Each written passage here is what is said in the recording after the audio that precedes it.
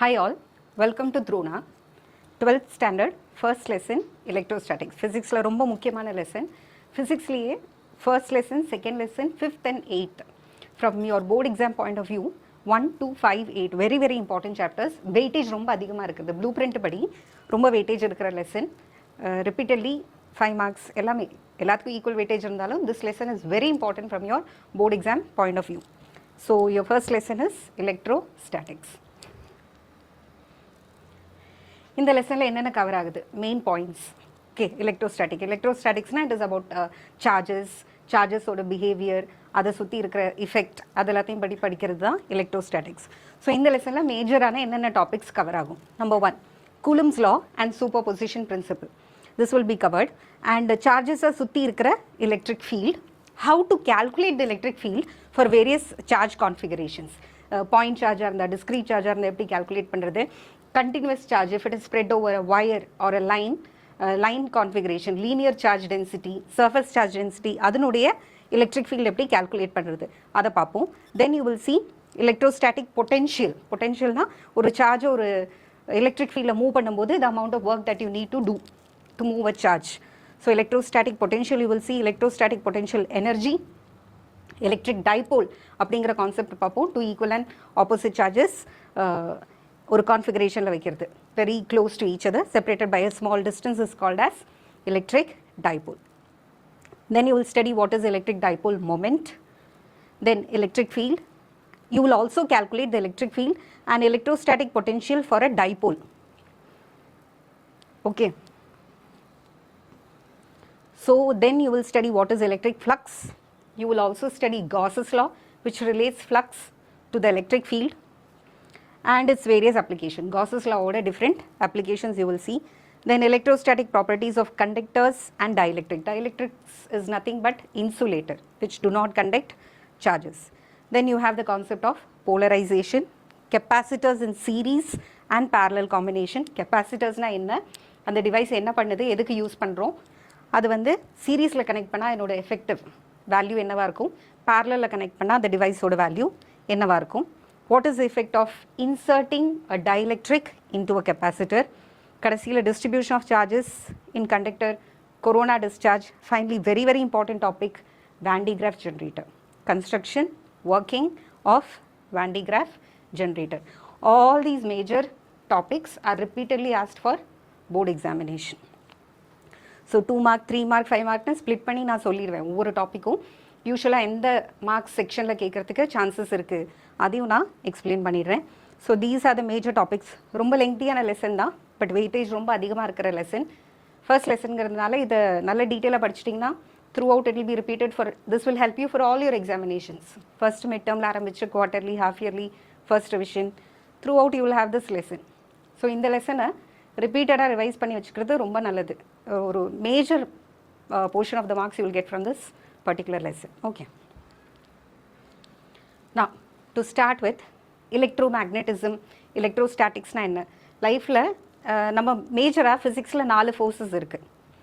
One is gravitational force, the other one is electromagnetism, then weak nuclear forces, strong nuclear forces. ஆனால் நம்ம real லைஃப்பில் எல்லாத்துக்குமே எலக்ட்ரோமேக்னட்டிசத்தோட ஒரு connection இருக்குது. மற்ற எல்லா ஃபோர்ஸஸுமே மெக்கானிக்கல் ஃபோர்ஸஸ், ஃப்ரிக்ஷனல் ஃபோர்ஸஸ், டச்சிங்கில் வருது, கான்டாக்ட் ஃபோர்ஸஸில் மேஜரான இன்ட்ராக்ஷன் வந்து எலக்ட்ரோமேக்னட்டிசம் தான். What is electromagnetism? It is the interaction between charged bodies or neutral body with a charged body. Magnetism, the magnetic properties of the different body, இது ரெண்டோட combination தான். Electrical forces and magnetic forces together is called as electromagnetism. Now it is one of the most important branches of physics. நம்ம ஒரு பாடியை push பண்ணுறோம் இல்லை புல் பண்ணுறோம், அப்போ கூட என்ன ஆகுது, there is an interaction between atoms in our hand and the object. This interaction is basically electromagnetic in nature. When we stand on the earth's surface, நம்ம சொல்கிறோம் கிராவிடேஷனால தான் நம்ம நிற்கிறோன்னு, but it is actually the interaction between your foot and the ground. We are attracted by the gravitational force, but we stand on the earth only because of the electromagnetic force of atoms between them. அந்த இன்ட்ராக்ஷனில் வர ஆட்டத்துக்கு நடுவில் இருக்கிற கான்டாக்டில் அதில் தான் நம்ம வந்து we are able to stand on the ground. So electromagnetism, right from all the basic forces, all the basic happenings in your real life. நடக்கிற ஒவ்வொரு விஷயத்துலையும் என்னத்தோட எஃபெக்ட் இருக்குது? You have the effect of electromagnetism. To start with, the first topic is electrostatics. லெசனோட பேரே வந்து electrostatics தான். இதை ரெண்டாக பிரிச்சுக்கலாம். electrostatics. electroனா சார்ஜ், ஸ்டாட்டிக்னா நிற்கிறது, ஸ்டேஷ்னரியாக இருக்கிறது அப்படின்னு அர்த்தம். ஸோ electrostaticsங்கிற word, it is a branch of physics which deals with charges. எலக்ட்ரோனா சார்ஜஸை பற்றி படிக்க போகிறது. அந்த சார்ஜஸ் எப்படி இருக்குது? the charges is it as rest. So it is a branch of electricity, okay, which deals with stationary charges, and this branch is called as electrostatics. Greeks noticed that amber ஒரு material இருக்குது, ரொம்ப precious stones தான், நம்மளோட sapphire, Ruby மாதிரி Amber ரொம்ப கிளாஸியாக டிரான்ஸ்பரண்ட்டாக இருக்கிற ஒரு, it is a resin that you get from fossilised trees which contains insect material, plant material. இதை வந்து என்ன பண்ணியிருக்காங்க, அவங்க வந்து ஃபர்ரோட ரப் பண்ணும்போது திடீர்னு இந்த ஆம்பர் வந்து என்ன பண்ணும், பக்கத்தில் இருக்கிற டஸ்ட், லீவ்ஸ் இதெல்லாத்தையும் அட்ராக்ட் பண்ண ஆரம்பிச்சது. So first the Greek people thought that ஆம்பருக்கு மட்டும் இருக்கிற ஏதோ ஒரு ஸ்பெஷல் ப்ராப்பர்ட்டி தான் இது, மற்ற எதுக்கும் இல்லை அப்படின்னு நினச்சாங்க. பட் லேட்டர் என்னாச்சு, இந்த ஆம்பருக்கு மட்டும் இல்லை, வேற நிறைய மெட்டீரியல்ஸ்க்கு இந்த ப்ராப்பர்ட்டி இருக்கு. ஸோ இந்த ப்ராப்பர்ட்டிக்கு ரீசன் ஆம்பரோட ஸ்பெஷல் ப்ராப்பர்ட்டி இல்லை, வேற என்ன காரணம், அந்த ரப்பிங் இல்லைன்னா ஃப்ரிக்ஷன் தான் இந்த ஸ்பெஷல் ப்ராப்பர்ட்டியை கிரியேட் பண்ணுறது அப்படிங்கிறத later it was discovered. So இந்த ஆம்பர் வந்து எதோட ரப் பண்ணாங்க, it was rubbed with animal fur. அப்போ இந்த ஆம்பர் என்ன ஆகுது, சார்ஜ் ஆகுது, அந்த ரப்பிங்கில் சார்ஜ் ஆகுது. சார்ஜ் ஆனோடனே பக்கத்தில் இருக்கிற நியூட்ரலான லீவ்ஸ், டஸ்ட் இது எல்லாத்தையும் அட்ராக்ட் பண்ண ஆரம்பிக்குது. இதே ஃபினாமினன் வேற மெட்டீரியல்லையும் பார்க்க முடியும். ஃபார் எக்ஸாம்பிள், ஆம்பருக்கு மட்டும் இல்லை, கிளாஸ் ராடை சில்க் கிளாத்தோட ரப் பண்ணாலும் அந்த கிளாஸ் ராடை என்ன பண்ணும், இன்னொன்று நீங்கள் பார்த்துருப்பீங்க, ட்ரை கோம்பு, சீப் எடுத்து ட்ரை ஹேரில், கோம்பு எடுத்து ட்ரை ஹேரில் நம்ம ரப் பண்ணும்போது பக்கத்தில் இருக்கிற சின்ன சின்ன பீசஸ், பிட்ஸ் ஆஃப் பேப்பரை வந்து அட்ராக்ட் பண்ணும். So the special property is not with Amber, but this process of rubbing or friction that is creating charges in the material. So it attracts pieces of paper. A glass rod also becomes charged when rubbed with a suitable material. அதுக்கு ஏற்ற மாதிரி material கிடைச்சதுன்னா, and this rubbing causes this charging. So இதுல இருந்தெல்லாம் நம்ம என்ன புரிஞ்சுக்கிறோம், from these observations the following inferences, இதெல்லாம் தான் நம்ம புரிஞ்சுக்கிறோம். The charging of rubber rod, rubber ராடே இதே மாதிரி நம்ம ரப் பண்ணும்போது you're getting a charged material. Glass rod, rubber rod இதெல்லாம் என்னது, they are different from each other. Rubber ராடோட சார்ஜும் கிளாஸ் ராடோட சார்ஜும் different. When you rub it with different suitable materials, both are charge but the charges are different. The charge rubber rod repels another charge rubber rod, which implies that ஒரே மாதிரி இருக்கிற charges, சிமிலராக இருக்கிற charges ஒன்றுக்கு ஒன்று என்ன பண்ணும், ripple பண்ணும்.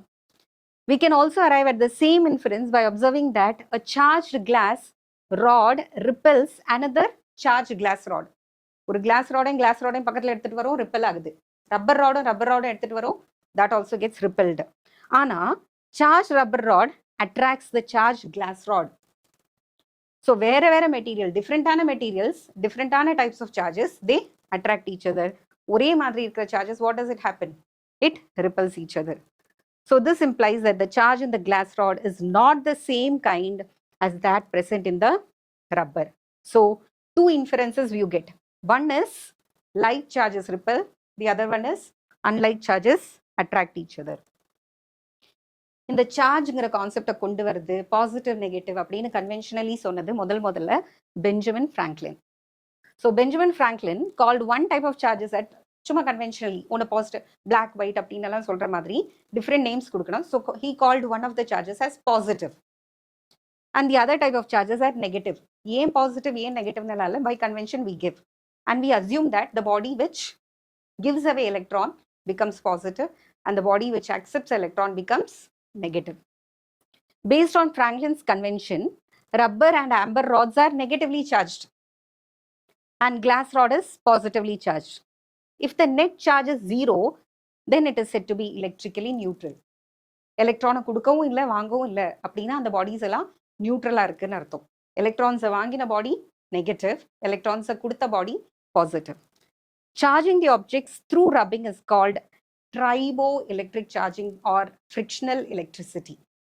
So charging the objects through rubbing, this process of rubbing creates a charging of the body, and this is called as triboelectric charging.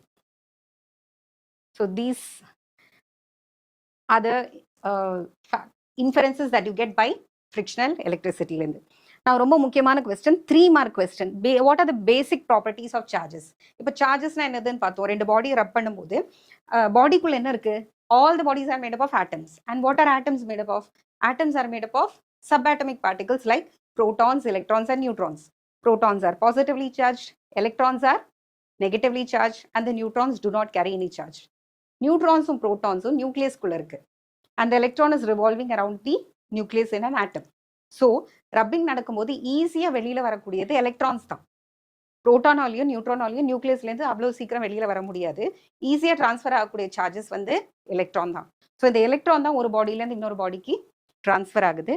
Transfer ஆகும்போது the body which accepts electron becomes negative, the body which gives away electron becomes positive.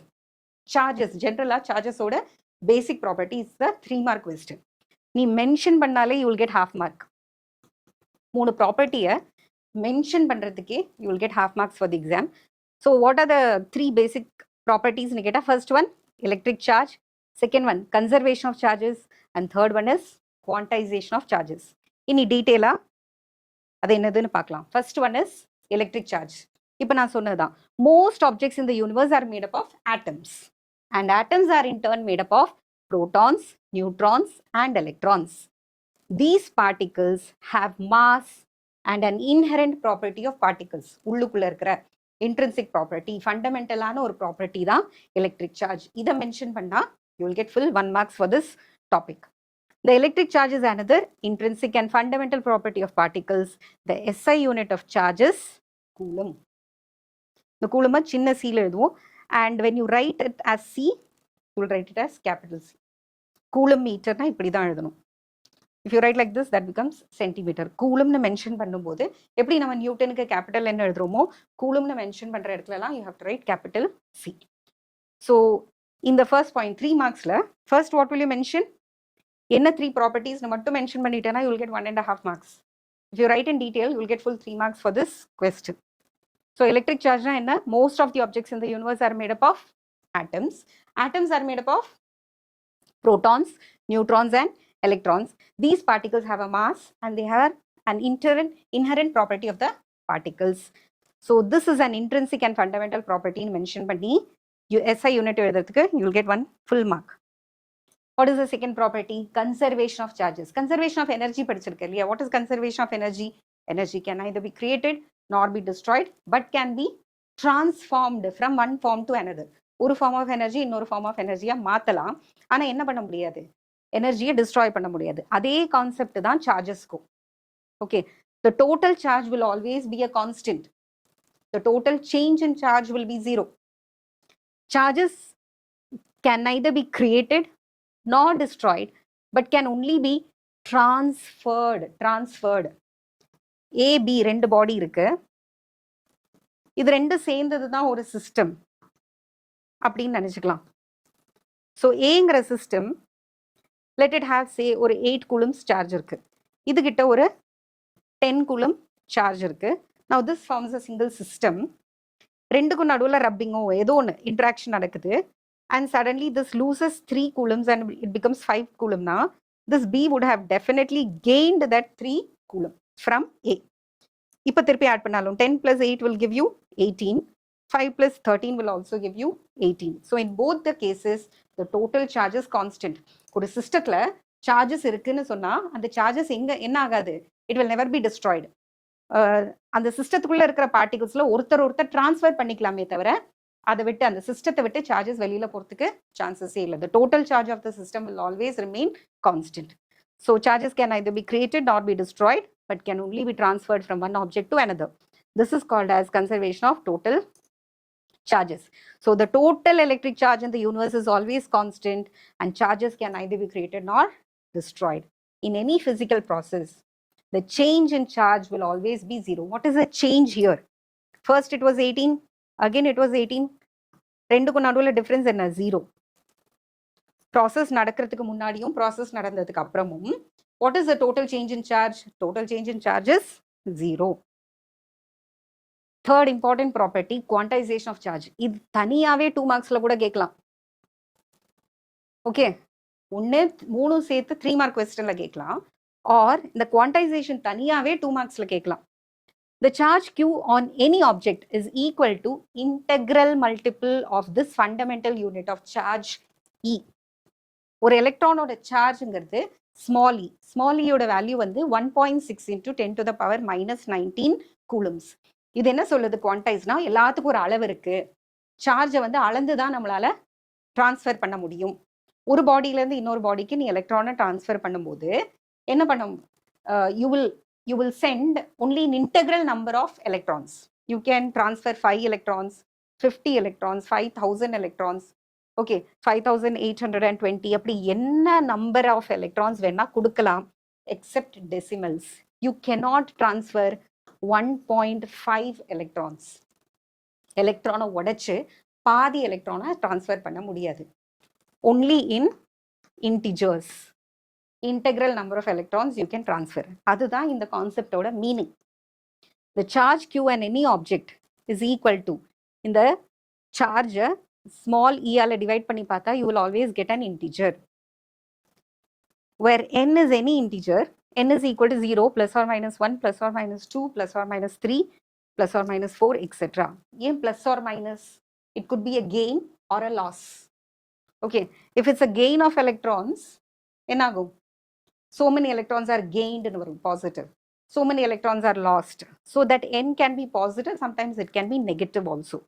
If the total charge is negative, then இவ்வளோ electrons நம்ம வாங்கியிருக்கோம்னு அர்த்தம். If the total number of electrons gained, the total charge will be negative. If you give away so many electrons, the total charge will be positive. Here, E oda value itself is a negative value. Okay, if the charge is positive, then so many electrons lost. If the total charge is negative, then so many electrons are gained. The charge of an electron is minus 1.6 into 10 to the power minus 19 Coulomb, and the charge of a proton is plus 1.6 into 10 to the power minus 19 Coulomb. So what is the 3-mark question? What are the 3 basic properties of charges? First important question in this lesson. The 3 important basic properties of charges are electric charge, conservation of charges, quantization of charges. What is electric charge? We know that all objects are made up of atoms, and atoms are made up of protons, electrons, and neutrons. These particles have mass, and they form an inherent property of the particles. Then electric charge is an intrinsic and fundamental property of particles. The SI unit of charge is Coulomb. Second one, conservation of charges. The charges can either be created nor be destroyed, but it can be transferred from one object to another. This is called conservation of charges. In any physical process, the net change in charge will always be 0. The total electric charge in the universe is constant, and the charges can neither be created nor be destroyed. Third important property, quantization of charges. The charge Q on any object is எவ்வளோ electron இருக்கும். அந்த சார்ஜுக்கு reason என்ன? So many electrons in integers, integral number. The charge Q on any object is equal to an integral multiple of fundamental unit of charge, which is small e. And the charge of an electron is minus 1.6 into 10 to the power minus 19, and the charge of a proton is plus 1.6 into 10 to the power minus 19 Coulomb. இதை வச்சு ஒரே ஒரு some பார்க்கலாம். சிம்பிளான some 2-mark questionல கேட்கலாம். This can be asked in a 2-mark section. Calculate the number of electrons in 1 Coulomb of negative charge. 1 Coulomb of negative charge. So according to quantization, Q is equal to NE. Q வர இடத்துல என்ன போடணும்? 1 போடணும். So 1 Coulomb divided by fundamental unit of charge, which is 1.6 into 10 to the power minus 19. So எத்தனை electron இருக்குதுல? 1 divided by 1.6 into 10 power minus 19 பண்ணனா you get 6.25 into 10 power 18 electrons கிடைக்குது. So many electrons make up 1 Coulomb. ஒரு கூலம்ங்கிற சார்ஜில் இத்தனை electrons இருக்கு. 2-mark section. Very very important 2-mark question. State Coulomb's law. இப்போ 2 பாடி சார்ஜ்டாக இருக்கு. இந்த 2 பாடிக்கு நடுவில் என்ன ஃபோர்ஸ் இருக்கு, அந்த ஃபோர்ஸ் எதில் டிபெண்ட் பண்ணும், எதுக்கு டைரக்ட்லி ப்ரொபோஷனல், எதுக்கு இன்வெர்ஸ்லி ப்ரொபோஷனல் பார்க்கலாம். Consider 2 point charges Q1 and Q2 at rest in vacuum. Q1ங்கிற சார்ஜ் இங்கே இருக்கு, Q2ங்கிற சார்ஜ் இந்த இடத்துல இருக்கு. Both are at rest and they are separated by a distance, say r. According to Coulomb, the force on the point charge Q2 exerted by another point charge Q1 is given by F vector 2, 1. Why is this called as 2, 1? Because it is the force on the point charge 2. So force on 2 due to the charge 1 is given by some constant. Okay, some constant K into Q1, Q2 by R square R12 cap, because it is directed from 1 towards 2. So this is the force acting on the second charge due to the first charge. This is given by it states that the electrostatic force is directly proportional to the product of the magnitude of the 2 point charges. மேலே எதை ரெண்டு multiply பண்ணியிருந்தோம், Q1 Q2 multiply பண்றோம். Multiply is called as product. So it is the product of the magnitude of the 2 point charges and inversely proportional to the square of the distance between the 2 point charges. ரெண்டு point charges ஓட distance square பண்ணினா அதுக்கு inversely proportional இருக்கும். It is in the denominator. Inversely proportional. Distance அதிகப்படுத்த distance increase ஆக என்ன ஆகும்? Force will decrease. And how will it decrease? Square times it will decrease. So if you increase the distance 2 times, the force decreases 4 times. And if you increase the distance 4 times, the force decreases 16 times. Once again, Coulomb's law states that the electrostatic force is directly proportional to the product of the magnitude of the 2 point charges and inversely proportional to the square of the distance between the 2 point charges. This is the equation. Now the force on the charge Q2 exerted by the charge Q1 always lie along the line joining the two charges. R12 it's a unit vector pointing from Q1 to Q2. Similarly, நம்மளால என்ன பண்ண முடியும்? Minus R12 கண்டுபிடிக்கும். Minus R12 வந்து இதுக்கு opposite direction. It is directed from Q2 on Q1. The force on the charge Q1 exerted by Q2 will be minus R12.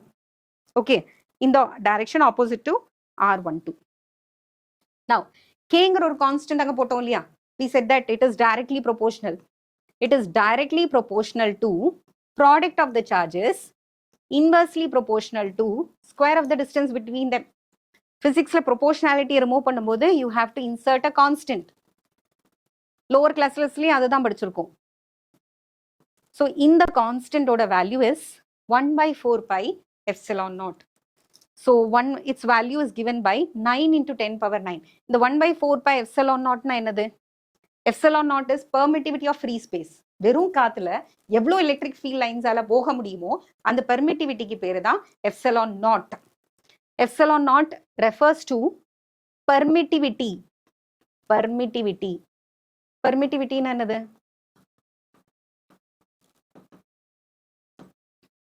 Permittivity is அந்த ஏர் அலையில vacuum அல எவ்வளவு electric field lines cross பண்றதுக்கு it will allow, it will give permission. That is called as permittivity of free space or vacuum. Its value is 8.85 into 10 to the power minus 12 Coulomb square per Newton per meter square. So இது அந்த கான்ஸ்டன்ட்ல substitute பண்ணும்போது 1 by 4 pi epsilon naught by experimentally find all these values. So Coulomb's law நம்ம mention பண்ணிட்டோம். அந்த constant எப்படி கண்டுபிடிப்போம்? Constant will find using experimental techniques, and it was found to be 1 by 4 pi epsilon naught. And the 1 by 4 pi epsilon naught total calculate panna, you will get a constant 9 into 10 power 9 Newton meter square per Coulomb square. The magnitude of the electrostatic force between the two charges, each having 1 Coulomb, separated by a distance of 1 meter, is calculated as, suppose rendu charges 1 Coulomb, and the distance is also 1 meter. Then what will be the force between the two charges? It will be equal to 9 into 10 power 9. So it's a special case. ரெண்டு சார்ஜுமே unit சார்ஜஸாக இருந்தா 1 கூலமாக இருந்தா and it is separated by a distance of 1 meter, then the force between the two charges will be 9 into 10 power 9. இதை வச்சு தான் கூலத்தை define பண்ணுறோம். 1 coulomb is defined as a charge which when placed at a distance of 1 meter from an equal and similar charge experiences a repulsive force of 9 into 10 power 9 Newton. 1 coulomb இருக்கிற charge அதே மாதிரி 1 coulomb இருக்கிற இன்னொரு சார்ஜ்ல இருந்து 1 meter டிஸ்டன்ஸ்ல வச்சோம்னா what will you get? You will get a repulsive force of 9 into 10 power 9 Newton. Most of the electrical phenomena in day to day is involved electrical charges of the order of micro coulomb. Now 1 coulomb ங்கிறது எவ்வளவு பெரிய சார்ஜ்னு சொன்னேன். 1 coulomb ங்கிறது 6.25 into 10 power 18 electrons சேர்ந்தாதான் 1 coulomb வருது. So 1 coulomb is a tremendous large amount of charge. But real lifeல வந்து ரப்பிங்லலாம் வரும்போது you will get only micro coulombs or nano coulombs. Micro 11th standardல படிச்சிருக்கேன். What is the power written for micro? It is 10 power minus 6 and for nano it is 10 power minus 9. So இது வரைக்கும் என்ன பார்த்தோம், ஒரு 3 mark பார்த்தோம், ஒரு 2 mark பார்த்திருக்கோம். Coulomb's law is a 2 mark question. Now studying about permittivity. Now 1 by 4 by epsilon naught சொன்னோம். அதில் ஏருக்கோ வேக்யூம்க்கோ பதிலா if you place Q1 and Q2 in some other media, then what will be the value of the denominator? Here it will not be epsilon naught. It will be epsilon, which is permittivity of the medium. The force between the two charges is given by 1 by 4 pi epsilon naught Q1 Q2 by R square. இங்க epsilon naught க்கு பதிலா epsilon வரும். Now, epsilon is always greater than epsilon naught. Air தான் இருக்கிறதுலயே very bad conductor of electricity. Air or vacuum will never allow electrons or electricity to pass through it.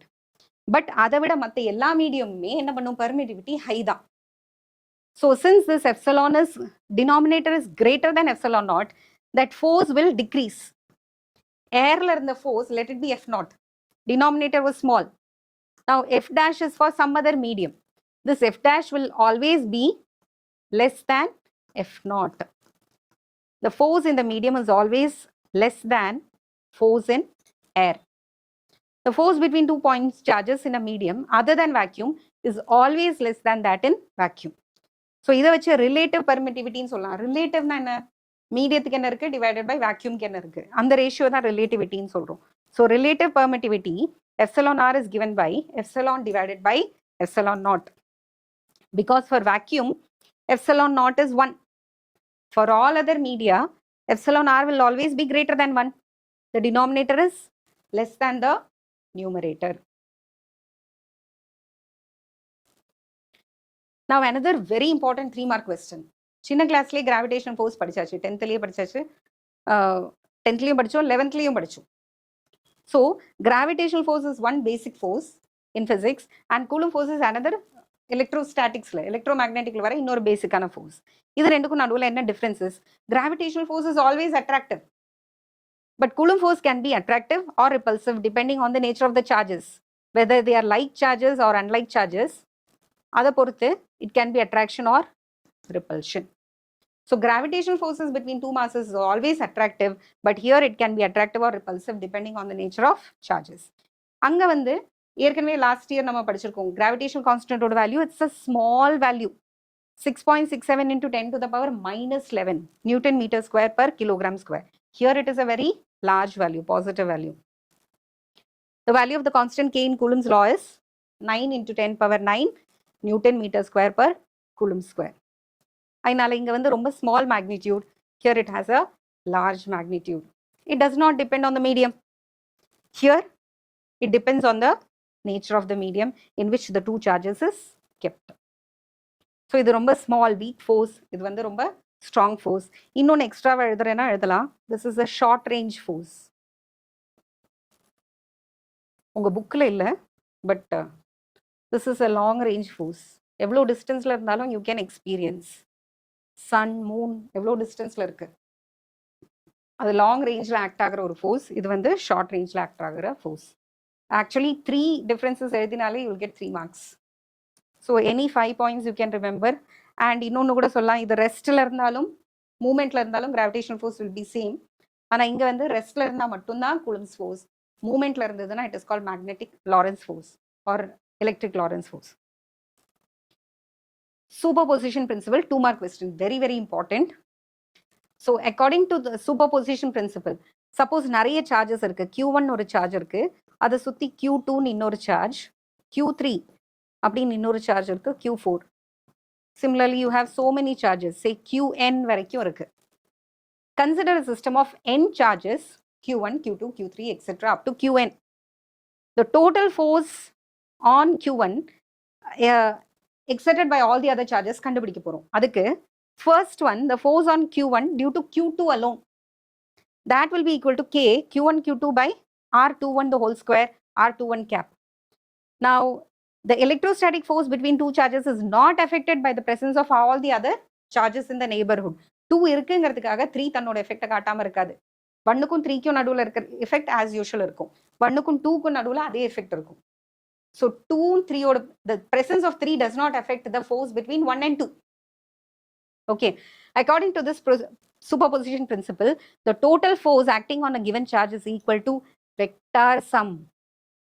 ஒன்று push பண்ணலாம், ஒன்று attract பண்ணலாம், okay, repel பண்ணலாம், எல்லாத்தோட vector sum எடுத்தனா you'll get the total charge. So அதே மாதிரி Q1 மேலே Q3 ஓட ஃபோர்ஸ் என்ன? K Q1 Q3 R31 square R31 gap.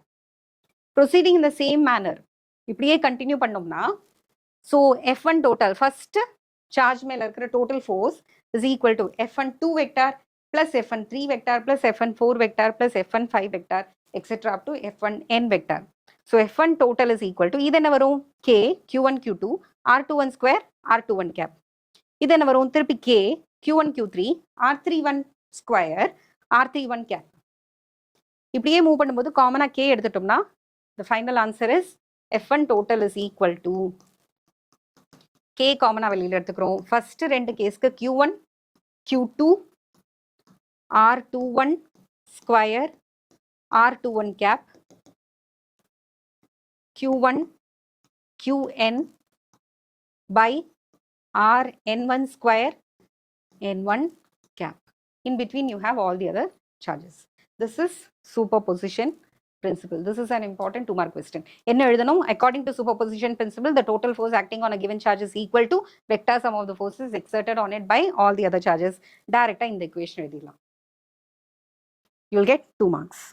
If it is 3 marks, then you have to give some explanation. The electrostatic force between the two charges is not affected by the presence of other charges. அப்படிங்கிறத mention பண்ணிடணும். And this is how you start. And the derivation, if it's 3 mark, you have to derive the derivation. ஒவ்வொரு ஃபோர்ஸையும் காட்டிட்டு எல்லா ஃபோர்ஸையும் add பண்ற மாதிரி காட்டி ஒரு step extra எழுதினா you will get 1 more marks for this. Now, according to Faraday, each charge in the universe creates an electric field in the surrounding. ஒரு magnet இருக்குன்னு வச்சுக்கோ, மேக்னெட்டை சுற்றி நம்ம கண்ணுக்கு தெரியாத ஒரு ஸ்பேஸ் இருக்கு. இந்த ஸ்பேஸுக்குள்ள நீ இன்னொரு மேக்னெட் எடுத்துட்டு வந்தாலோ இல்லை மேக்னெட்டிக் மெட்டீரியல் எடுத்துட்டு வந்தாலோ அது வந்து சடனாக அட்ராக்ட் ஆகும் இல்லை ரிப்பல் ஆகும். ஆனால் இந்த ரீஜனுக்குள்ள வரைக்கும் நீ வரணும்.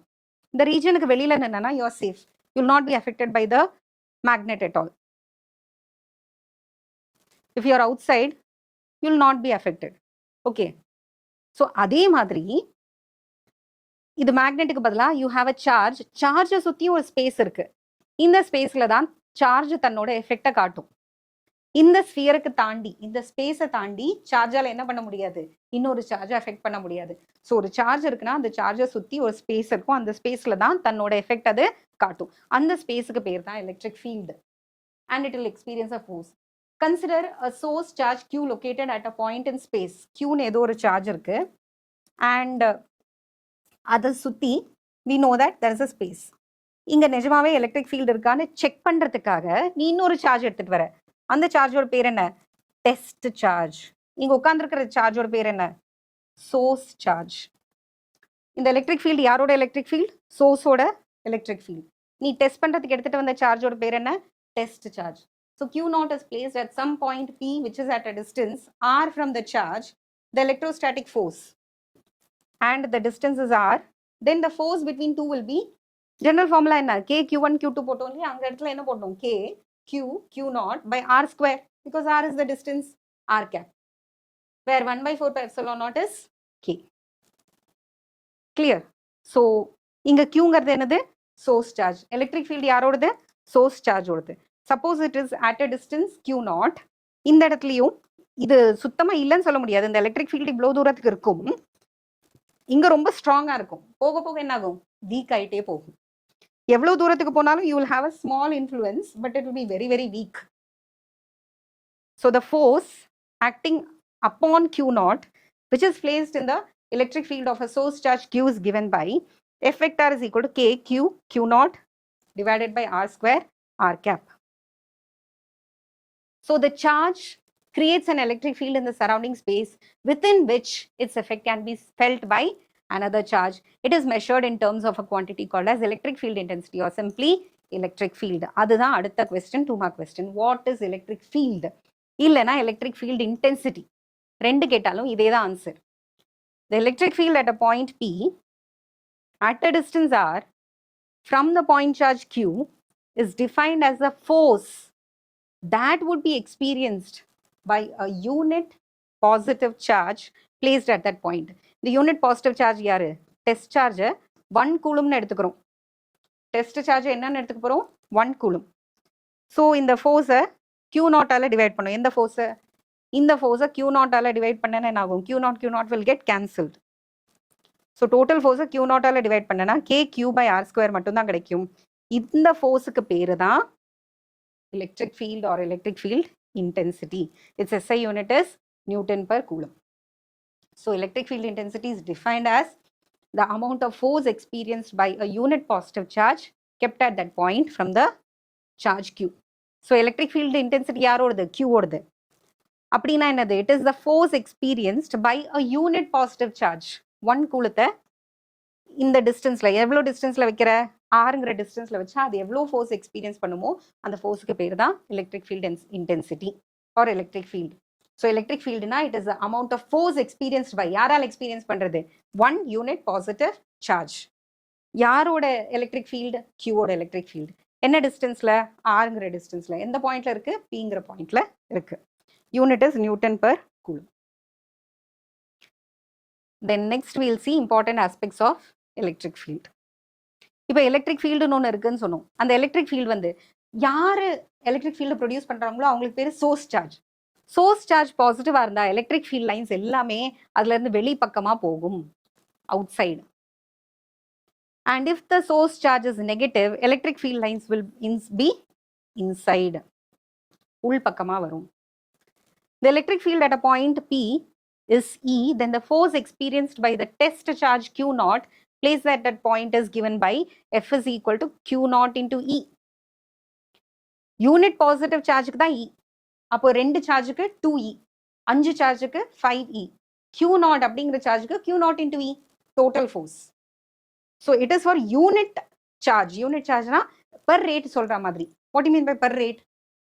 எலக்ட்ரிக் ஃபீல்ட் இன்டென்சிட்டிங்கிறது ஒரு யூனிட் சார்ஜ் பிளேஸ் பண்ணோம்னா எவ்வளோ ஃபோர்ஸ் இருக்குமோ அதுதான் இ. அப்போ 2 கூலும் பிளேஸ் பண்ணியிருந்தோம்னா 2E, 5 கூலும்னா 5E. அதே மாதிரி Q0 கூலும்ஸ்னா Q0 into E. So the total force is Q0. Charge into electric field பண்ணா you will get the total force. So the above equation implies that the electric field is independent of the test charge. Electric ஃபீல்டுக்குள்ள source சார்ஜோட effect மட்டும்தான் இருக்கும், Q0 ஓட effect இருக்காது. Q0 ஓட effect வந்து ஃபோர்ஸ்ல தான் இருக்கு, not on the electric field. Electric field is a vector quantity. This field is unique direction and magnitude. So 4 point என்ன சொன்னோம்? ஃபர்ஸ்ட் ஒன், பாசிட்டிவா இருந்தா எலக்ட்ரிக் ஃபீல்ட் எல்லாம் வெளியில, நெகட்டிவா இருந்தா எலக்ட்ரிக் ஃபீல்ட் எல்லாம் உள்ள. ரெண்டாவது, எலக்ட்ரிக் ஃபீல்டு வந்து it is defined as the force experienced, அதனோட இக்குவேஷன். Third one, the electric field does not depend on test charge, only on source charge. Last one, it is a vector. Now, next one, in the definition of electric field, it is assumed that test charge is very small. நம்ம நினைச்சப்போ ஒரு test charge வரும்போது இந்த source charge push இல்லை புல் ஆகிறதுக்கு chances இருக்கு. It might get attracted or repelled. இப்போ Q0 வருதுனால Qவோட பொசிஷன் எஃபெக்ட் ஆகாதா அப்படின்னு யோசிப்போம். ஆகாதுங்கிறது assumption, because Q0 is very small that Q0 cannot affect the position or anything for the source charge. In the definition of the electric field, it is assumed that the test charge Q0 is taken sufficiently small so that this test charge will not move the source charge. Then, நம்ம கொடுத்த அந்த expression இருக்கு இல்லையா, 1/4πε0 Q by R square, it is valid only for point charges, not for continuous charges. Continuous chargesங்கிற concept இனிமே வரும். லைன்ல ஃபுல்லா சார்ஜஸ் இருக்கிறது, இல்லைன்னா ஷீட்டில் ஃபுல்லா சார்ஜஸ், லைன்லயோ ஷீட்லயோ சார்ஜஸ் இருந்ததுன்னா அதுக்கு அந்த இக்குவேஷன் யூஸ் பண்ண முடியாது. Now, 7th point is electric field ல 2 வகை இருக்கு. Uniform electric field, non uniform electric field. Uniform electric field same direction, same value, ரெண்டுமே கான்ஸ்டன்டா இருக்கணும். நான் யூனிஃபார்ம் எலக்ட்ரிக் ஃபீல்டுனா டிஃப்ரெண்ட் மேக்னிடியூட், டிஃப்ரெண்ட் பொசிஷன்ஸ். ஒன்று டிஃப்ரெண்ட் டைரக்ஷனாக இருக்கலாம், இல்லை டிஃப்ரெண்ட் மேக்னிடியூடாக இருக்கலாம், இல்லை ரெண்டுமே டிஃப்ரெண்ட்டாக இருக்கலாம். ஸோ இதுதான் யூனிஃபார்ம் எலக்ட்ரிக் ஃபீல்டு. எல்லாமே சேம் லெங்க்த்தாக இருக்குது, சேம் டைரக்ஷன். இதில் same direction but not same length. இதில் வேறு வேறு டைரக்ஷன், வேறு வேறு லெங்க்த்து. இங்கே என்ன ஆகுது, டைரக்ஷன் மாறுது. Although it is same length, direction is changing. So in all the three cases it is non-uniform and this is uniform electric field. So இது வரைக்கும் என்னெல்லாம் பார்த்தோம்? We started with basic properties of charges. 3 mark question. Electric charge, conservation of charges, quantization of charge. Then electric charge order definition, conservation of charges points you should write. Quantization and இது தனியாக கூட 2 marksல கேட்கலாம். ஒரு numerical பார்த்தோம், how to calculate. Then வேற என்ன பார்த்தோம், Coulomb's law state பண்ணோம். ஸ்டேட்மெண்ட் என்ன சொல்லுது, electrostatic force is directly proportional to the product of the magnitude of the 2 point charges and inversely proportional to the square of the distance between the 2 point charges. Equation என்ன, F21 vector is equal to K into Q1 Q2 by R square, R12 cap. And epsilon நாட்னா என்னது பார்த்தோம், permittivity. 1 கூலும்னா என்னது பார்த்தோம், ரெண்டு சார்ஜஸ்மே 1 கூலுமா இருந்து distance between them is 1 மீட்டர்னா what will be the force, அதையும் பார்த்தோம். தென் ரிலேட்டிவ் பெர்மிட்டிவிட்டி பார்த்தோம். Difference between gravitational force and Coulomb force, 3 mark question. Then superposition principle of electrostatic force, ஃபோர்ஸோட superposition principle with equation. Then we also studied the concept of electrostatic field, electric field or electrostatic field intensity, adu paathom, adanoda definition. Then ayinoda important factors paathom, important aspects, positive ah irundha eppadi irukum, negative ah irundha eppadi irukum, force enna, all this we have seen. Then we also discussed about uniform and non uniform electric field. Uniform na direction same ah irukanum, magnitude same ah irukanum. நான் யூனிஃபார்ம்னா ஒன்று magnitude டிஃப்ரெண்ட்டாக இருக்கலாம், இல்லை direction டிஃப்ரெண்ட்டாக இருக்கலாம், இல்லை ரெண்டுமே டிஃப்ரெண்ட்டாக இருக்கலாம். ஸோ கடைசியாக என்ன பார்த்து முடித்தோம், யூனிஃபார்ம் அண்ட் நான் யூனிஃபார்ம் எலக்ட்ரிக் ஃபீல்டு பார்த்து முடித்தோம். யூனிஃபார்ம் நான் யூனிஃபார்ம் எலக்ட்ரிக் ஃபீல்டுக்கு என்ன வித்தியாசம், யூனிஃபார்ம் எலக்ட்ரிக் ஃபீல்டாக இருக்கணும்னா மேக்னிடியூடும் சேமாக இருக்கணும், அதே நேரத்தில் டைரக்ஷனும் சேமாக இருக்கணும். நான் யூனிஃபார்ம் எலக்ட்ரிக் ஃபீல்ட்னா ஒன்று மேக்னிடியூட் டிஃப்ரெண்ட்டாக இருக்கும், இல்லைனா டைரக்ஷன் டிஃப்ரெண்ட்டாக இருக்கும், இல்லைனா ரெண்டுமே டிஃப்ரெண்ட்டாக இருக்கலாம். நான் next concept is electric field line. Electric field line, இப்போ நம்ம சொன்னோம் இல்லையா, ஒரு சார்ஜை சுற்றி என்ன இருக்கும், ஒரு எலக்ட்ரிக் ஃபீல்டு இருக்கும் அப்படின்னு நம்ம சொன்னோம். அந்த எலக்ட்ரிக் ஃபீல்டை நம்மளால கண்ணால் பார்க்க முடியாது. So you will give a visual representation for that. இங்கே இருக்கு அப்படின்னு. இப்போ மேக்னெட்டிக் ஃபீல்டு கண்ணால் பார்க்க முடியுமா, முடியாது. ஆனால் என்ன பண்ணுவோம், நம்ம மேக்னெட்டை வச்சு ஒரு மேக்னெட்டிக் காம்பஸை பக்கத்தில் கொண்டு வந்து இங்கே ஒரு நார்த் போல் இருந்திருந்தா இந்த டைரக்ஷனில் மூவ் ஆகிருக்கும். அந்த காம்பஸோட டைரக்ஷனை வச்சு எப்படி நம்ம மேக்னெட்டிக் ஃபீல்ட் லைன்ஸ் ட்ரா பண்ணுறோம், அதே மாதிரி எலக்ட்ரிக் ஃபீல்டை கண்ணால் பார்க்க முடியாது. ஸோ எலக்ட்ரிக் ஃபீல்ட் வெக்டாரை வச்சு தான் அதை விஷுவலைஸ் பண்ணுறோம். இப்படி இருக்கும்னு கண்ணுக்கு தெரியாத, இப்போ ஏர் இருக்குன்னு காட்டுறதுக்கு சும்மா there is lot of air அப்படின்னு வரைகிற மாதிரி கண்ணால் பார்க்க முடியாத ஒரு விஷயத்துக்கு விஷுவலைசேஷன் கொடுக்குற ஒன்று தான் electric field vector. So electric field vector is visualised by the concept of electric field lines. இங்கே எலக்ட்ரிக் ஃபீல்டு இருக்குது, கண்ணால் பார்க்க முடியாது, அதை ரெப்ரசென்ட் பண்ணுறதுக்கு ஒரு லைனை யூஸ் பண்ணுவோம், visualisation. That is called electric field line. அந்த எலக்ட்ரிக் ஃபீல்ட் லைன் எப்படி இருக்கும், it is continuous line which starts from the some region. பாசிட்டிவ்ல ஸ்டார்ட் ஆகி நெகட்டிவ்ல முடிகிற அந்த லைன்ஸுக்கு பேர் தான் electric field lines. So what is electric field line, it's a 2 mark question. Electric field vectors are visualised by electric ஃபீல்டுங்கிற அந்த இதை விஷுவலைஸ் பண்ணுறதுக்கு ஹெல்ப் பண்ணுற ஒன்று தான் electric field lines. Now electric field lines form a set of continuous lines which are the visual representation of the electric field in some region of space. Electric field lines oda properties. Okay, there are 5 properties, any 3 can be asked. Illa 5 கேட்டு 5 mark கூட கேட்கலாம், but it is better you study all the 5 properties. Now electric field lines oda properties very very important question. 3 mark la கேட்டானா 3 points எழுதி you can stop, or 5 mark la கேட்டானா 5 points. There are 5 points. Now electric field lines எப்போதுமே எதுல start ஆகும், it will always start in the positive charge. எதுல வந்து முடியும், negative சார்ஜ்ல முடியும். ஒருவேளை பக்கத்துல நெகட்டிவ் சார்ஜ் இல்லைன்னா இன்ஃபினிட்டியில போய் முடியும். ஸோ பாசிட்டிவ் சார்ஜ்ல எலக்ட்ரிக் ஃபீல்டு பாசிட்டிவ்ல ஆரம்பிச்சு நெகட்டிவ்ல முடியும், இல்லைன்னா பாசிட்டிவ்ல இருந்து இன்ஃபினிட்டியில போய் முடியும். அது வந்து பாசிட்டிவ் சார்ஜுக்கு. அதனால பாசிட்டிவ் சார்ஜுக்கு it is radially outward and negative சார்ஜுக்கு it is radially inward. Positive சார்ஜில் ஆரம்பித்து நெகட்டிவ் சார்ஜில் முடியும். ஸோ நெகட்டிவ் சார்ஜுக்கு எலக்ட்ரிக் ஃபீல்ட் லைன்ஸ் உள்பக்கமாக வரும். இல்லைனா இன்ஃபினிட்டிலேருந்து வந்து நெகட்டிவ் சார்ஜில் முடியும். பாசிட்டிவ் சார்ஜுக்கு பாசிட்டிவில் ஆரம்பித்து நெகட்டிவில் போய் முடியும். பாசிட்டிவில் ஆரம்பித்து பக்கத்தில் நெகட்டிவ் இல்லைனா இன்ஃபினிட்டியில் போய் முடியும். That is first property. For an isolated positive charge, the electric field lines start from the charge and ends only at infinity.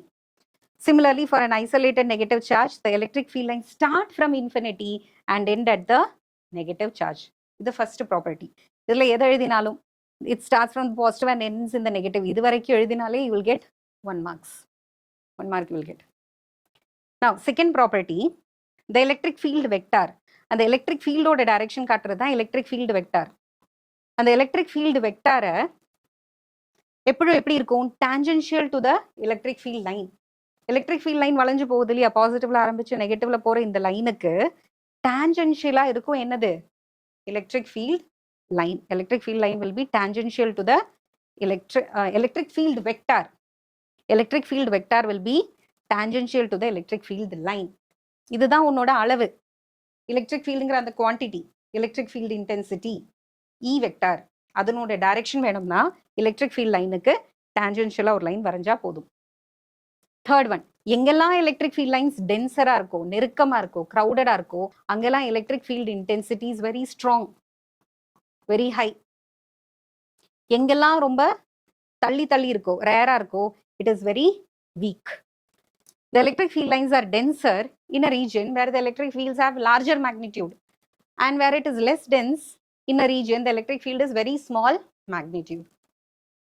And the number of electric field lines passing through a given surface perpendicular to the line is proportional to the magnitude of the field. ஒரு area எடுத்திருக்கோம், இந்த ஏரியாக்கு பர்பெண்டிகுலரா போகிற electric field lines எதுக்கு ப்ரொபோர்ஷனலா இருக்கும்? ஈயோட மேக்னிடியூடுக்கு, electric ஃபீல்டோட ஸ்ட்ரென்த்துக்கு directly ப்ரொபோர்ஷனலா இருக்கும். அப்போ electric field strength வந்து ரொம்ப ஸ்ட்ராங்கான ஏரியானா நிறைய ஃபீல்ட் லைன்ஸ் வரும். எலக்ட்ரிக் ஃபீல்டு ரொம்ப வீக்னா கம்மியான லைன்ஸ் வரும். எத்தனை லைன் வரும்? the number of lines is proportional to the electric fieldோட strength. First என்ன சொன்னோம்? எங்கெல்லாம் நெருக்கமா இருக்கோ அங்க எலக்ட்ரிக் ஃபீல்டு ரொம்ப ஸ்ட்ராங்னு அர்த்தம். எங்கெல்லாம் நெருக்கமா இல்லையோ எலக்ட்ரிக் ஃபீல்டு ரொம்ப வீக்னு அர்த்தம். அப்படின்னு என்ன அர்த்தம்? the number of lines, எவ்வளோ லைன்ஸ் வருதுங்கிறது எதை பொறுத்து இருக்கும்? அந்த எலக்ட்ரிக் ஃபீல்டோட ஸ்ட்ரென்த்தை பொறுத்து இருக்கும், மேக்னிடியூடை பொறுத்து இருக்கும், அளவை பொறுத்து இருக்கும். So third property is over. What was the first property? It starts from the positive and ends in negative. Second one, if you want the direction of electric field vector, draw a tangent to the electric field line. Now third one is electric field lines எங்கெல்லாம் டென்ஸா இருக்கோ அங்கெல்லாம் electric field is very strong. எங்கெல்லாம் ரேரரா இருக்கோ it is very weak. Fourth one, no two electric field lines intersect each other. ரெண்டு electric field lines ஒருபோது என்ன பண்ணாது? ஒன்றுக்கு கிராஸ் ஓவர் ஆகாது. If two lines cross at a point there will be two different. என்னாகும்? இங்க ஒரு electric field vector, இங்க ஒரு எலக்ட்ரிக் ஃபீல்டு வெக்டார். இந்த பாயிண்ட்டுக்கே ரெண்டு எலக்ட்ரிக் ஃபீல்டு வெக்டார் வரும், which is impossible. Electric field வெக்டார்னா என்ன அர்த்தம்? அது வந்து electric field vector is the direction shown for the charge. நீ இந்த டைரக்ஷனில் தான் மூவ் பண்ணணும்னு சார்ஜுக்கு நம்ம காட்டுற பார்த்து தான் electric field vector. So electric field vector ரெண்டு டைரக்ஷனில் இருந்ததுன்னா சார்ஜ் வந்து ரெண்டு டைரக்ஷன்லேயே ஒரே நேரத்தில் மூவ் ஆகணும், which is physically impossible. Now this particular point can be separately asked as a 2-mark question. So this point alone is very important. No two electric field lines intersect each other. அப்படி intersect ஆச்சுன்னா அந்த பாயிண்ட்ல electric field வெக்டார்ஸுக்கு எத்தனை direction வரும்? ரெண்டு direction. As a consequence, அந்த நேரத்தில் because of that, as a result, அந்த இடத்துல ஒரு சார்ஜை வச்சேன்னா it has to move in two different directions at the same time, which is physically impossible. Hence, electric field lines will never intersect each other. Now, the number of electric field lines that emanate from the positive or negative charge is directly proportional to the magnitude of the charges. அப்பவே என்ன சொன்னோம்? எத்தனை lines இருக்குங்கிறது electric field இன்டென்சிட்டிக்கு directly proportional சொல்றோம். இங்க வந்து directly proportional to charge. Charge அதிகமாக இருந்தால் எலக்ட்ரிக் ஃபீல்டோட ஸ்ட்ரென்த்தும் ஜாஸ்தி. எலக்ட்ரிக் ஃபீல்டோட ஸ்ட்ரென்த் ஜாஸ்தினா லைன்ஸோட அளவும் ஜாஸ்தி. ஸோ இன்டைரக்டாக என்ன சொல்கிறோம்? Number of electric field lines depends on the charges, it depends on the strength of the electric field, and the direction is given by tangential. No two electric field lines intersect each other. It starts from the positive and ends in the negative. Very important question. Next, புது concept electric dipole. தனித்தனியாக இருக்கிற ஒரு positive negative charge இல்லாமல் ரெண்டையும் சேர்த்து ஒரே சிஸ்டமாக consider பண்ணுறது தான் electric dipole. This is a 2 mark question. ரொம்ப சிம்பிளான single line answer. 2 equal and opposite charges separated by a small distance constitute an electric dipole. Q1 இங்கே வந்து மைனஸ் Q1. ஸோ ஈக்குவலாக இருக்கணும். ஆப்போசிட் இன் டைரக்ஷனாக சார்ஜஸ் ஆப்போசிட் இன் சைனாக இருக்கணும். It should be separated by a small distance and the small distance is written as 2a. இது electric dipole and the arrangement அதனோட அளவு electric dipole moment. The magnitude of the electric dipole moment is equal to the product of magnitude of one of the charges and the distance between them. ஏதாவது ஒரு சார்ஜும் அந்த சார்ஜோட ரெண்டு charges இருக்கு இல்லையா, ரெண்டு சார்ஜஸும் ஈக்குவல் தான். ஏதாவது ஒரு சார்ஜ் எடுத்துக்கோ and the distance between them, இது ரெண்டையும் மல்டிப்ளை பண்ணா what do you get? You get electric dipole moment. So once again 2 mark question. What is electric dipole? Two equal and opposite charges separated by a small distance is called as an electric dipole. The magnitude of the electric dipole moment is equal to the product of the magnitude of one of the charges and the distance between them. Though the electric dipole moment or two equal and opposite charges is defined, it is possible to define and calculate the electric dipole moment for a collection of charges. Usually, இப்படி ஒரு dipole, let it be Q and Q plus Q and minus Q. There is another dipole plus Q1 minus Q1. Then another dipole plus Q2 and minus Q2. இப்படி நிறைய இருக்குன்னா எல்லா டைபோலும் எப்படி கண்டுபிடிக்கிறது? இந்த charge into இதனோட டிஸ்டன்ஸ், திஸ் சார்ஜ் இன்டு அதனோட distance between them. அப்படி எல்லாத்தையும் பண்ணிட்டு finally you have to find the algebraic sum. Summation பண்ணினா போகிறோம். QI RI வெக்டார் வேர் I is equal to 1 to n. So I வரட்டில் என்ன வரும்? Q1 R1 plus Q2 R2 plus Q3 R3 similarly up to Qn Rn வரைக்கும் வரும். If you have a system of charges, n point charges, the total dipole moment is given by summation.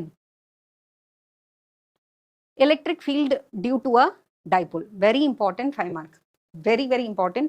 Repeated கேட்ட ஒரு question. ஒரு dipole இருக்குன்னா, ஒரு single சார்ஜ்னா அதனோட electric field நம்ம கண்டுபிடிச்சோம். 1/4πε0 Q by R ஸ்கொயர்னு சொல்லிட்டோம். இப்போ ரெண்டு சார்ஜஸ் இருக்கு. ஒரு நெகட்டிவ் சார்ஜ், ஒரு positive charge. Diagram is very easy to draw.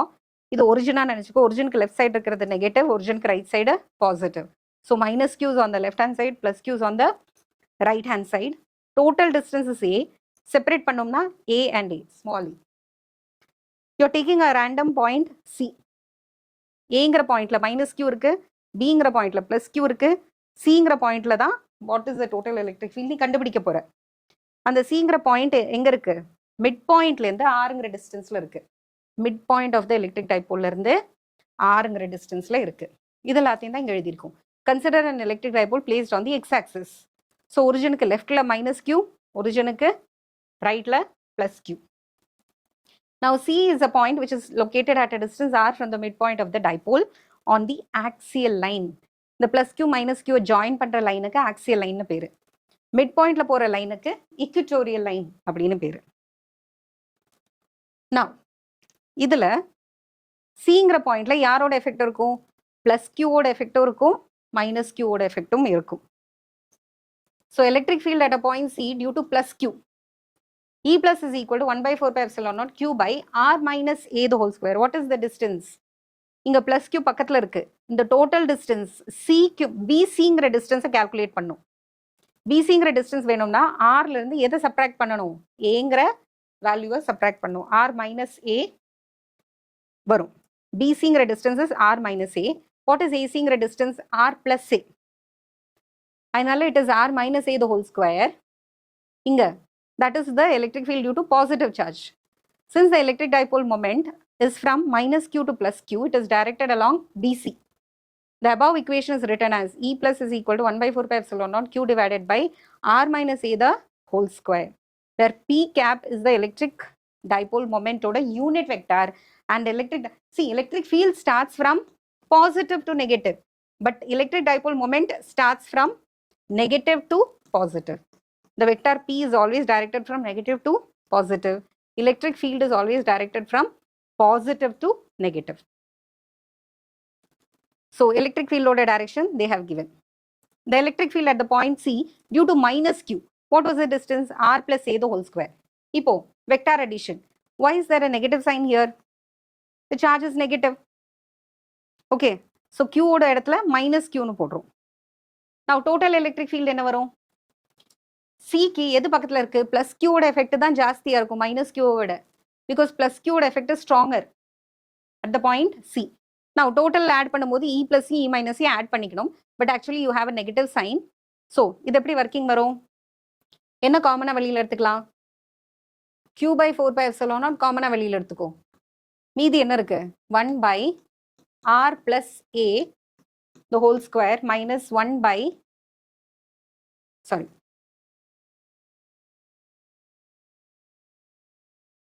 R minus A the whole square into R plus A the whole square. So Q by epsilon naught again common 4 pi epsilon naught. இங்க வந்து R plus A the whole square minus R minus A the whole square divided by R minus A into R plus A the whole square.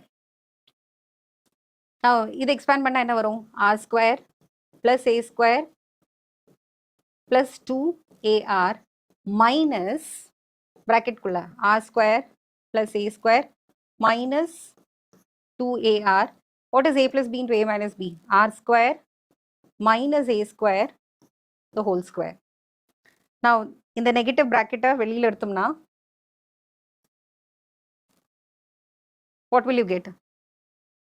This will become negative. This will also become minus R square ஆயிடும். This will be minus A square. This will be plus 2AR. So R square gets cancelled. A square minus A square gets cancelled. Plus 2AR minus 2 plus 2AR சேர்ந்து you will get, what will you get in the numerator? 4AR. அதுதான் 4RA ன்னு எழுதியிருக்காங்க. Then R square minus A square the whole square. இவ்வளோ steps. Just calculation, this is skipped here. Direct இதுலேருந்து இதுதான் நடுவில் வர calculation. So E total is 1 by 4 pi epsilon naught 4RA divided by R square minus A square the whole square into P cap. Now, அந்த diagrammல பார்த்தா R seems to be very large compared to A. R is very large compared to A. So R square is very very large compared to A square. அதனால என்ன பண்ணலாம்? A squareங்கிற அந்த ஃபேக்டரை நம்மளால என்ன பண்ண முடியும்? You can neglect. A squareங்கிறத neglect பண்ணிட்டோம்னா R square the whole square will become R power 4. 1 by 4 pi epsilon naught 4A cube by R cube P. இனி E total is 1 by 4 pi epsilon naught 2P by R cube. எப்படி 2P ன்னு வந்தது? 4AQ can be written as 2AQ into 2. Now what is this 2AQ or Q into 2A? That is electric dipole moment. இது வர இடத்துல என்ன எழுதணும்? P vector. So இதுதான் 2AQ into P cap can be written as P vector. So the final answer is E total is 1 by 4 pi epsilon naught 2P vector by R cube. If the point C is chosen on the left hand side, the total electric field is still in the direction of P vector. So electric field P vector ஒரே directionல இருக்கு. Total electric field is in the direction of electric dipole moment. That is from negative to positive. Once again, very very important 5 mark question. Question என்ன? Find the electric field due to an electric dipole on the axial line. Electric dipole நால வர electric field கண்டுபிடிக்கணும். எந்த லைன்ல? Axial lineல. என்ன consider பண்ணோம்? Consider an electric dipole which is on the x-axis as shown in the diagram. X-axisல இது origin, left hand sideல negative, right hand sideல positive. Distance between origin and negative is A. Distance between origin and positive is also small a.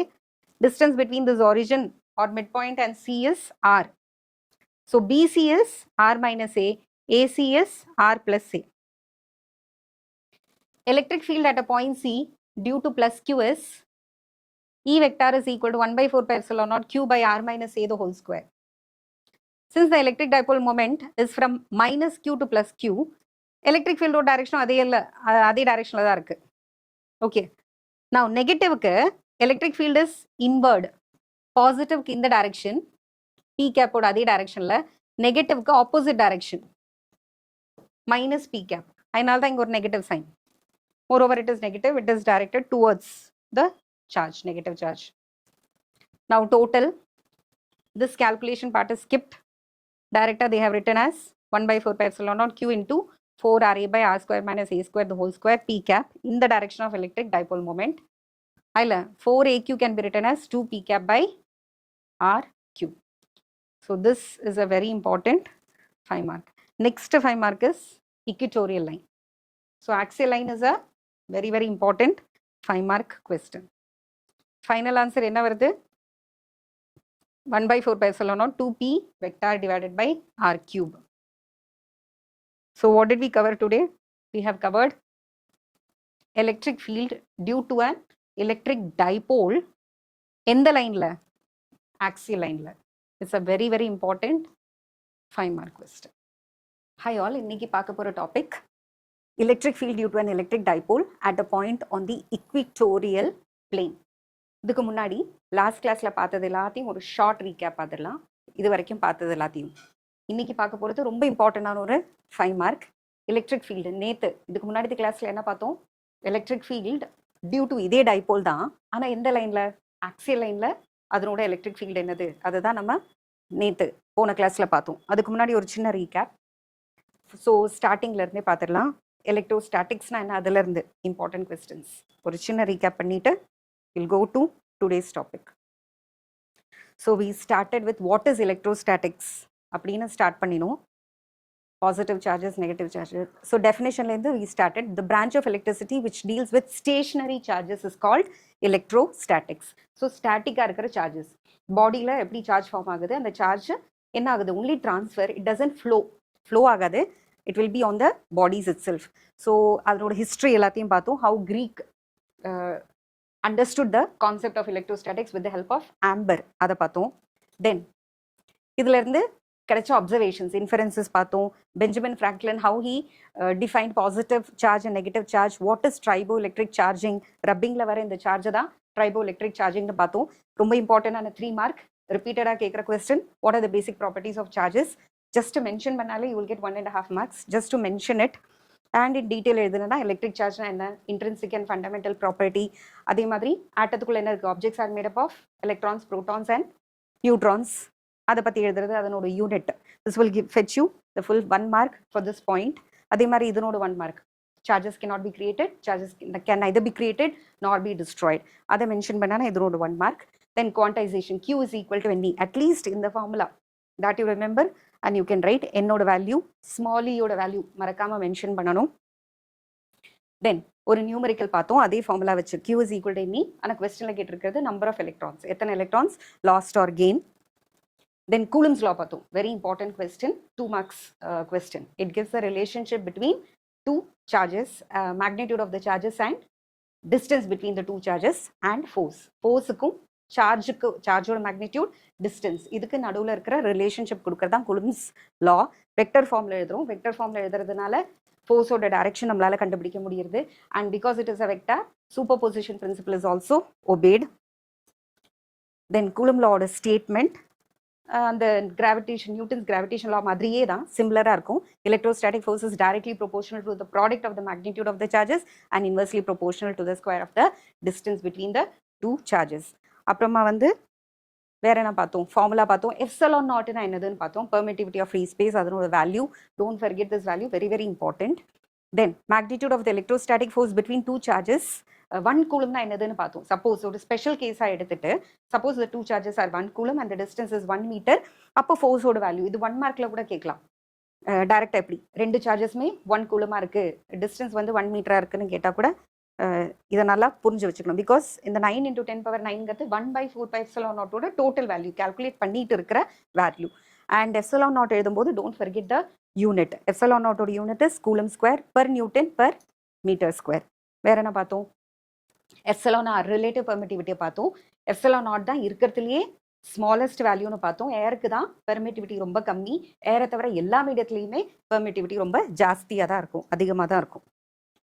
And ரொம்ப இம்பார்ட்டண்டான 3 mark பார்த்தோம். Gravitational force and coulomb ஃபோர்ஸோட difference. இது அட்ராக்டிவாக மட்டும்தான் இருக்கும். இது அட்ராக்டிவ், ரிப்பல்சிவ் எப்படி வேணா இருக்கலாம். இது மீடியத்தில் டிபெண்ட் பண்ணாது, இது மீடியத்தில் டிபெண்ட் பண்ணும்.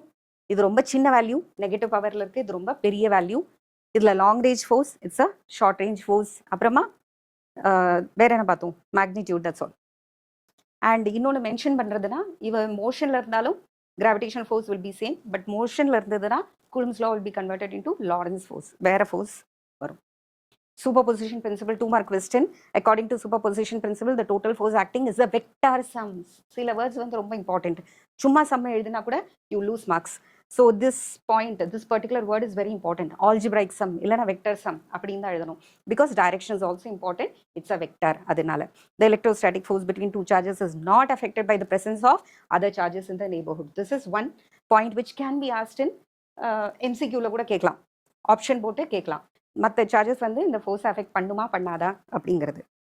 தென் வி சா சூப்பர் பொசிஷன் பிரின்சிபலோட ஃபார்முலா 3 மார்க்லையும் கேட்கலாம், இல்லைனா 2 மார்க்லையும் கேட்கலாம். அதுக்கேற்ற மாதிரி எழுதணும். Then we studied what is source charge, test charge, அதை வச்சு electrostatic field or electric field intensity or electric field, இந்த ரெண்டில் எதை கேட்டாலும் இதுதான் ஆன்சர். ஸோ எலக்ட்ரிக் ஃபீல்டுங்கிறது அந்த பர்டிகுலர் நீ வச்சிருக்கிற பாயிண்ட்டில் ஒரு யூனிட் பாசிட்டிவ் சார்ஜை வச்சிருந்தா அந்த பாசிட்டிவ் சார்ஜ் எவ்வளோ ஃபோர்ஸ் எக்ஸ்பீரியன்ஸ் பண்ணியிருக்குமோ அதுதான் electric field. Okay, once again I repeat. ஒரு point, suppose you want to calculate the electric field at a point P which is at a distance r, அதுக்கு என்ன அர்த்தம்? அந்த பாயிண்ட்டில் நீ ஒரு பாசிட்டிவ் சார்ஜை வச்சிருந்தேன்னா அந்த பாசிட்டிவ் சார்ஜ் எவ்வளோ ஃபோர்ஸ் எக்ஸ்பீரியன்ஸ் பண்ணியிருக்குமோ அந்த ஃபோர்ஸுக்கு பேர் தான் electric field or electric field intensity. And electric field is also vector quantity, அதனோட unit is newton per coulomb. இதெல்லாம் நேற்று பார்த்தோம். எலக்ட்ரிக் ஃபீல்டோட important aspects or properties. Okay, properties எல்லாம் ஆஸ்பெக்ட்ஸ்னு சொல்லலாம். எலக்ட்ரிக் ஃபீல்ட் லைன்ஸுக்கு தான் ப்ராப்பர்ட்டி, இது எலக்ட்ரிக் ஃபீல்டோட ஆஸ்பெக்ட்ஸ். இன்னொரு கொஸ்டின் இருக்கு, properties of electric field lines. இது எலக்ட்ரிக் ஃபீல்டை பற்றினது. எலக்ட்ரிக் ஃபீல்டு பாசிட்டிவாக இருந்தால் it will be directed away from the source charge, நெகட்டிவாக இருந்தால் towards the source charge. And the force experienced by a test charge, the electric field at a point, the force experienced by the test charge Q naught placed at the point is given by this equation. Then it depends only on the source charge. அப்புறமா test charge அல்ல source charge affect பண்ண முடியாது. இதெல்லாம் நேற்று பார்த்தோம். Okay, point charges அந்த அதே மாதிரி this equation is valid only for point charges, not for continuous charges. discrete chargesக்கு மட்டும்தான் இந்த equation. இதே வந்து கண்டினியூஸ் சார்ஜஸ் லைக் ஒரு லைனில் ஃபுல்லாக சார்ஜ் இருக்குது, லீனியர் சார்ஜ் டென்சிட்டி, இல்லைனா ஒரு சர்ஃபஸில் ஃபுல்லாக சார்ஜ் இருக்குது, சர்ஃபஸ் சார்ஜ் டென்சிட்டி, இல்லை ஒரு வால்யூத்தில் சார்ஜ் ஸ்ப்ரெட்டாக இருக்குன்னா you have to go for integration techniques.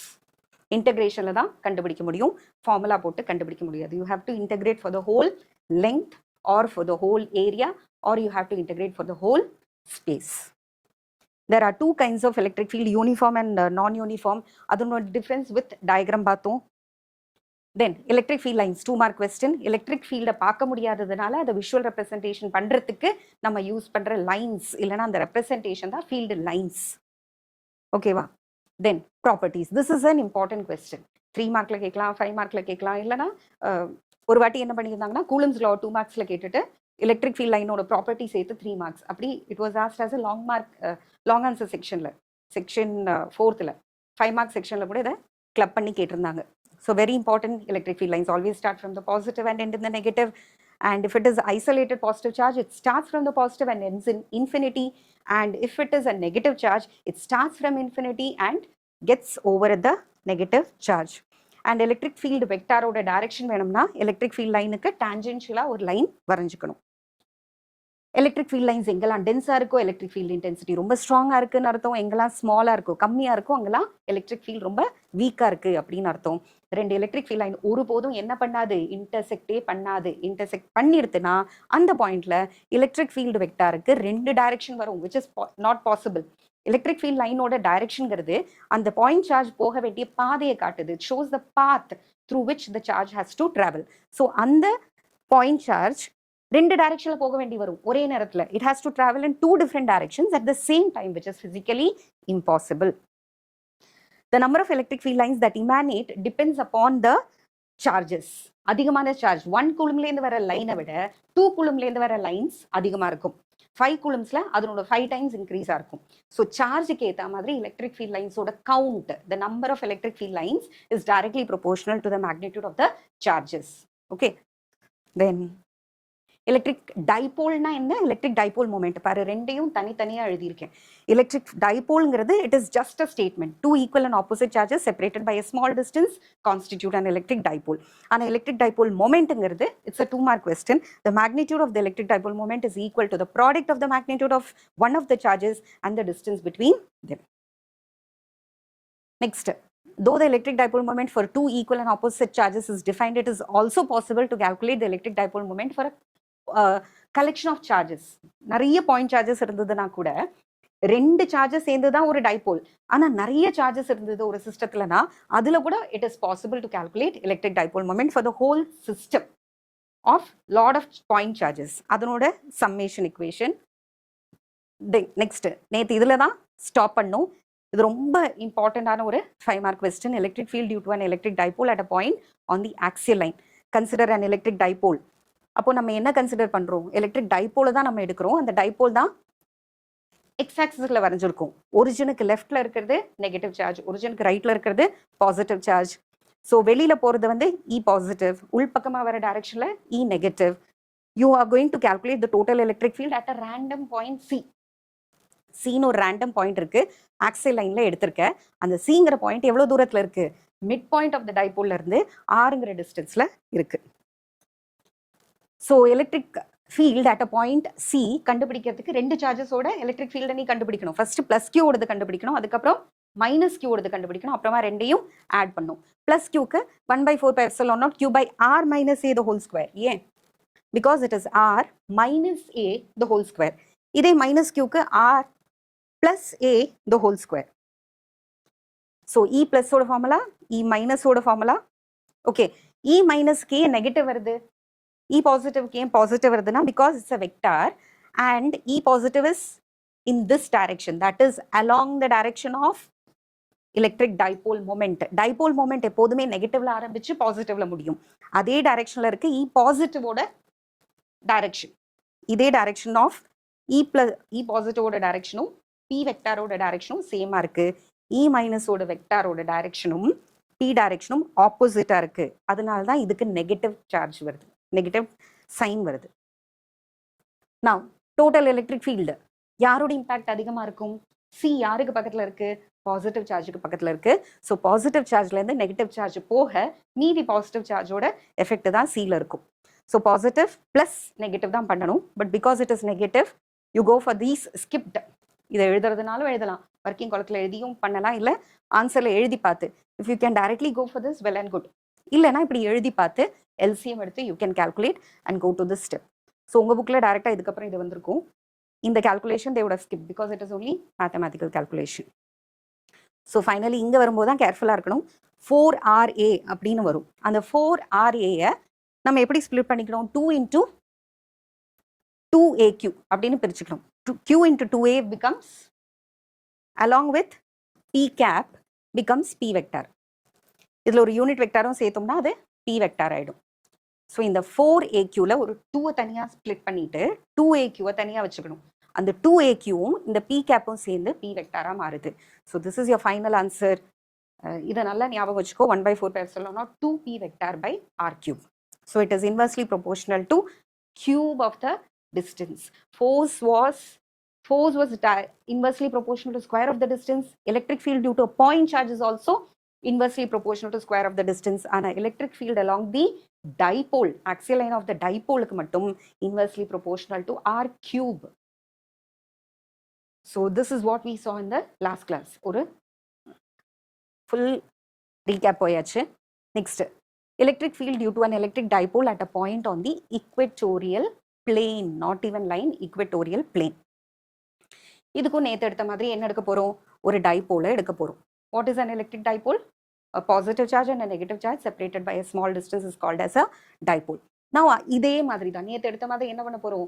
சிங்கிற ஒரு பாயிண்ட், ரேண்டமாக ஒரு பாயிண்ட் எடுத்துக்க போகிறோம். அந்த சிங்கிற பாயிண்ட் எங்கே இருக்கும்? It is at a distance R from the midpoint of O. No change. நேற்றும் அதுதான் எடுத்தோம். என்ன பண்ணிடும்?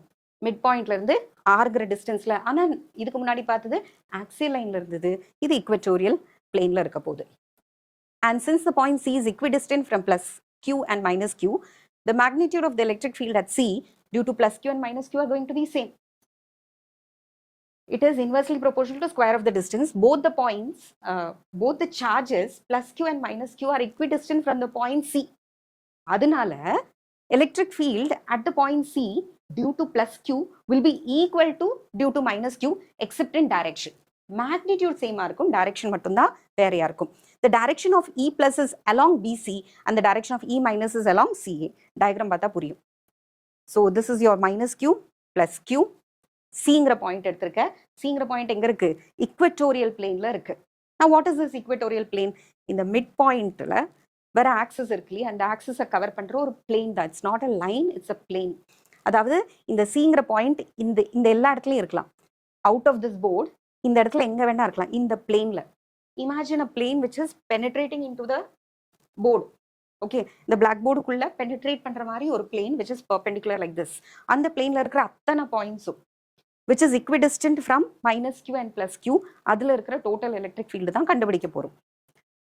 ஸோ பார்த்தேன்னா சியில் இருக்கிற electric field due to minus Q will be equal to the electric field due to plus Q, equal in magnitude but different in direction. E positive என்ன பண்ணும்? It will move away from the positive charge and E minus will be towards the negative charge. So E plus E minus ரெண்டு vector, magnitude same, direction மட்டும் வேற. So E total இதனோட ரிசல்டண்டா இருக்க போகுது. If you have two vectors like this, இதனோட resultant இந்த டைரக்ஷன்ல தான் இருக்கும். If you have two vectors like this, resultant இந்த டைரக்ஷன்ல இருக்கும். ஸோ இது ரெண்டுமே இந்த சைடு இன்க்ளைண்டா இருக்கிறதுனால resultant is going to be like this. That is from positive to negative. ஆனா எலக்ட்ரிக் டைபோல் மொமெண்டோட directions from negative to positive. So இதுல ஆன்சர் எப்படி வரும்? நெகட்டிவ்ல வரும், because it is directed towards the negative axis or against the direction of electric dipole moment. அதை பார்க்கலாம். இப்போ ரெண்டும் வேற வேற டைரக்ஷன்லங்கிறதுனால அடிஷன் பண்ண முடியாது. Addition can be done only if it is all along the same line. So உடனே என்ன பண்ணிக்கணும்? ரிசால்வ் பண்ணிக்கணும். 11th படிச்சிருக்கோம் இல்லையா, வெக்டரை ரிசால்வ் பண்றது. Sine component, cos component, parallel component and perpendicular component. So one will be parallel to the dipole. Parallel to the dipole na E plus cos theta இந்த டைரக்ஷன்ல, E minus cos thetaவும் இதே டைரக்ஷன்ல, E plus sin theta upward direction, E minus sin theta downward direction. Again I repeat, magnitude sameங்கிறதுனால but direction is opposite. E positive sin theta and E minus sin theta will cancel each other. Magnitude is same, direction alone is opposite, so they will cancel each other. E plus cos theta ஓட magnitudeum E minus cos theta ஓட magnitudeum same. Moreover, they are in the same direction, so it will get added up. இப்போ சொன்ன விஷயத்தை தான் இங்க எழுதியிருக்காங்க. So consider a point C. நீ புரிஞ்சுக்கிட்டு எழுதினா சிம்பிளா எழுதிடலாம். And this explanation carries marks. It's very very important. Explanation பார்ட்டை எழுதாம ஸ்கிப் பண்ணவே பண்ணாதீங்க. ரொம்ப ஷார்ட்டா இருக்கு, டெரிவேஷன் மட்டும் படிச்சுட்டேன், டயக்ராம் மட்டும் படிச்சுட்டேன்னு பண்ணவே பண்ணாதீங்க அந்த தப்பை.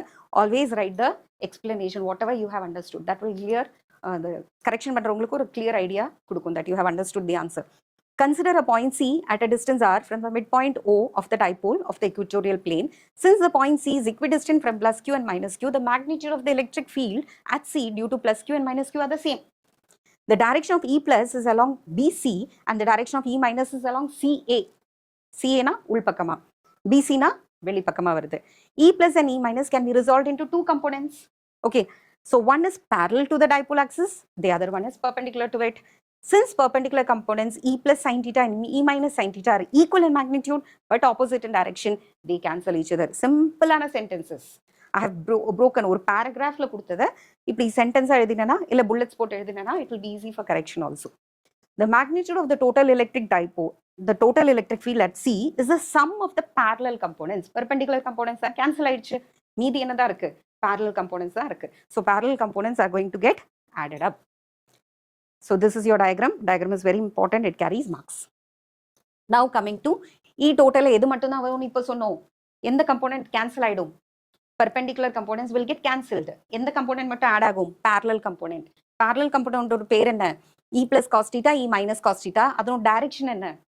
P cap ஓட அதே directionலயா opposite directionலயா? Opposite directionல.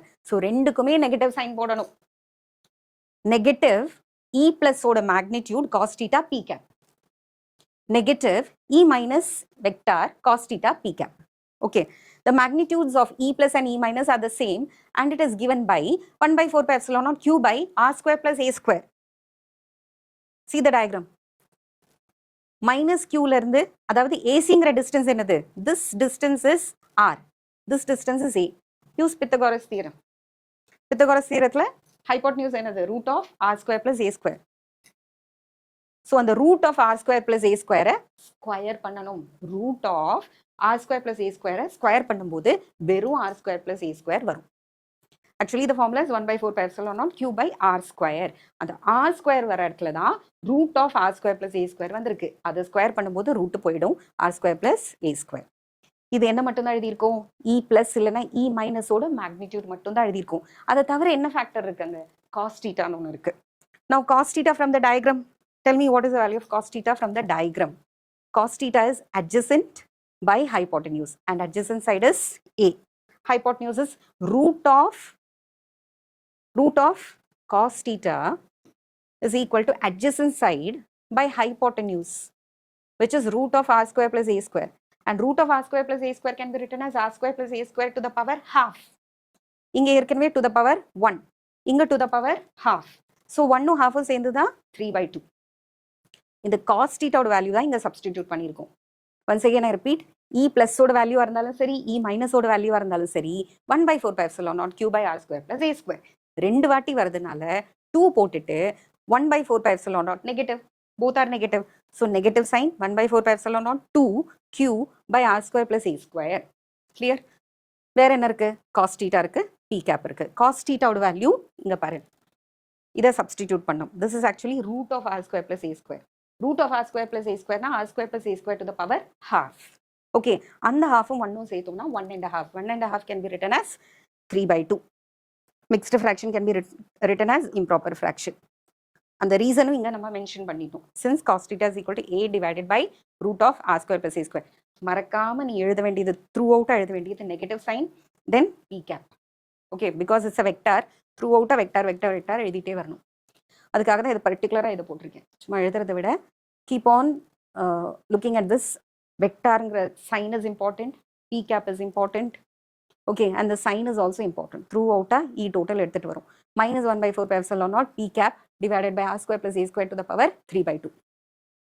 Since p cap is equal to 2qa p cap, இதெல்லாம் சேர்த்து 2qa அப்புறம் p cap, இது எல்லாத்துக்கும் பதிலா p vector. Okay, p vector போட்டாச்சு. Now applying larger distance. Diagram பாரு. R is very large compared to A. R is very large compared to A. Therefore, R square is going to be very, very large than A square. So, R square plus A square neglect பண்ணிடலாம்.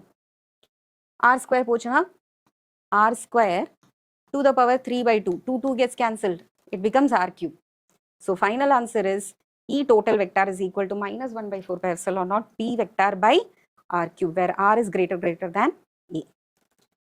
இதுல முக்கியமான ஒரு conclusion, the direction of electric field at points on the axial line dipole along the axis is directed along the direction of the electric dipole vector P. But at points on the equatorial line, it is directed opposite to the electric dipole vector, that is along minus P. Clear? So we have covered a very, very important 5 mark. Once again, I repeat, electric field due to an electric dipole at a point on the equatorial line. Equatorial line தான் என்னது? அதனோட mid point வழியா போற ஒரு line. அந்த லைனை மட்டும் consider பண்ணல, அந்த ஃபுல் பிளேனையே கன்சிடர் பண்றோம். Not an equatorial line, equatorial plane. So explanation is given. Diagram. Diagramல இந்த பிங்க் கலர்ல இருக்கிறது it's a plane. It's not a line, it's a plane. And then இதுல இந்த portion E plus vector, E minus vector, E total vector, அதை வந்து magnify பண்ணி எழுதியிருக்கோம். அதை ரெண்டு கம்போனெண்ட்டாக ரிசால்வ் பண்ணியிருக்கோம். இதுக்கு வந்து பெர்பெண்டிகுலர் கம்போனெண்ட்னு பேர், இதுக்கு வந்து பேரலல் கம்போனெண்ட்னு பேர். பெர்பெண்டிகுலர் கம்போனெண்ட்ஸ் ரெண்டும் கேன்சல் ஆகும். இதெல்லாம் அங்கே மென்ஷன் பண்ணிட்டோம். இதுக்கு முன்னாடி எங்கெல்லாம் மென்ஷன் பண்ணிட்டோம். That is all that you have to mention. ஏனா என்ன, பீனா என்ன, சி என்னது, ஈக்குவட்டோரியல் பிளேன்னா என்னது, மேக்னிடியூட் எப்படி இருக்க போகுது, டைரக்ஷன் எப்படி இருக்க போகுது, all that you will write. then for the derivation part, and finally for the conclusion. Very, very simple, easy, crystal clear ஆன ஒரு answer. Next 3 mark, torque experienced by an electric dipole in a uniform electric field. 3 mark question. யோசிச்சு பாரு, ஒரு electric டைபோல்னா ஒரு positive charge, negative charge. இதை தூக்கி எங்க வைக்க போற? இன்னொரு எக்ஸ்டர்னல் எலக்ட்ரிக் ஃபீல்ட வைக்க போற. You get my point? நம்ம எடுத்திருக்கிறது ஒரு எலக்ட்ரிக் டைபோல். இந்த எலக்ட்ரிக் டைபோலுக்கே ஒரு எலக்ட்ரிக் ஃபீல்டு இருக்கு. அதை தான் இப்போ நம்ம கண்டுபிடிச்சோம். ஆக்சியல் லைனுக்கு என்னதுன்னு கண்டுபிடிச்சோம், ஈக்குவட்டோரியல் பிளேனுக்கு என்னதுன்னு கண்டுபிடிச்சோம். அதை தவிர இந்த எலக்ட்ரிக் டைபோலோட சொந்த எலக்ட்ரிக் ஃபீல்டை தவிர எக்ஸ்டர்னல் எலக்ட்ரிக் ஃபீல்டில் இந்த டைபோலை தூக்கி வைக்கிற. எப்படி வைக்கிற? சாய்ச்ச மாதிரி இன்க்ளைண்டா அட் அன் ஆங்கிள் தீட்டா வைக்கிற. ஓகே, அப்படி வைக்கும்போது என்னாகும்? இந்த டைபோல் மேல if it is a uniform electric field, force எதுவும் வராது. Two forces will cancel each other on plus q and minus q, but you will get two equal and opposite forces which are not on the same line of action. You will get a torque and the dipole sutta arambikkum. Okay, that is what we are going to see here. ஒரு electric dipole எடுக்க போறோம். அந்த electric டைபோலோட electric dipole moment தான் P. அதை எங்க வச்சிருக்கோம்? இது நீ எடுத்திருக்கிற எலக்ட்ரிக் டைபோலோட எலக்ட்ரிக் டைபோல் மொமெண்ட். அதை எங்க வைக்கிற? ஒரு யூனிஃபார்ம் எலக்ட்ரிக் ஃபீல்ட்ல வைக்கிற. இந்த electric field is external to the dipole. டைபோலோட எலக்ட்ரிக் ஃபீல்டு இல்ல, இது எக்ஸ்டர்னலா இருக்கிற இன்னொரு எலக்ட்ரிக் ஃபீல்டு. அதனோட லைன்ஸ்ல ஈக்குவலி ஸ்பேஸ்டா இருக்கு, யூனிஃபார்மா இருக்கு, equally spaced, equal magnitude, same டைரக்ஷன்ல இருக்கிற ஈங்கிற எலக்ட்ரிக் ஃபீல்ட்ல என்ன பண்ண போற? இந்த டைபோல பிளேஸ் பண்ண போற. இந்த ரெட் கலர்ல இருக்கிற எலக்ட்ரிக் ஃபீல்டு எல்லாம் ஏதோ எக்ஸ்டர்னல் எலக்ட்ரிக் ஃபீல்டு. அது யாரோட எலக்ட்ரிக் ஃபீல்டு இல்லை, பிளஸ் கியூ ஓடுதோ மைனஸ் கியூ ஓடுதோ இல்லை, அது வேற ஒரு எக்ஸ்டர்னல். இந்த சார்ஜ் பிளஸ் கியூ அங்க வச்சதுனால பிளஸ் கியூஇ அப்படிங்கிற ஒரு ஃபோர்ஸ் இருக்கும் இந்த டைரக்ஷன் ஆஃப் த ஃபீல்டு. அந்த direction is along the field. Minus கியூக்கு என்ன இருக்கும்? It will be in a direction opposite to the field. Plus Q வந்து எலக்ட்ரிக் ஃபீல்டோட அதே டைரக்ஷன்ல மூவ் பண்ண ட்ரை பண்ணும். மைனஸ் கியூ வந்து opposite to the direction of electric field move பண்ண ட்ரை பண்ணும். So plus Q will move in the direction of the field, minus Q will try to move in a direction opposite to the field. அதை தான் இங்க ரெண்டு போட்டு காமிச்சிருக்கோம். So இது வந்து எப்படி மூவ் ஆகும்? along the direction of electric field. இது வந்து against the direction of electric field. Red லைனுக்கு ஆப்போசிட் இருக்கும் இங்க, ரெட் லைனுக்கு அதே டைரக்ஷன்ல இருக்கும் இங்க. Now these two, the electric dipole, it is placed at an angle of theta with the uniform electric field. Since the electric field is uniform, the total force acting on the dipole is zero. Positive charge மேல plus QE, negative charge மேல minus QE. Total force is 0. These two forces acting at different points will constitute a couple and the dipole will experience a torque. This torque tends to rotate the dipole. Force இல்ல, ஆனா torque இருக்கு. Two equal and opposite forces. For example, இப்போ நான் two equal and opposite forces exerted on a body on the same line will cancel each other. But two equal and opposite forces exerted on the body not acting on the same line, this is not acting on the same line, but at different points it will give rise to a torque. Okay, இந்த dipole என்ன பண்ண ஆரம்பிக்கும்? இந்த பக்கம் ஒரு புல் இருக்கு, இந்த பக்கம் ஒரு புல் இருக்குன்னா, but it is not acting on the same line, so it will not cancel each other. They are at different points, so it will make the dipole rotate. ஒரு டார்க்கை ஜெனரேட் பண்ணும். அந்த டார்க் வந்து இந்த டைபோலை நின்ன இடத்திலேயே சுத்த விடும். Okay, these two forces acting at different points will constitute a couple and the dipole experiences a torque. This torque tends to rotate the dipole. The total torque on the dipole about the point O is calculated. It is found that the total torque is perpendicular to the plane of the paper and is directed into it. அதாவது into the paper na என்ன அர்த்தம்? Dipole வந்து into the paper இப்படி rotate ஆகும், not like this, not in the plane, in a plane perpendicular. இப்படி rotate ஆக ஆரம்பிக்கும். Electric field இப்படி இருக்குன்னா it will be rotating in a plane perpendicular to the paper.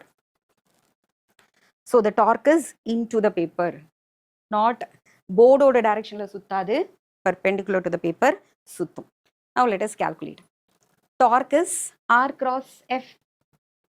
ஒரு R cross F, OAங்கிற அந்த distance minus QE, OBங்கிற distance plus QE. OA midpointல இருந்து OA OB, OA க்கு minus QE, OB க்கு plus QE. The magnitude of the total torque is, magnitude மட்டும் எடுத்தா போறோம், direction வேண்டாம், negative positive பத்தி consider பண்ணாத. So OA QE sin theta, because it is cross product, OA cross QE, OB cross QE. So OA QE oda magnitude, then sin theta. OB QE oda magnitude, sin theta. So torque tau is equal to OA minus QE sin theta, all magnitudes alone, modulus. Positive, negative, no need to worry. இப்படி எழுதிட்டு ரெண்டு பக்கம் என்ன போட்டுடு, மாடுலைன்னு போட்டுடு. So OB QE sin theta எல்லாத்துக்கும் modulus, பாசிட்டிவா இருந்தாலும் நெகட்டிவா இருந்தாலும் பாசிட்டிவா தான் எடுக்கணும். So you will get tau is equal to QE 2A sin theta. Now this value is A, this value is also A, 2 times வருது. So 2A ன்னு வரும்.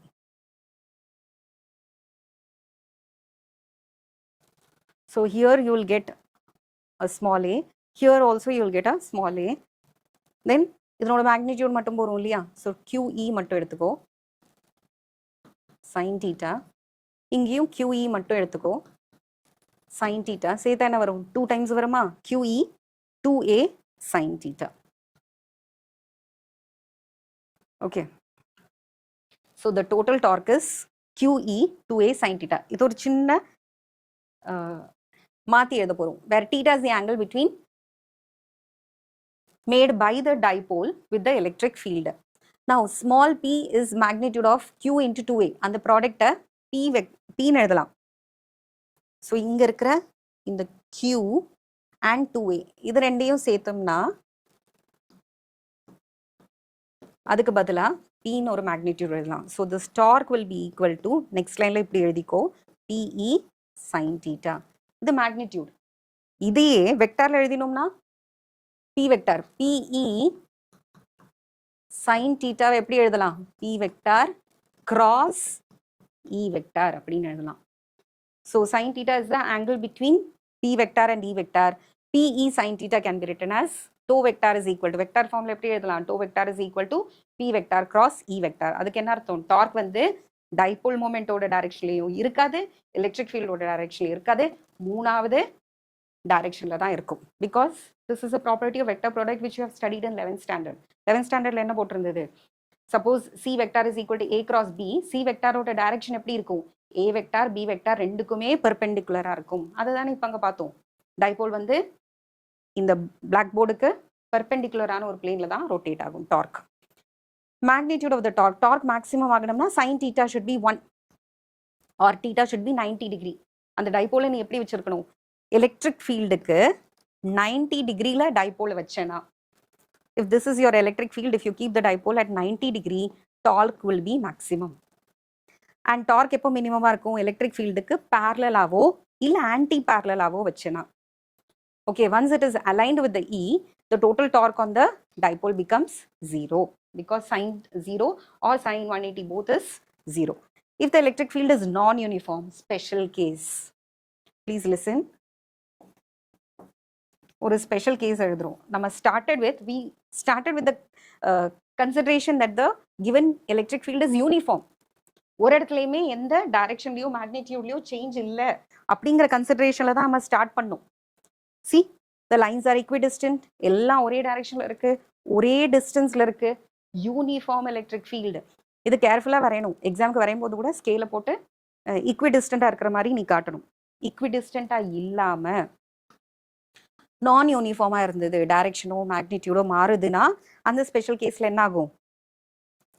The electric field is not uniform, then the force experienced by plus Q will be different from the force experienced by minus Q.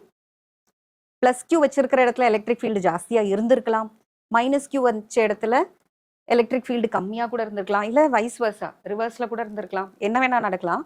So QEங்கிற ஃபோர்ஸும் minus QEங்கிற ஃபோர்ஸும் சேமா இருக்காது. If it is not uniform, then the force experienced by plus Q and minus Q is different. In addition to torque, there will be a net force. The net force will not be 0 because plus QE is not equal to minus QE. ங்கிற அந்த factor வந்து E1 E2 அப்படின்னு வேற வேற electric field இருந்திருந்தா force is not going to be the same. அப்போ force வந்து cancel ஆகாது. ஆகலைன்னா டார்க் ஏற்கனவே இருக்கு, டார்க்கை தவிர ஒரு ஃபோர்ஸும் வரும். இது நிறைய வாட்டி MCQல கேட்டிருக்காங்க. உங்க புக் பேக்லயே MCQல இருக்கு. If it is a non-uniform electric field, then the dipole will experience a force as well as torque. Ana, if it is placed in a uniform electric field, it will experience only torque, but no force. So today we saw ஒரு 5 mark பார்த்தோம். என்ன பார்த்தோம்?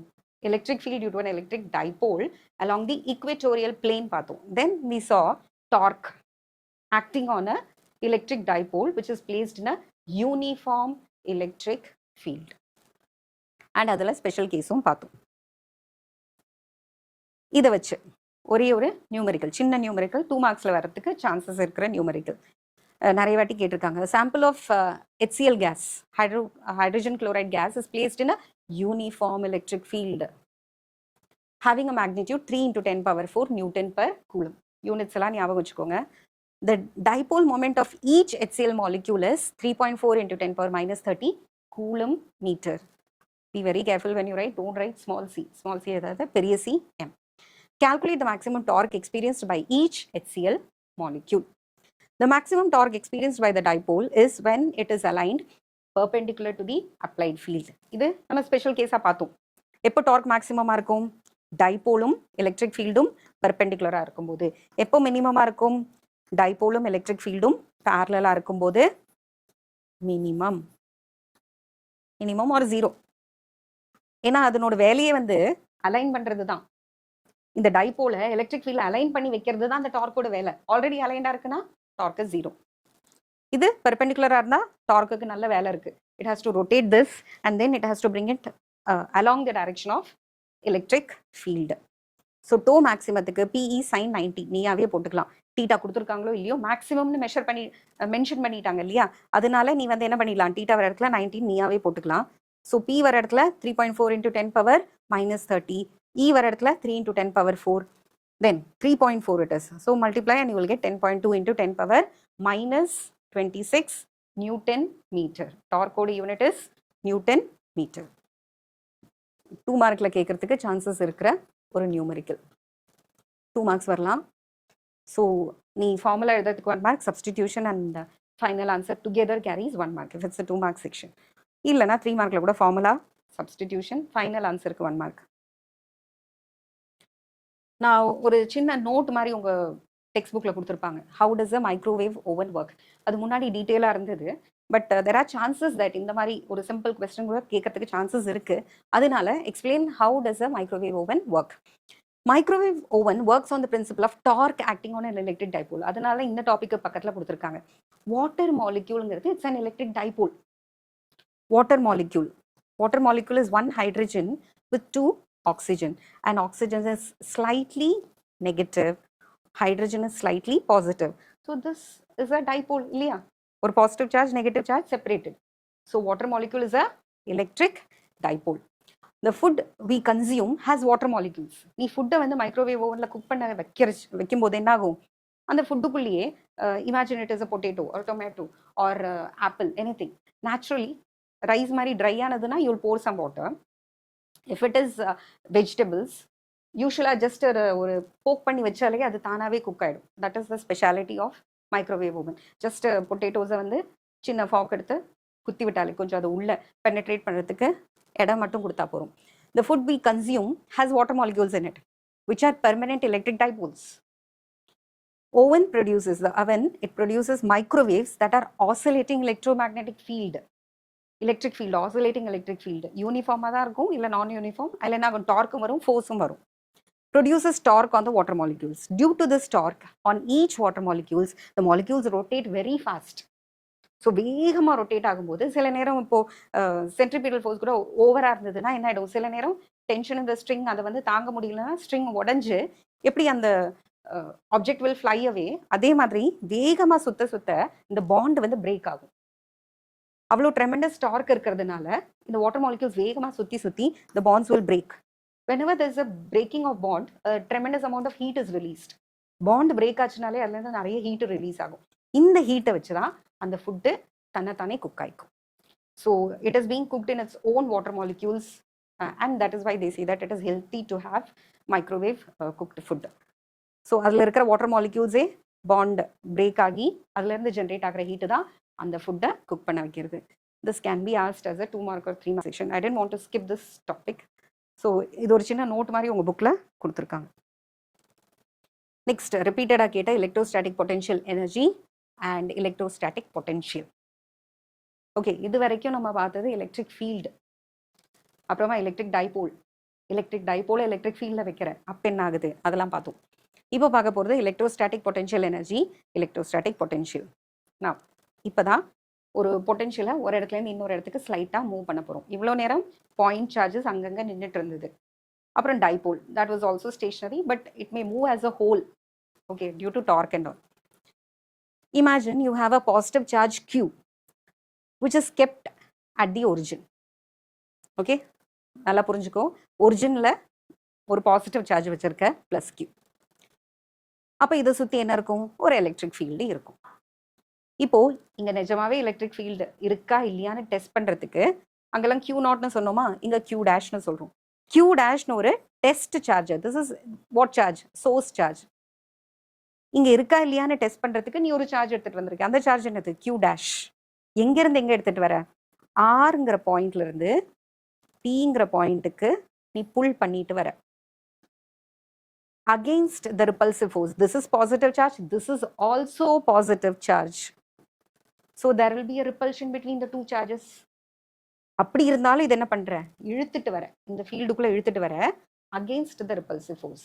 அப்படி பண்ணணும்னா you have to do some work. ஒரு பாடியை புல் பண்ற against friction. You are doing some work, இல்லையா? So work must be done to overcome the repulsion between the charges, and this work done is stored as potential energy of the system. இப்படி இருக்கும்போது நீ என்ன பண்ணுவ? இந்த positive charge, இந்த சார்ஜுக்கு என்ன பேரு? Source charge. சோர்ஸ் சார்ஜை சுற்றி என்ன இருக்கு? எலக்ட்ரிக் ஃபீல்டு இருக்கு. அந்த எஃபெக்ட் யார் மேலே வரும்? Q' சார்ஜ் மேலே வரும். Q' எங்கேருந்து புல் பண்ணிட்டு வர? ஆர்ங்கிற பொசிஷன்ல இருந்து Pங்கிற பொசிஷன் வரைக்கும் புல் பண்ணிட்டு வர. அப்படி புல் பண்ணிட்டு வரணும்னா நீ என்ன பண்ணணும்? You have to do some work. This work is stored as the potential energy of the system. Clear? So consider a positive charge Q kept fixed at the origin, which produces an electric field E around it. A positive test charge Q' is brought from the point R to the point P against the repulsive force between Q and Q'. Work must be done to overcome the repulsive force between the charges, and this work done is stored as the potential energy of the system. இந்த concept புரியறதுக்காக சொன்னது. டெஃபினேஷன்ல என்ன எழுதணும்? The electric potential at a point P is equal to the work done by an external force to bring a unit positive charge with constant velocity from infinity to the point P in the region of the external electric field. இவ்வளோ நேரம் சொன்ன கதையோட ஒரு சுருக்கமான 2 லைன்ல சொன்ன விஷயம்தான். இவ்வளோ நேரம் சொன்னேன்னா ஒரு சோர்ஸ் சார்ஜ் இருக்கு, சோர்ஸ் சார்ஜை சுற்றி Q' அப்படிங்கிற டெஸ்ட் சார்ஜை கொண்டு வர இவ்வளோ நேரம் பேசினேன் இல்லையா? அப்போ ஒரு ஒர்க் டன் பண்ணணும்னலாம், அந்த ஒர்க் டன் தான் அதுக்குள்ள என்னவா ஸ்டோர் ஆகுது? பொட்டென்ஷியலா ஸ்டோர் ஆகுது, பொட்டென்ஷியல் எனர்ஜியா ஸ்டோர் ஆகுது. If it was Q'. இப்போ Q'க்கு பதிலா யூனிட் பாசிட்டிவ் சார்ஜ் எடுத்துட்டு வந்திருந்தேன்னா, Q' சொன்னோமாங்க, அந்த Q' இடத்துல என்ன போட்டுக்கணும்? யூனிட் பாசிட்டிவ் சார்ஜை கொண்டு வந்தேன்னா the definition will become electric potential or electrostatic potential. கொஸ்டினை பார்த்து எலக்ட்ரிக் பொட்டென்ஷியல் வேற, எலக்ட்ரோஸ்டாட்டிக் பொட்டென்ஷியல்லாம் வேற கிடையாது, ரெண்டு ஒன்று தான். The electric potential at a point P is equal to the work done by an external force to bring, not Q', a unit positive charge with constant velocity. Why constant velocity?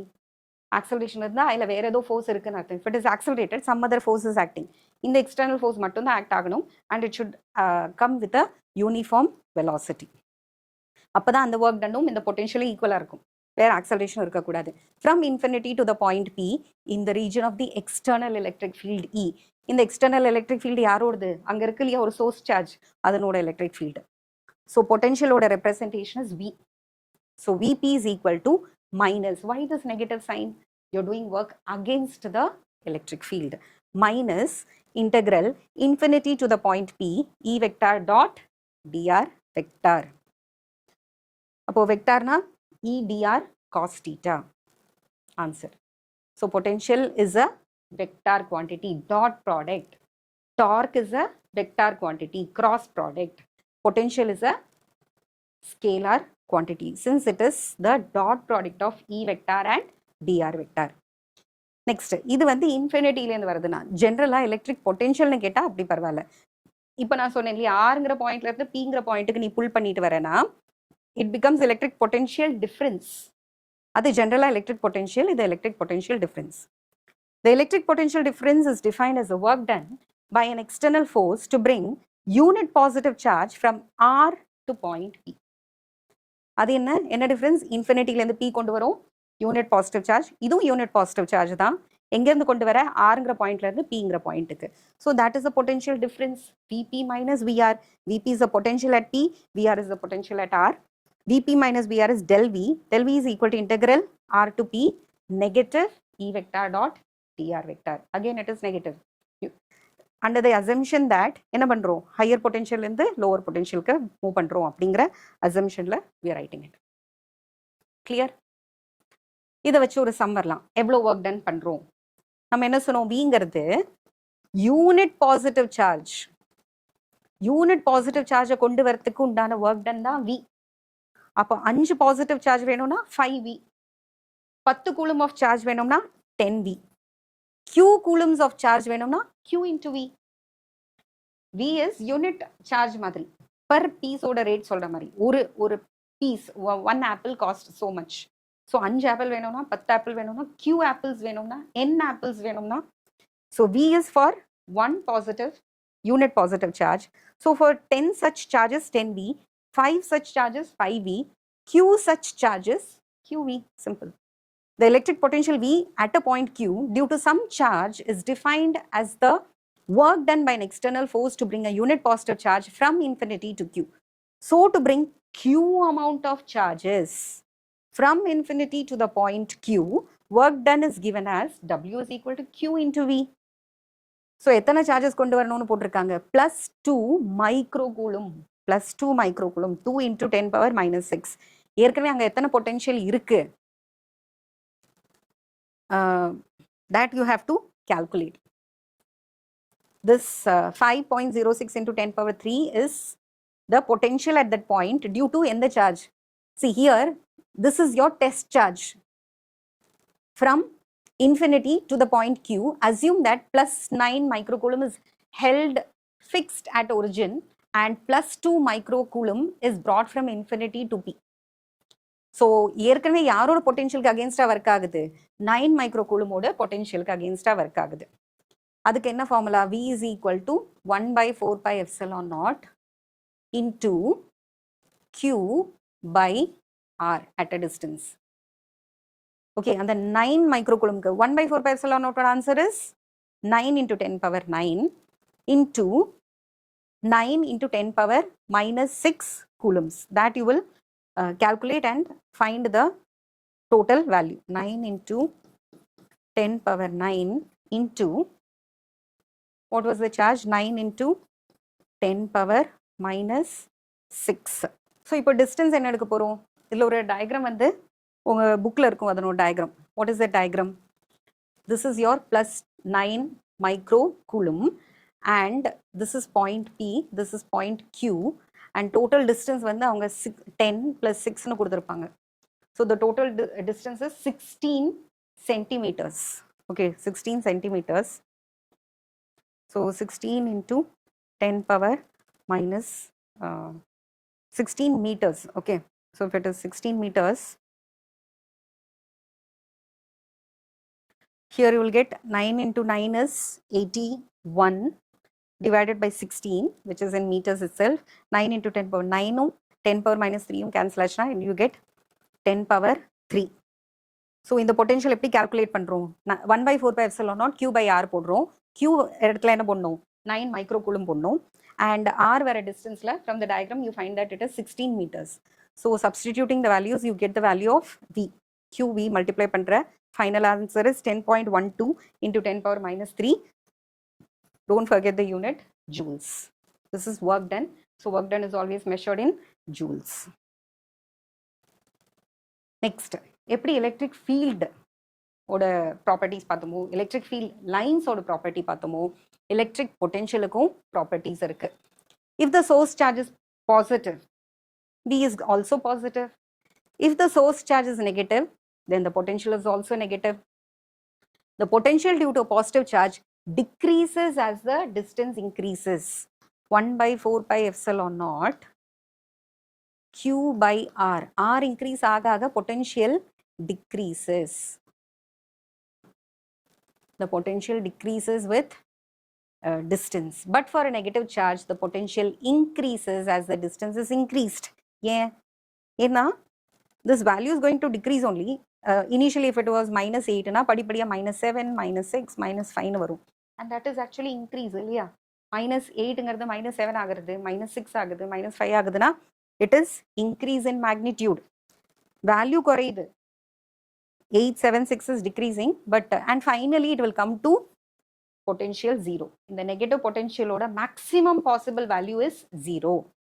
And the electrostatic potential becomes maximum, which is V is equal to 0 at infinity. A positive charge moves from a point of higher electrostatic potential to a point of lower electrostatic potential. So plus V lerundu minus V nokki pogum oru positive charge. Ana negative charge enna pannum? Ingirundhu repel agum. A negative charge moves from a lower electrostatic potential to higher electrostatic potential. Now, suppose you have a lot of charges Q1, Q2, Q3, Q4 up to Qn. Total potential is just the scalar addition, simple addition. It's not a vector, it's only scalar.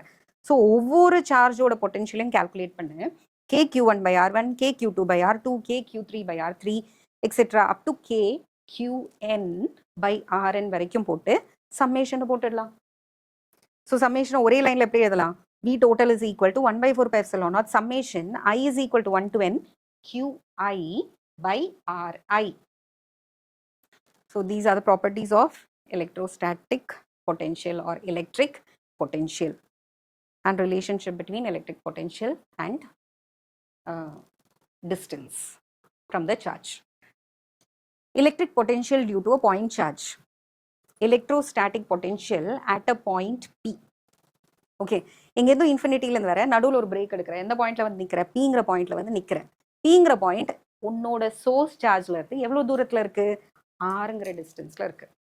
So இந்த concept என்னதுன்னு புரிஞ்சுக்கோ. என்ன பண்ணிட்டு இருக்கோம் இங்கே நம்ம இந்த diagram எதை குறிக்கிறது? ஏதோ ஒரு யூனிட் பாசிட்டிவ் சார்ஜ் இழுத்துட்டு வந்துட்டு இருக்கேன். Okay, you're bringing a unit positive charge somewhere from infinity, you're pulling it and you're bringing it to the point P, which is at a distance R from your source charge plus Q. Okay, consider a positive charge Q which is kept fixed at the origin. Let P be a point at a distance R from the charge. The electric potential at the point P is given by V is equal to, potential is equal to, எங்கிருந்து கொண்டு வர அந்த charge? Positive charge, unit positive charge இன்ஃபினிட்டிலேருந்து R வரைக்கும் கொண்டு வர யாருக்கு அகேன்ஸ்டா? இந்த பிளஸ் கியூவோட எலக்ட்ரிக் ஃபீல்டுக்கு அகேன்ஸ்டா minus E vector dot E vector. So this is your answer. அந்த டெரிவேஷனை எப்படி இக்குவேஷன் இருக்கு இல்லையா? இப்போ 1 by 4 pi epsilon naught Q by R இதை தான் டிரைவ் பண்ண போகிறோம். இதுக்கு முன்னாடியே இந்த சம்மில் வந்து என்ன போட்டுட்டோம்? அந்த நியூமெரிக்கலை நம்ம யூஸ் பண்ணினோம். V is equal to 1 by 4 pi epsilon naught Q by R. இந்த டெரிவேஷனை தான் இப்போ பண்ண போகிறோம். சிங்கிள் பாயிண்ட் சார்ஜோட எலக்ட்ரிக் பொட்டென்ஷியல், ஒரு சிங்கிள் பாயிண்ட் சார்ஜ் பிளஸ் கியூவோட எலக்ட்ரிக் பொட்டென்ஷியல் என்னது இக்குவேஷனாக கண்டுபிடிக்க போகிறோம். கான்செப்ட் படி it is equal to the work done to move a unit positive charge from infinity to the point. So it is E vector dot D vector. E vector தான் ஏற்கனவே நம்ம பார்த்துட்டோமே. Electric field இன்டென்சிட்டினா என்னதுன்னு பார்த்தோம். 1 by 4 pi epsilon naught Q by R square R cap because it's a vector. இப்போ இங்கே என்ன வருது? முன்னாடி இக்குவேஷனில் நெகட்டிவ் இருந்தது.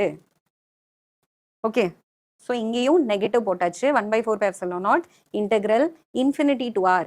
வர இடத்துல என்ன பண்ணணும்? அந்த 1 by 4 pi epsilon naught தான் இன்டெக்ரலுக்கு வெளியில் எடுத்தாச்சு. It's not a variable, it's a constant. So Q actually constant தான். Q by R square R cap போட்டுக்கலாம். அந்த Qவையும் வெளியில் எடுத்து இன்டெகிரேஷன் பண்ணனா what is integral 1 by R square? What is integral 1 by R square? Integral 1 by R square is 1 by R minus 1 by R. Integral 1 by R square is minus 1 by R. ஏற்கனவே வெளியில் ஒரு negative, இங்க ஒரு negative சேர்ந்து answer becomes after integration 1 by 4 pi epsilon naught Q by R. There is no R cap. Dot product. R dot R is 1. 11th standardல படிச்சிருக்கோம். I dot I 1, J dot J 1, K dot K 1. R cap dot R cap. What is this dr? dr vector is rங்கிற magnitude அப்புறம் r cap அப்படிங்கிற ஒரு vector. இந்த r cap அந்த r cap ஓட dot product is 1. r dot r is 1. So you do not have any r cap in the answer. Answerல r cap வராது. And v is a scalar. v is equal to 1 by v was அதான் இந்த ஸ்டெப்புக்கு அடுத்தது இந்த step. So that q by r square. அந்த q ஐயும் வெளியில் எடுத்துட்டோம்னா after integration. So the final answer you're left with v is equal to 1 by 4 pi epsilon naught q by r. This is a 3-mark question. Consider a positive charge q kept fixed at the origin. Let p be a point at a distance r from the charge q. The electric potential at the point p is v is equal to integral infinity to r minus e vector dot dr vector. Minus வெளியில் எடுத்தாச்சு, integration. Substitute the value of e, which is 1 by 4 pi epsilon naught q by r square r cap. Then negative வெளியில் எடுத்தாச்சு, 1 by 4 pi epsilon naught எடுத்தாச்சு, integral r to r q, same thing you have written here. Okay, minus 1 by integral r to r q by r square dr. இங்க தான் r dot r is 1 அப்படிங்கிறது போட்டுட்டோம். இங்கே vector இல்லைன்னு தெளிவாக காமிச்சாச்சு. r cap dot r cap is 1. So இப்போ magnitude மட்டும் தான் இருக்கு. After integration it becomes 1 by 4 pi epsilon naught q by r. So final answer v is equal to 1 by 4 pi epsilon naught q by r. இது வரைக்கும் என்னென்ன formula பார்த்துட்டோம்?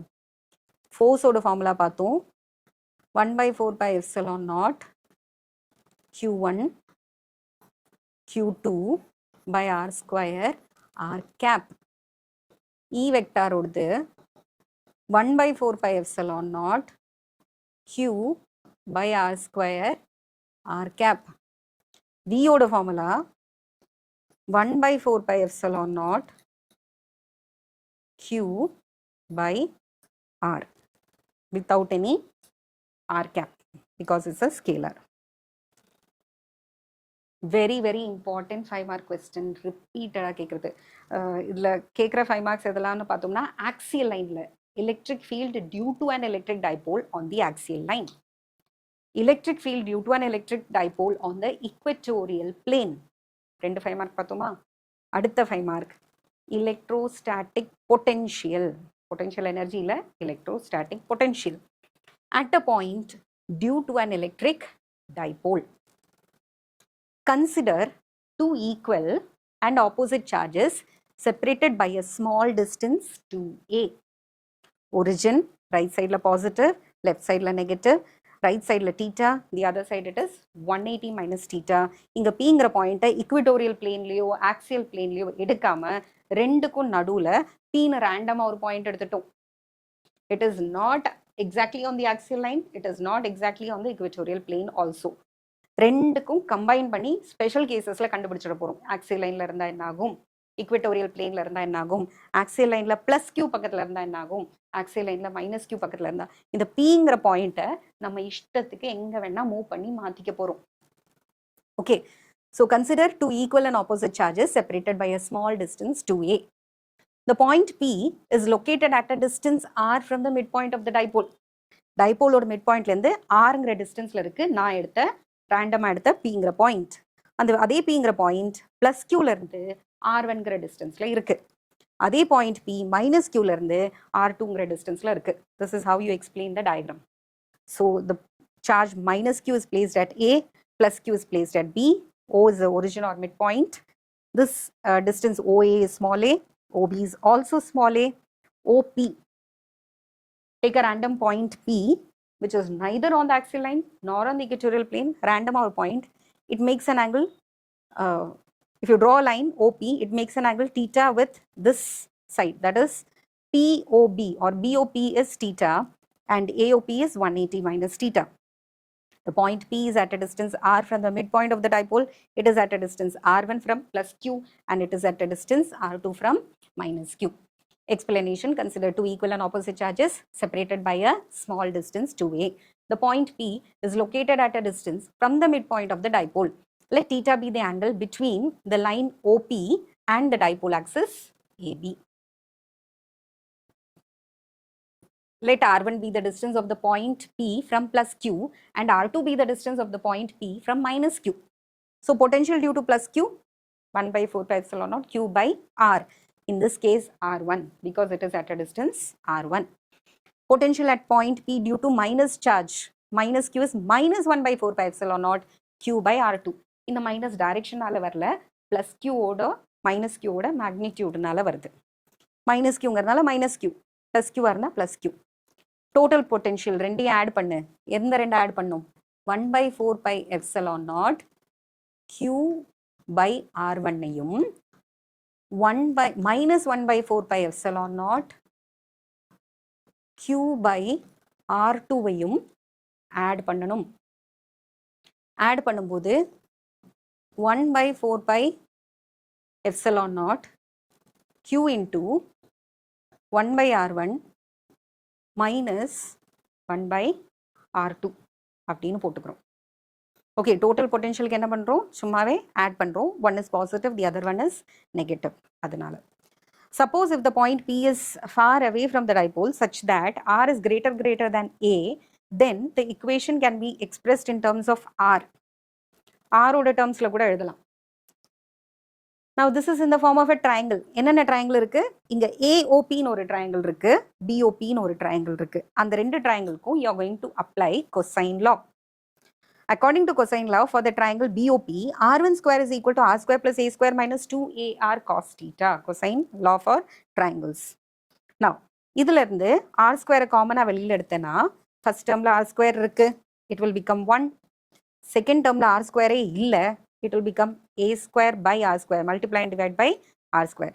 மூணாவது termல ஒரு R இருக்கு, இன்னொரு R multiply and divide பண்ணா போரும். ஒரு R வெளியில் எடுத்துட்டோம், இன்னொரு R denominatorல இருக்கு. R square வெளியில் எடுத்தா it will be 1 plus A square by R square minus 2A cos theta by R. This is for R1 square. Next என்ன பண்ற? You are going to take அந்த A square neglect பண்ண போற. A square by R square ங்கிற term neglect பண்ண போற. Why? Since P is very far away from the dipole, R is greater than A. So A square, R square ரொம்ப பெருசு, R ரொம்ப பெருசு, A ரொம்ப சின்னது. R square A square விட ரொம்ப பெருசு. R square is greater, A square is very small. So A square by R square will be a negligible answer. It can be neglected. அந்த மூணு டேர்ம் வந்ததுல எந்த டேர்மை நெக்லெக்ட் பண்ணலாம்? இந்த டேர்மை நெக்லெக்ட் பண்ணிடு. மீதி என்ன இருக்கு? 1 minus 2AR cos theta இருக்கு. 1 minus 2AR cos theta இருக்கு. இனி taking roots on both sides அப்படின்னு நீ எழுதணும். taking roots on both sides. R1 square R ஆயிடும், R1 ஆயிடும், R square R ஆயிடும். இங்க ஸ்கொயரே இல்லை, ரூட் வரும். ரூட் ஸ்கொயர் ரூட் வரும். ஸ்கொயர் ரூட் எப்படி எழுதலாம்? ஹாஃப்னு எழுதலாம். So R1 is equal to R 1 minus 2AR cos theta by R to the power half. 1 by, இனி taking reciprocal. Reciprocal எடுத்தா என்ன ஆகும்? This is R1 to the power minus 1, R to the power minus 1, 1 minus 2A cos theta by R to the power minus half. இது அப்படியே reciprocal எழுத முடியாது இல்லையா? So to the power minus half னு போட்டுடுறோம். 1 by R1, 1 by R, 1 minus 2A cos theta by R to the power minus half அப்படின்னு போட்டுடுறோம். Now since A by R is very less than 1, அதாவது A is less than R or A by R is less than 1. We can use binomial theorem and retain the terms up to the first order. 1 by R1 is equal to 1 by R into 1 plus A cos theta by R. Using binomial theorem, இங்க இருக்கிற negative half இங்க multiply பண்ணணும். So negative into negative becomes positive, 2 by 2 becomes 1. Your final answer is 1 by R1 is equal to 1 by R into 1 plus A cos theta by R. This is equation number 1.36. எங்க start பண்ணோம்? Triangle BOPல start பண்ணோம். Cosine law apply பண்ணோம். R square காமனா வெளியில் எடுத்தோம். அதுக்கப்புறம் A square by R square neglect பண்ணிட்டோம். Then taking square roots. Then reciprocal. Finally you have reached 1 by R1 is equal to 1 by R into 1 plus A cos theta by R. Similarly, இதே ப்ராசஸை BOPக்கு பண்ண அதே ப்ராசஸை இப்போ AOPக்கு பண்ணணும். Triangle AOPக்கு. Applying the cosine law of a triangle AOP, என்னென்ன மாறும்? R square, R2 square is equal to R square plus A square minus 2AR cos 180 minus theta. அங்கே cos theta இருந்தது, இங்கே 180 minus theta. Now cos 180 minus theta is minus cos theta. Cos 180 minus theta is minus cos theta. So இந்த term என்ன ஆயிடும்?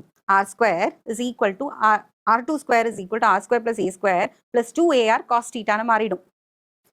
இங்கேயும் நம்ம என்ன பண்ணலாம்? இங்க எந்த ஸ்டெப் ஸ்கிப்டா இருக்கு? R square வெளியில எடுக்கிற term. R2 square is equal to R square into 1 plus A square by R square plus 2A cos theta by R. இந்த term neglect பண்றத பத்தி சொல்லியிருக்கோம். So you will be left with R2 square is equal to R square காமனா வெளியில எடுத்தோம்னா 1 plus 2A cos theta by R. இங்கேயும் taking square roots, R2 square becomes R2, R square becomes R, 1 plus 2A cos theta by R becomes 1 plus 2A cos theta by R to the power half. Using binomial theorem, the half அப்படி அங்க now taking reciprocal, that is also skipped here. Taking reciprocal, 1 by R2 is equal to 1 by R into 1 plus 2A cos theta by R to the power minus half. And the minus half உள்ள multiply பண்ணும்போது plus becomes minus, 2 gets cancelled, you get 1 minus A cos theta by R. இந்த half இருக்கு இல்லையா, இந்த half negative half ஆயிடும். Negative half, here you can write 1 by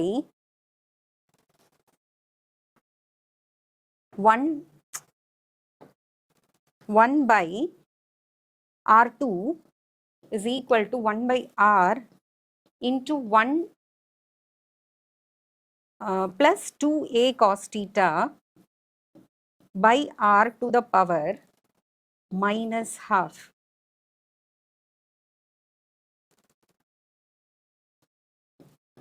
One by R2 is equal to 1 by R into 1 plus 2A cos theta by R to the power minus half. And the minus half, the plus 2A cos theta by R இருக்குல்ல, அங்க minus half multiply பண்ணும்போது it becomes positive, becomes negative, and 2 gets cancelled. Substituting equations 1.37, அதாவது இப்ப கிடைச்ச 1.37 இதுக்கு முன்னாடி கிடைச்ச 1.36ஐயும் இதுக்கு முன்னாடி இருந்த எங்க சப்ஸ்டிடியூட் பண்ணணும்? We have given a pause here. 1.35ல இப்படி நிறுத்தி வச்சிருக்கோம். 1.35ல இங்க ஒரு pause போட்டு நிறுத்தி வச்சோம். V is equal to 1 by 4 pi epsilon naught Q into 1 by R1 minus 1 by R2. அதுக்கப்புறம் தான் ட்ரையாங்கிள் BOPக்கு வந்தோம். அதுக்கப்புறம் ட்ரையாங்கிள் AOPக்கு போனோம். ரெண்டுலேருந்து என்ன கிடைச்சது? 1 by R1 ஓட வேல்யூ கிடைச்சது, 1 by R2 ஓட வேல்யூ கிடைச்சது. கிடைச்ச வேல்யூ இந்த இடத்துல சப்ஸ்டிடியூட் பண்ணு. 1 by R1க்கு என்ன வேல்யூ கிடைச்சது? 1 by R into 1 plus A cos theta by Rனு கிடைச்சது. 1 by R2க்கு என்ன கிடைச்சது? Again 1 by R, 1 minus A cos theta by Rனு கிடைச்சது. நடுவில் again it is negative. Okay, so brackets open பண்ணும்போது this is 1, this is minus 1, this is plus A cos theta by R. So A cos theta by R, A cos theta by R சேர்ந்து 2A cos theta by R வரும். And இங்க ஒரு காமனா 1 by R வேற இருக்கு. So எத்தனை R வரும் டினாமினேட்டர்ல? 2 R, R square வரும். 1 by 4 pi epsilon naught 2AQ by R square cos theta. இந்த 2AQ தான் நம்ம என்னன்னு சொல்றோம்? வெறும் P ஓட மேக்னிடியூட். இங்க என்ன போடக்கூடாது? P வெக்டார்னு போடக்கூடாது. It's only magnitude. அதனால தான் P cos theta வெக்டர் போட்டுறாத. V is equal to 1 by 4 pi epsilon naught P cos theta by R square because it is only the magnitude, not the vector. Now we can write P cos theta எப்படி கிடைச்சிருக்கும்? P வெக்டாரையும் R capங்கிற வெக்டாரையோடும் dot product தான் P cos theta because R cap is unit vector. R வெக்டாரோட magnitude is 1. So P cos theta வர இடத்துல நீ என்ன கூட எழுதலாம்? P vector dot R vectorனு கூட எழுதலாம். Divided by R square. It can also be written like that. அப்படின்னு சொல்றாங்க. வெக்டார் இப்போ cos thetaவை ஸ்கேலார் ப்ராடக்டா எழுதணும்னா this is also possible. Dot product. Okay. இப்போ ஸ்பெஷல் கேசஸ். Pங்கிற point suppose it is lying along this line. Bக்கு பக்கத்துல இருந்ததுன்னா தீட்டாவோட value என்ன ஆகும் சொல்லு? Theta will be 0. The other side it will be 180. BOP angle BOP வந்து 0 ஆயிடும். அதுதான் ஸ்பெஷல் கேஸ். தீட்டா 0 ஆயிடும். Cos theta will be 1. So your answer will be 1 by 4 pi epsilon naught P by R square மட்டும். It's not P vector, P. Case 2. Suppose it again lies on the axial line. ஆனா எங்க இருக்கு? Bக்கு பக்கத்துல இல்ல. Pங்கிற point வந்து Aக்கு பக்கத்துல இருந்ததுன்னா then angle AOP will be 0. That is angle BOP will be 180 degree. We are not bothered about AOP. We are bothered only about BOP. So BOP ஓட ஸ்பெஷல் கேசஸ் தான் பார்க்குறோம். BOP 0வா இருந்தா Pங்கிற பாயிண்ட் Bக்கு பக்கத்தில் இருக்கும். இதே தீட்டா BOP வந்து 180 இருந்தா Pங்கிற பாயிண்ட் Aக்கு பக்கத்தில் இருக்கும்.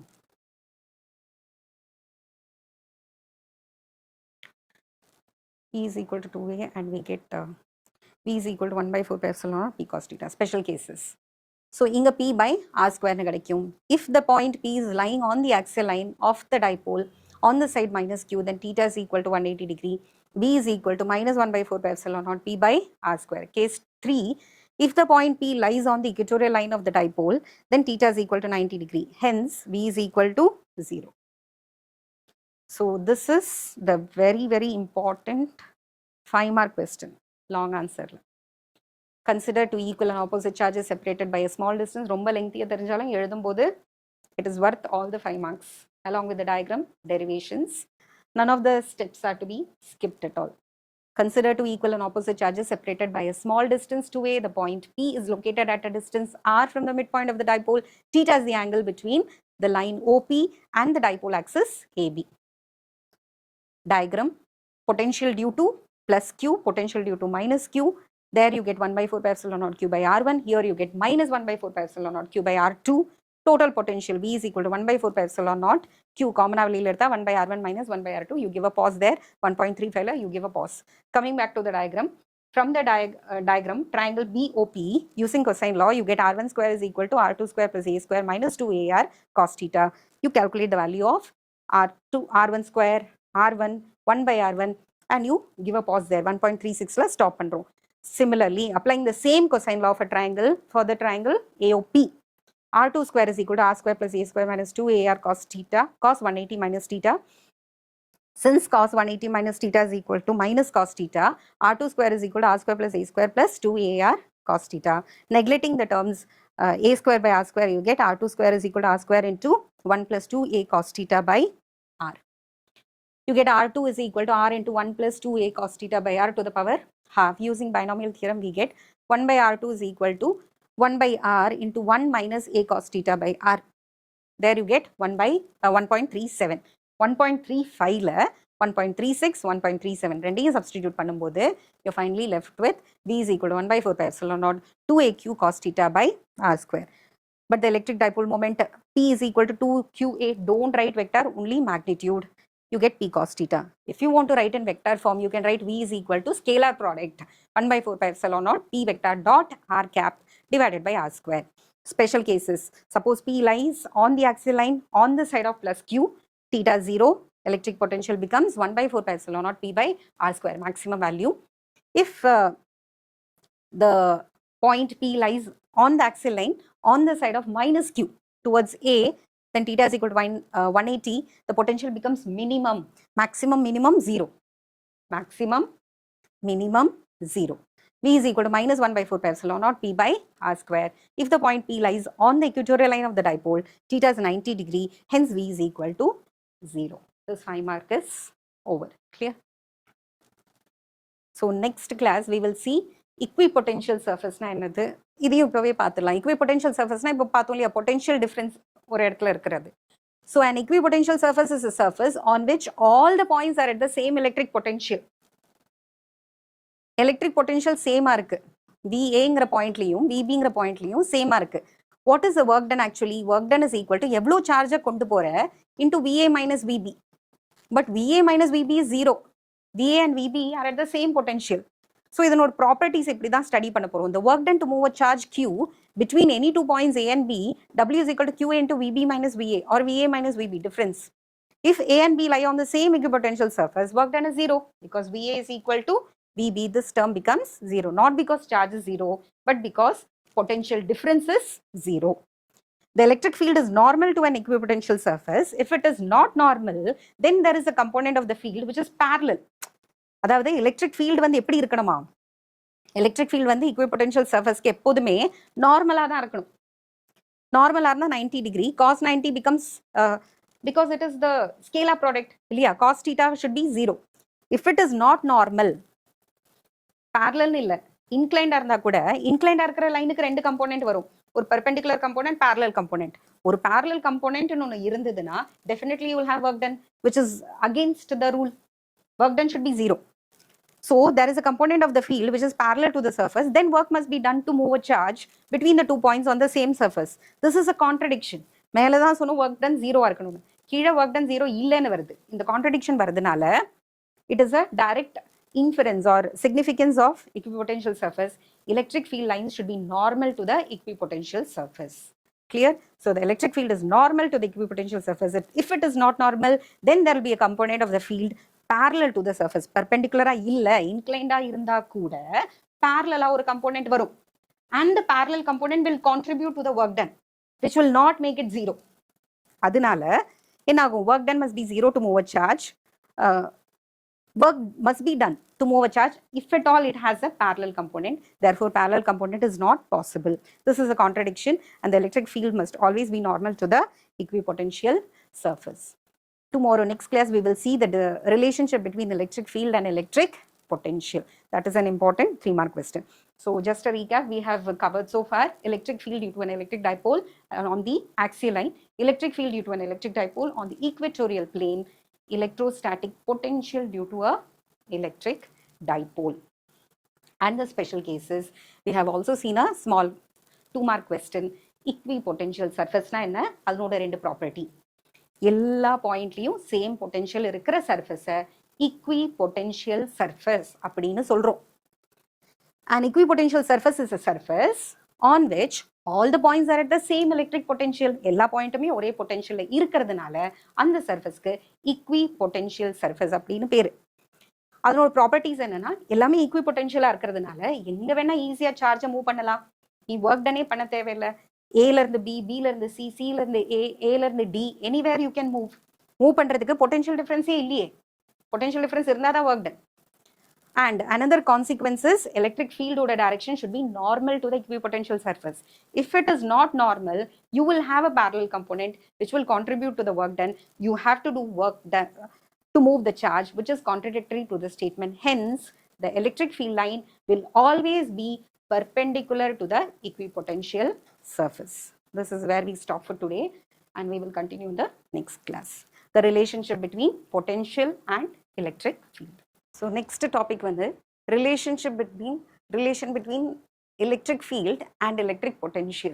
Electric potential ஓட definition தனியா பார்த்தோம், electric field ஓட definition தனியா பார்த்தோம். Electric field னா electric field intensity, the amount of force experienced by a unit positive charge kept at that place is called as electric field or electric field intensity.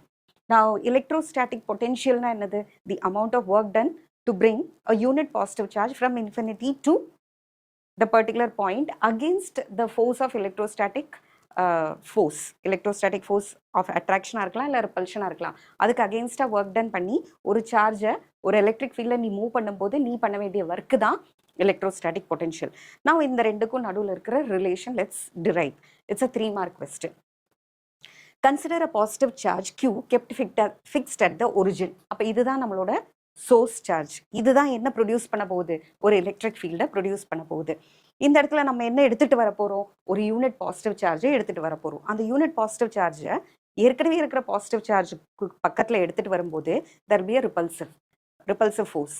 இந்த repulsive forceக்கு அகேன்ஸ்டா அதை இழுத்துட்டு வரும்போது you have to do some work. Consider a positive charge Q kept fixed at the origin. To move a unit positive charge by a small distance dx towards Q in the electric field, the work done is given by dW is equal to minus E dx. Why does this minus sign come? Because you're doing work against the electric field. The minus sign implies that work is done against the electric field. This work done is equal to the electric potential difference or the potential that needs to be given.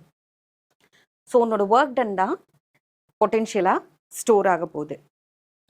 R இங்கே தான் போட்டோமே work done வந்து minus E into dx. So dV is equal to minus E into dx. So next lineல E மட்டும் இந்த பக்கம் நிற்க வச்சோம்னா E is equal to minus dV by dx. Physicsல dV by dx derivative of any quantity with respect to distance gradient னு சொல்லுவோம். Volume gradient na change in volume divided by distance. Temperature gradient na change in temperature with respect to distance.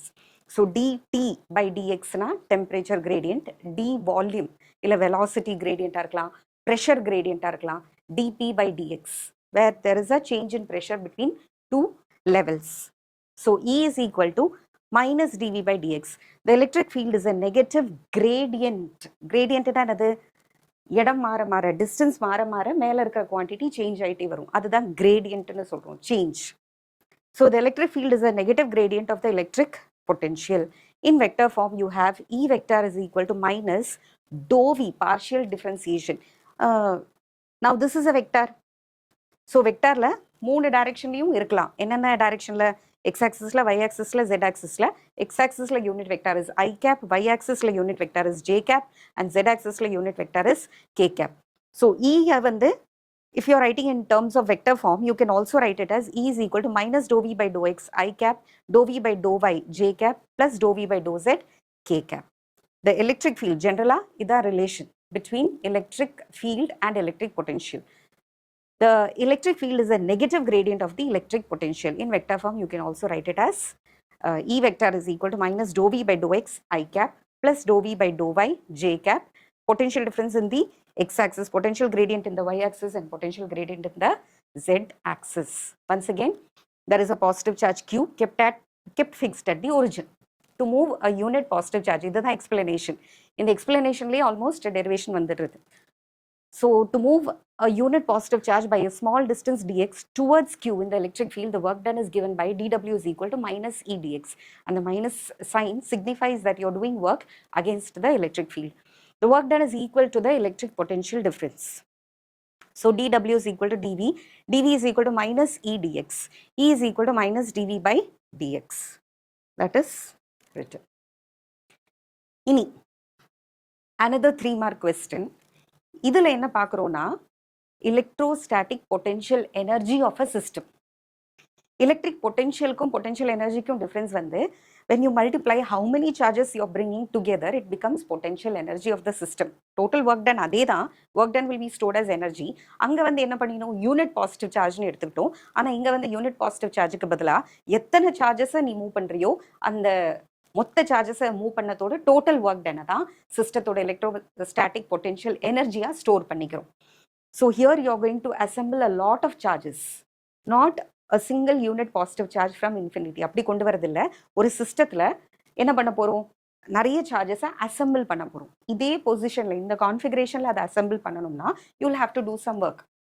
அது எப்படின்னு படிப்படியாக பார்க்கலாம்.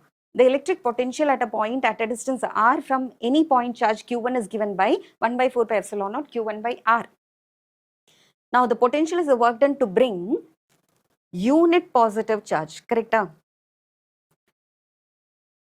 So it is the work done to bring a unit positive charge. நம்ம சொன்னோம்ல unitary method மாதிரி ஒரு unit positive charge எடுத்துகிட்டு வரதுக்கு தான் v. அப்போ 5 positive charge 5v, 10 positive சார்ஜஸ்னா 10v. அந்த மாதிரி q positive charges or n positive charges எடுத்துட்டு வரோம்னா n into v. So unit positive charge எடுத்துட்டு வரதுக்கு தான் it is v. Now if you are bringing a charge q2 from infinity to the point, q2 and the potential ஓட multiply பண்ணிக்கணும். How many charges you are bringing or what is the magnitude of the charge that you are bringing? It is q2. எந்த ஃபீல்டில் electrostatic potential அந்த இடத்துல vன்னு இருக்கு. So q2 move பண்ணுறதுக்கு நீ எவ்வளோ ஒர்க் டன் பண்ணணும்? w is equal to q2 into v. At a distance r from q1, the work done is the product of என்ன சார்ஜ் எடுத்துட்டு வரையோ அந்த charge and electric potential at that point. இந்த ரெண்டையும் multiply பண்ணுனா you will get the work done. This work done is stored as the electrostatic potential energy U of the system of charges q1 and q2 separated by a distance r. Thus we have U is equal to q2v, 1 by 4 pi epsilon naught q1 q2 by r. இது ஜென்ரலா ஒரே ஒரு சார்ஜை கொண்டு வரதுக்கு. ஏற்கனவே அந்த இடத்துல என்ன சார்ஜ் இருக்கு? q1ங்கிற சார்ஜ் இருக்கு. இப்போ நீ என்ன மூவ் பண்ணிட்டு இருக்க? q2ங்கிற சார்ஜை கொண்டு வந்துட்டு இருக்க. So potential energy is equal to work done. Now what is potential? Potential is the work done to bring unit positive charge. Total q charges move பண்ணனா total work done divided by total charges யூனிட்டுக்கு தான் இது. So work done ங்கிறது என்னது? Work done is total charges into the potential which will be stored as electrostatic potential energy. The work done is stored as electrostatic potential energy. So அதனால Q1 ஏற்கனவே இருக்கிற ஒரு இடத்துல Q2 ன்னு இன்னொரு charge எடுத்துட்டு வந்தோம்னா the total work done is Q2 into V and the formula is U is equal to 1 by 4 pi epsilon naught Q1 Q2 by R. So இப்படி தான் ஜெனரலா எலக்ட்ரோஸ்டாட்டிக் பொட்டன்ஷியல் எனர்ஜி கண்டுபிடிப்போம். எலக்ட்ரோஸ்டாட்டிக் பொட்டன்ஷியலோட formula is 1 by 4 pi epsilon naught Q by R. இதே potential எனர்ஜினா நியூமரேட்டர்ல இன்னொரு Q multiply ஆகும். To calculate the total electrostatic potential energy, we use the following procedure. இப்போ வந்து என்ன பண்ணுவோம், Q1 ஒரு சார்ஜ் இருந்தது, அதில் Q2 ஒரு சார்ஜை கொண்டு வந்திருக்கோம். இனி அடுத்து என்ன பண்ணுவோம், step by step Q3 move பண்ணி கொண்டு வருவோம், நெக்ஸ்ட் Q4 கொண்டு வருவோம், Q5 கொண்டு வருவோம். இப்படி எல்லாத்துக்கும் ஒர்க் டன் பண்ண வேண்டி இருக்கும்.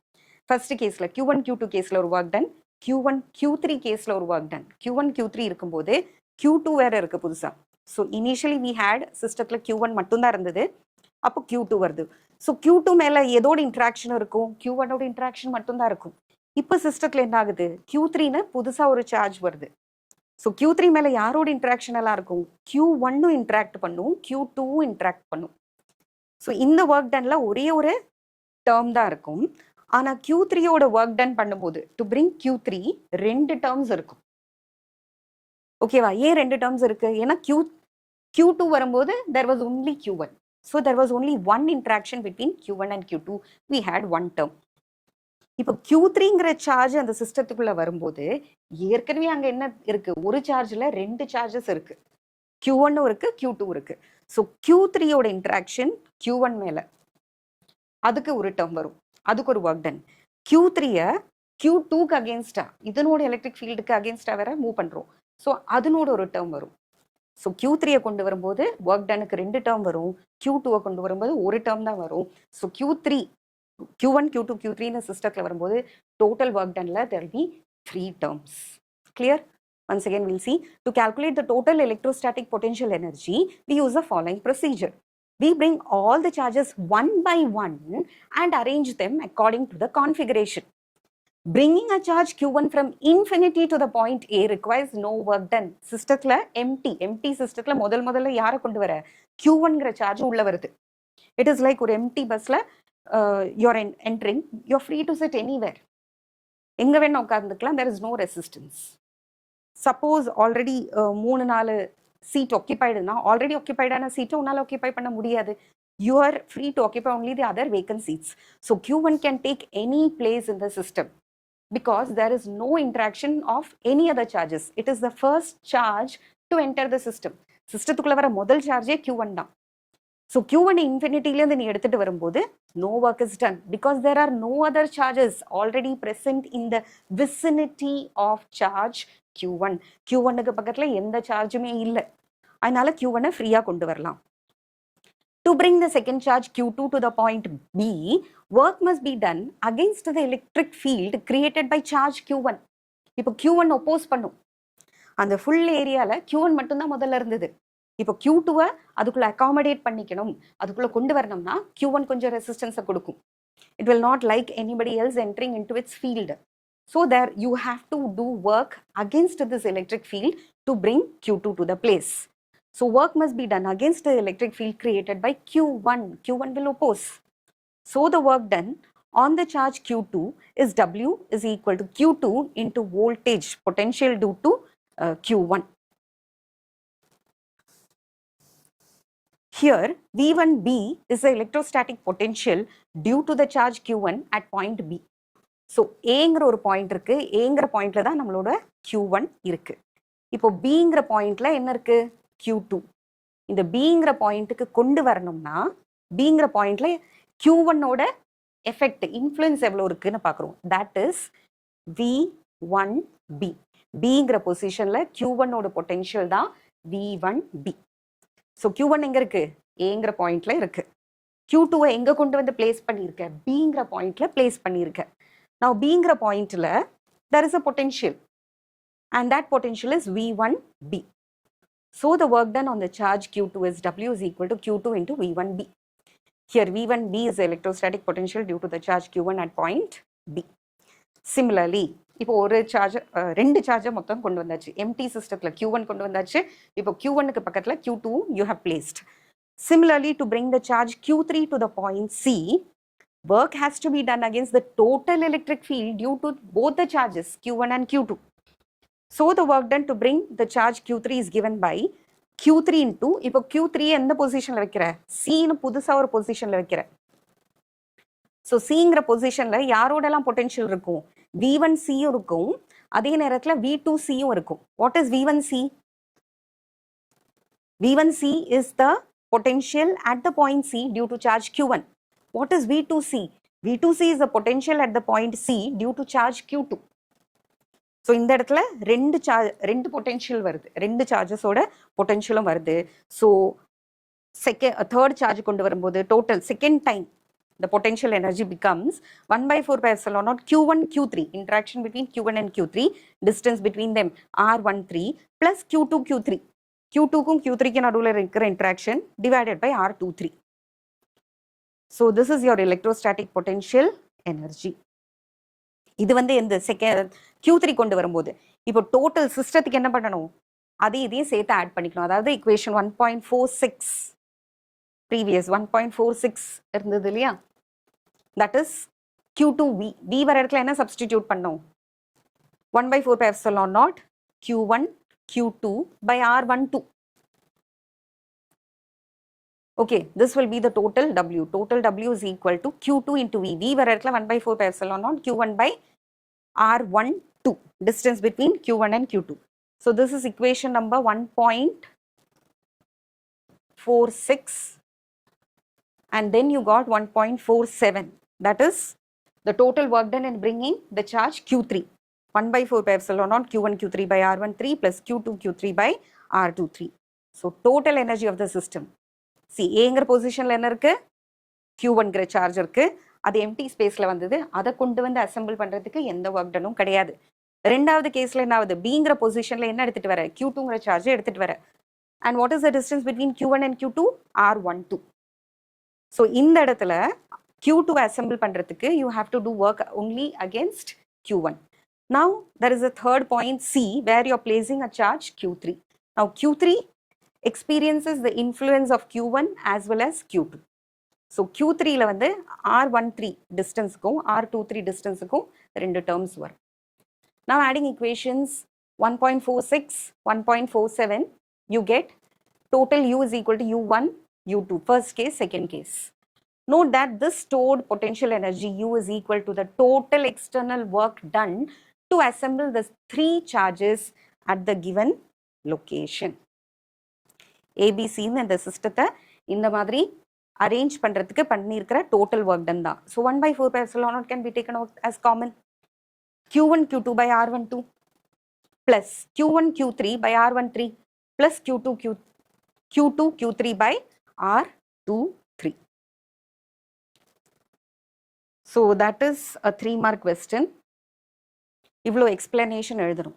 ஏன் வந்து Q1 கொண்டு வரும்போது எந்த ஒர்க் டனும் இல்லை, ஏன் Q2 கொண்டு வரும்போது ஒரே ஒரு டேர்ம் வருது, Q3 கொண்டு வரும்போது மட்டும் ரெண்டு டேர்ம் வருது, அண்ட் டோட்டல் அந்த சிஸ்டத்தோட பொட்டன்ஷியல் எனர்ஜியில் finally you have 3 terms. With that you will end this electrostatic potential for a collection of point charges. Collection of point charges நாலும் we have stopped with 3 charges. If it goes on, நிறைய terms add ஆகிட்டே போகும். For example, if Q4 அப்படிங்கிற ஒரு charge வந்திருந்ததுன்னா Q4க்கு எத்தனை interaction வரும், 3 interactions வரும்.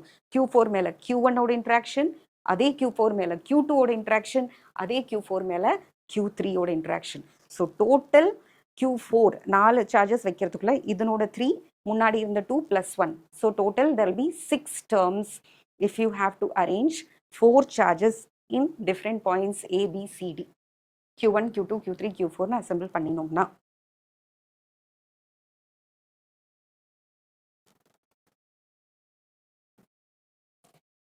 Electrostatic potential energy of a dipole in a uniform electric field.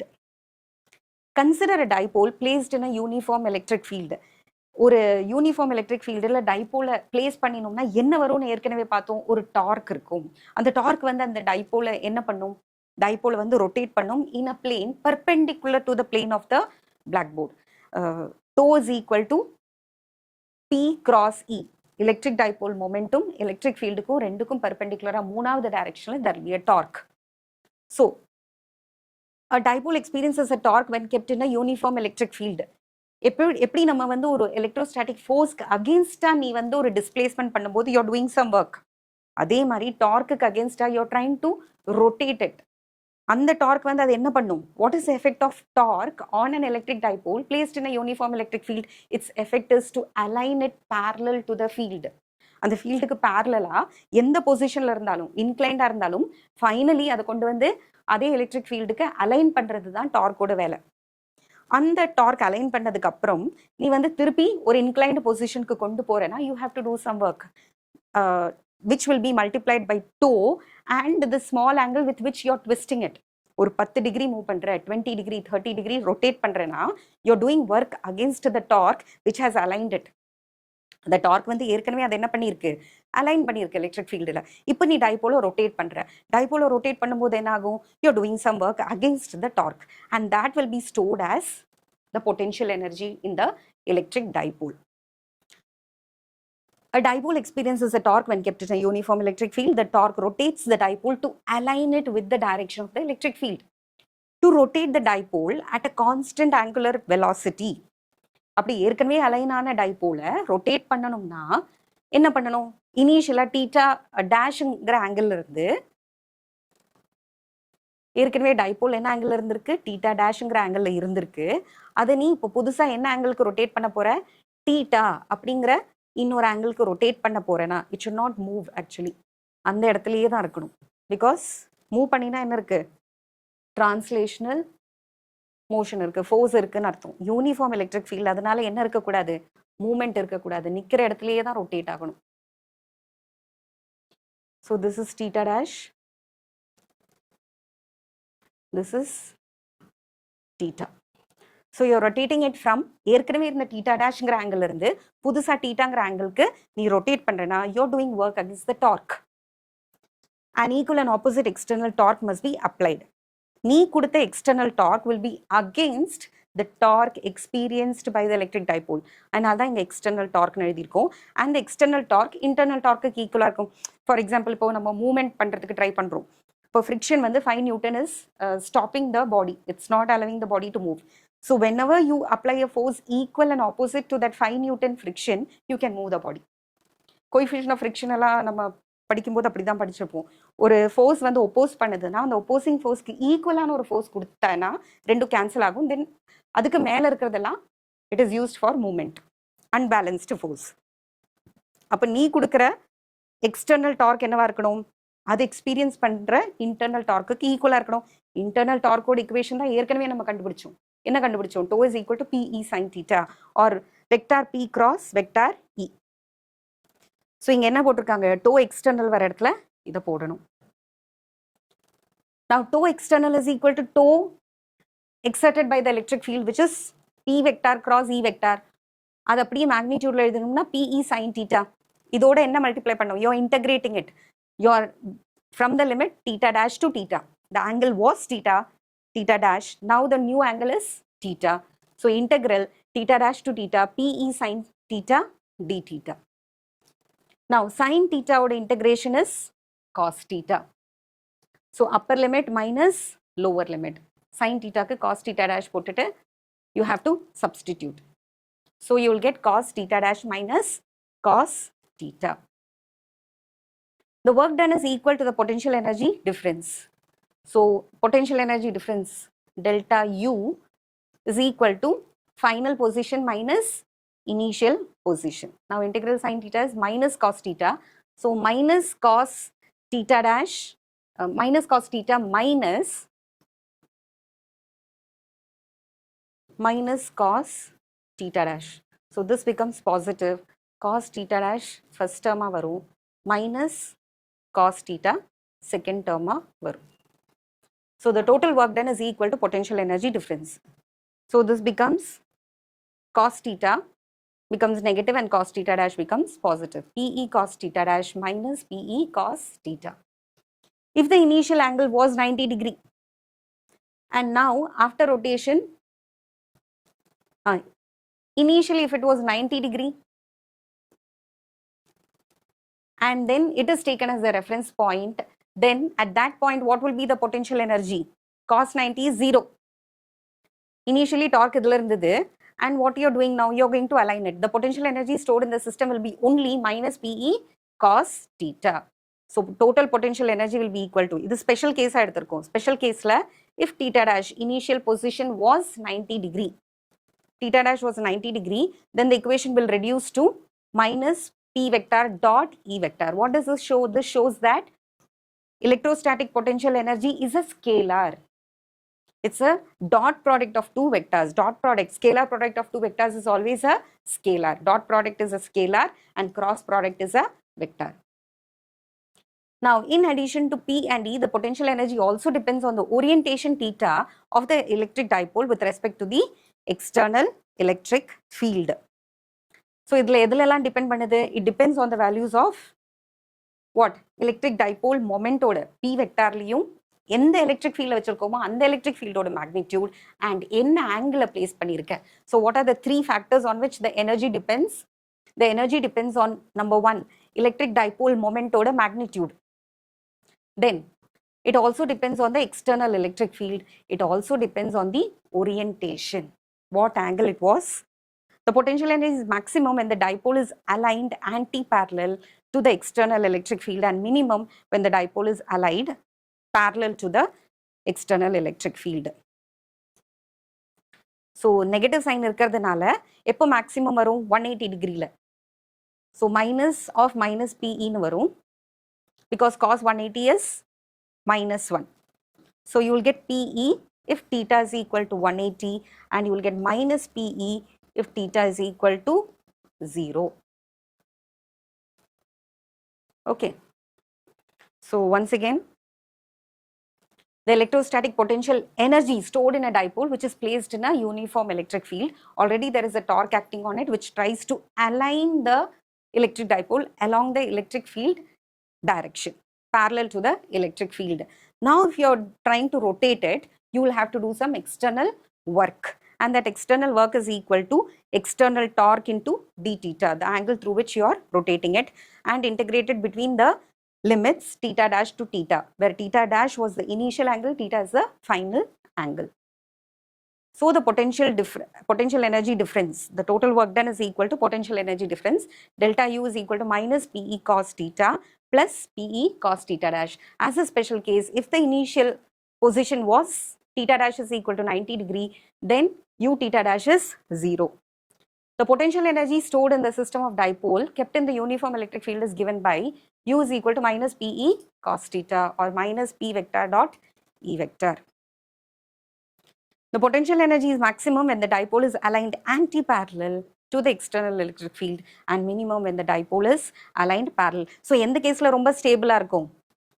Minimum energy stable இருக்கும். So, if it is parallel to the field, it will be highly stable, and if it is anti-parallel to the field, it will be highly unstable. Anti-parallel இருந்தா சீக்கிரமா rotate ஆகி என்ன பண்ணுவது? Maximum potential energy is a very highly unstable state. So, if it is anti-parallel to the field, if this is the direction of field and the dipole is and the dipole is in this direction, then it will try to rotate very fast. But if the dipole and the electric field are parallel to each other, it will be in a very stable state. It will not rotate on its own. இல்லைனா அது மேலே இருக்கிற அந்த torque வந்து அதை rotate பண்ண விடாது. Next very important topic is Gauss's law. Gauss law and its application. எப்படி Coulomb's law பார்த்தோமோ, Coulomb's law என்ன கொடுத்தது? Coulomb's law gave you the relation between the magnitude of the 2 point charges, the force and the distance between the two charges. So force எந்தெந்த ஃபேக்டர்ல depend பண்ணதுங்கிறது தான் Coulomb force gave you. Coulomb force gives you an idea about the force of attraction or repulsion between 2 point charges placed at a distance r apart. Gauss law வந்து எதை பத்தி சொல்லுதுன்னா, புதிய ஒரு கான்செப்டை பத்தி சொல்லுது. இது வரைக்கும் நம்ம வந்து சார்ஜ்னா என்னதுன்னு பார்த்தோம், எலக்ட்ரிக் ஃபீல்ட் இன்டென்சிட்டி பார்த்தோம், எலக்ட்ரிக் பொட்டென்ஷியல் பார்த்தோம், பொட்டென்ஷியல் எனர்ஜி பார்த்தோம். இது வரைக்கும் பார்க்காத எலக்ட்ரிக் டைபோல் மொமெண்ட் கூட பார்த்தோம். அண்ட் இப்போ நம்ம வந்து புதுசா ஒரு கான்செப்டை பார்க்க போறோம், which is called as electric flux. இந்த எலக்ட்ரிக் ஃப்ளக்ஸோட relation with magnitude of the charge தான். முதல்ல இந்த எலக்ட்ரிக் ஃப்ளக்ஸ்னா என்ன, ஃப்ளக்ஸை பத்தி சொல்றது தான் காஸ் லா. நான் ஃப்ளக்ஸ்னா என்னது, you have a charge Q.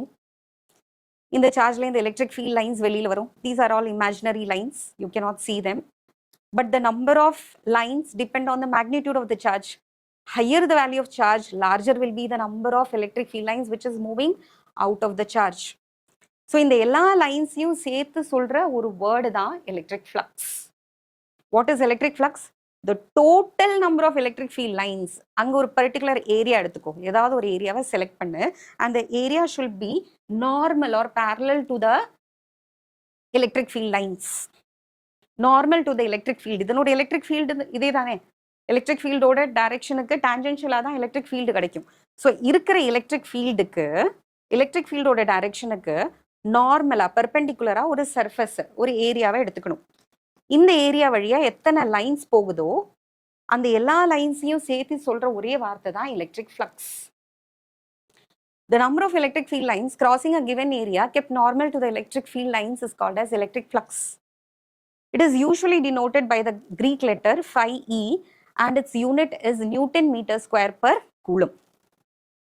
Electric flux is a scalar quantity. It can be positive or negative. எப்போ பாசிட்டிவ் ஆர் நெகட்டிவாக இருக்கும், சார்ஜ் பாசிட்டிவாக இருந்தால் எலக்ட்ரிக் ஃப்ளக்ஸும் பாசிட்டிவாக இருக்கும், சார்ஜ் நெகட்டிவாக இருந்தால் எலக்ட்ரிக் ஃப்ளக்ஸும் நெகட்டிவாக இருக்கும், because it is entering in to the area. If it is leaving the area, it is positive. If it is entering into the area, it is negative. So in the definition, it is usually asked in 2-mark question. What is electric flux? Electric flux என்னதுன்னு தெரிஞ்சாதான் you can understand Gauss law better. Better இல்ல, அது தெரியறது, அது ஃபுல்லாவே electric ஃப்ளக்ஸை பற்றி தான் சொல்லுது. The number of electric field lines crossing a given area kept normal to the electric field line is called electric flux. It is usually denoted by the Greek letter phi-e and its unit is Newton meter square per Coulomb. Electric flux is a scalar quantity and it can be positive or negative. Electric flux for uniform electric field. அப்போ uniform electric ஃபீல்டாக இருந்தால் what will be the value அப்படின்னு பார்க்கலாம். Consider a uniform electric field in a region of space. Let us choose a small area A. அந்த ஏரியாவை எப்படி choose பண்ணணும், electric field லைன்ஸ்க்கு நார்மலாக பெர்பெண்டிகுலராக சூஸ் பண்ணணும். வேல்யூ வந்து ஏ. தென் phi-a is equal to E into A. Multiply the electric field. It is actually the dot product of E vector and A vector because phi is a scalar. Area vector ங்கிறது என்னது, it has got direction, area vector, where it has got a direction also, normal. Choose the same area A which is kept parallel to the uniform electric field. Electric field இப்படி இருக்கு, முதல் கேஸ்ல என்ன எடுத்த, ஏரியாவை வந்து 90 டிகிரியில் எடுத்த parallel. செகண்ட் கேஸ்ல என்ன பண்ற, எலக்ட்ரிக் ஃபீல்டுக்கு parallel now the hand and the pen are parallel to each other. Now hand and pen are perpendicular to each other. Suppose you are choosing an area which is parallel to the uniform electric field. இது வழியா ஏதாவது line போகுமா, இதை cross பண்ணி இப்படி இல்லை போகணும், அந்த ஏரியால இருந்து it should come out of the area or move into the area, but the area is already parallel to the electric field. So இந்த ஏரியா வழியா என்ன லைன்ஸ் போகும், லைன்ஸே போகாது. There are no lines which are passing through the given area because the area that you have chosen is parallel to the electric field. Perpendicular to the electric field வந்தாதான் அதை தொலைச்சிக்கிட்டு electric field lines வரும். Consider a uniform electric field in a region of space. Let us choose an area A normal to the electric field lines. Now phi-e is equal to EA. Suppose the same area A is kept parallel to the uniform electric field, then no electric field lines pass through the given area. If the area is inclined at an angle theta with the field, then in general maximum value நார்மலா இருந்ததுன்னா EA total, பேரலா இருந்ததுன்னா 0. So இதுல என்ன புரியுது, ஓரியன்டேஷன்ல depend பண்ணது, ஓரியன்டேஷனோட எந்த factor எடுக்கணும், dot product எடுக்கிறதுனால காஸ் தீட்டா வரும். So in general it is E vector dot A vector and the answer is EA cos theta. இது யூனிஃபார்ம் எலக்ட்ரிக் ஃபீல்டுக்கு. So these are the 3 cases. Case 1ல you are taking an area which is normal to the electric field line. அதனால maximum இதில் pass ஆகும், எல்லா லைன்ஸுமே இந்த area வழியாக தான் pass ஆகுது, அதனால you get maximum value EA. Second கேஸில் பேரலாக எடுக்கிற ஒரு லைன் கூட இந்த வழியாக போகலை, not even one line is crossing the given area. நீ எடுத்துக்கிற இந்த violet color ஏரியால ஒரு லைன் கூட cross ஆகல, so the electric flux is 0. இதுல வந்து சில லைன்ஸ் நிறையவே போகும், சில லைன்ஸ் வந்து நிறைய மேக்னிடியூட் cross ஆகாது. இங்க எல்லாமே it is piercing through it. இதுல வந்து since it is inclined, you'll find that not many lines இந்த அளவுக்கு டென்ஸா இங்க இல்ல. ஓகே, அதனால it is EA cos theta depending on the value of theta. Lesser, yes, lesser the value of theta. Now what is theta? Theta is the angle between area and the electric field. Area ஓட normal இருக்கு இல்லையா, நார்மலுக்கும் இதுக்கும் நடுவுல.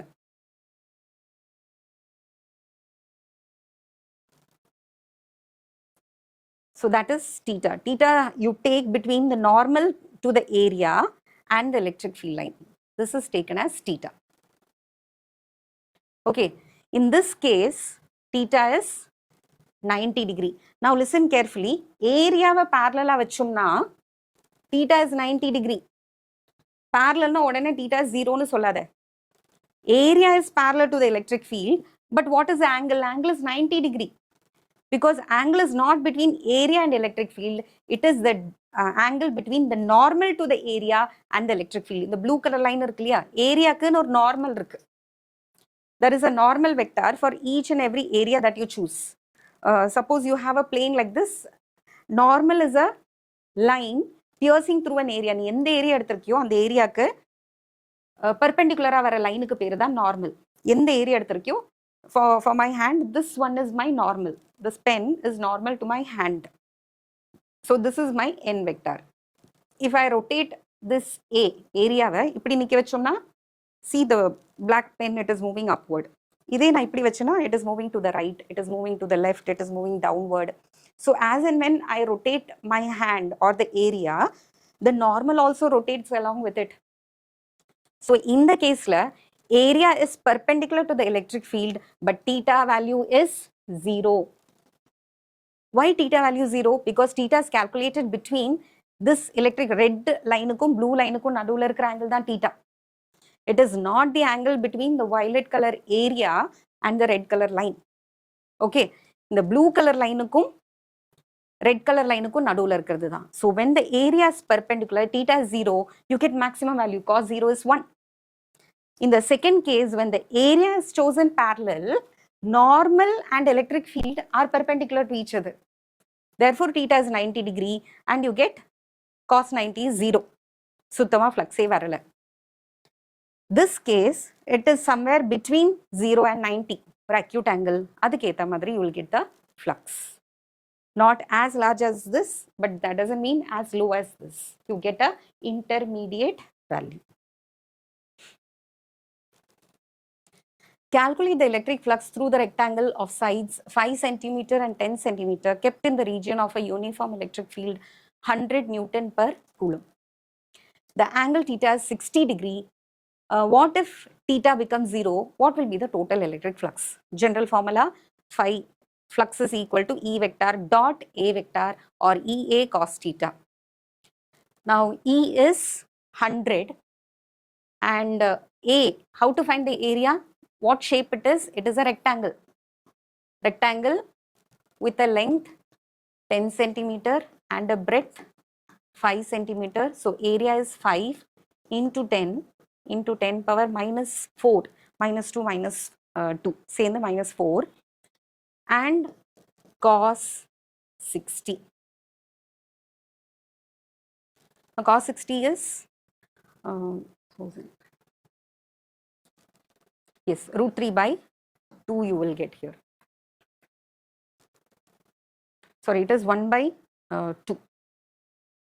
Cos 60 is 1 by 2. Sin 0 is 0. Sin 30 is half. Cos 60 is also half.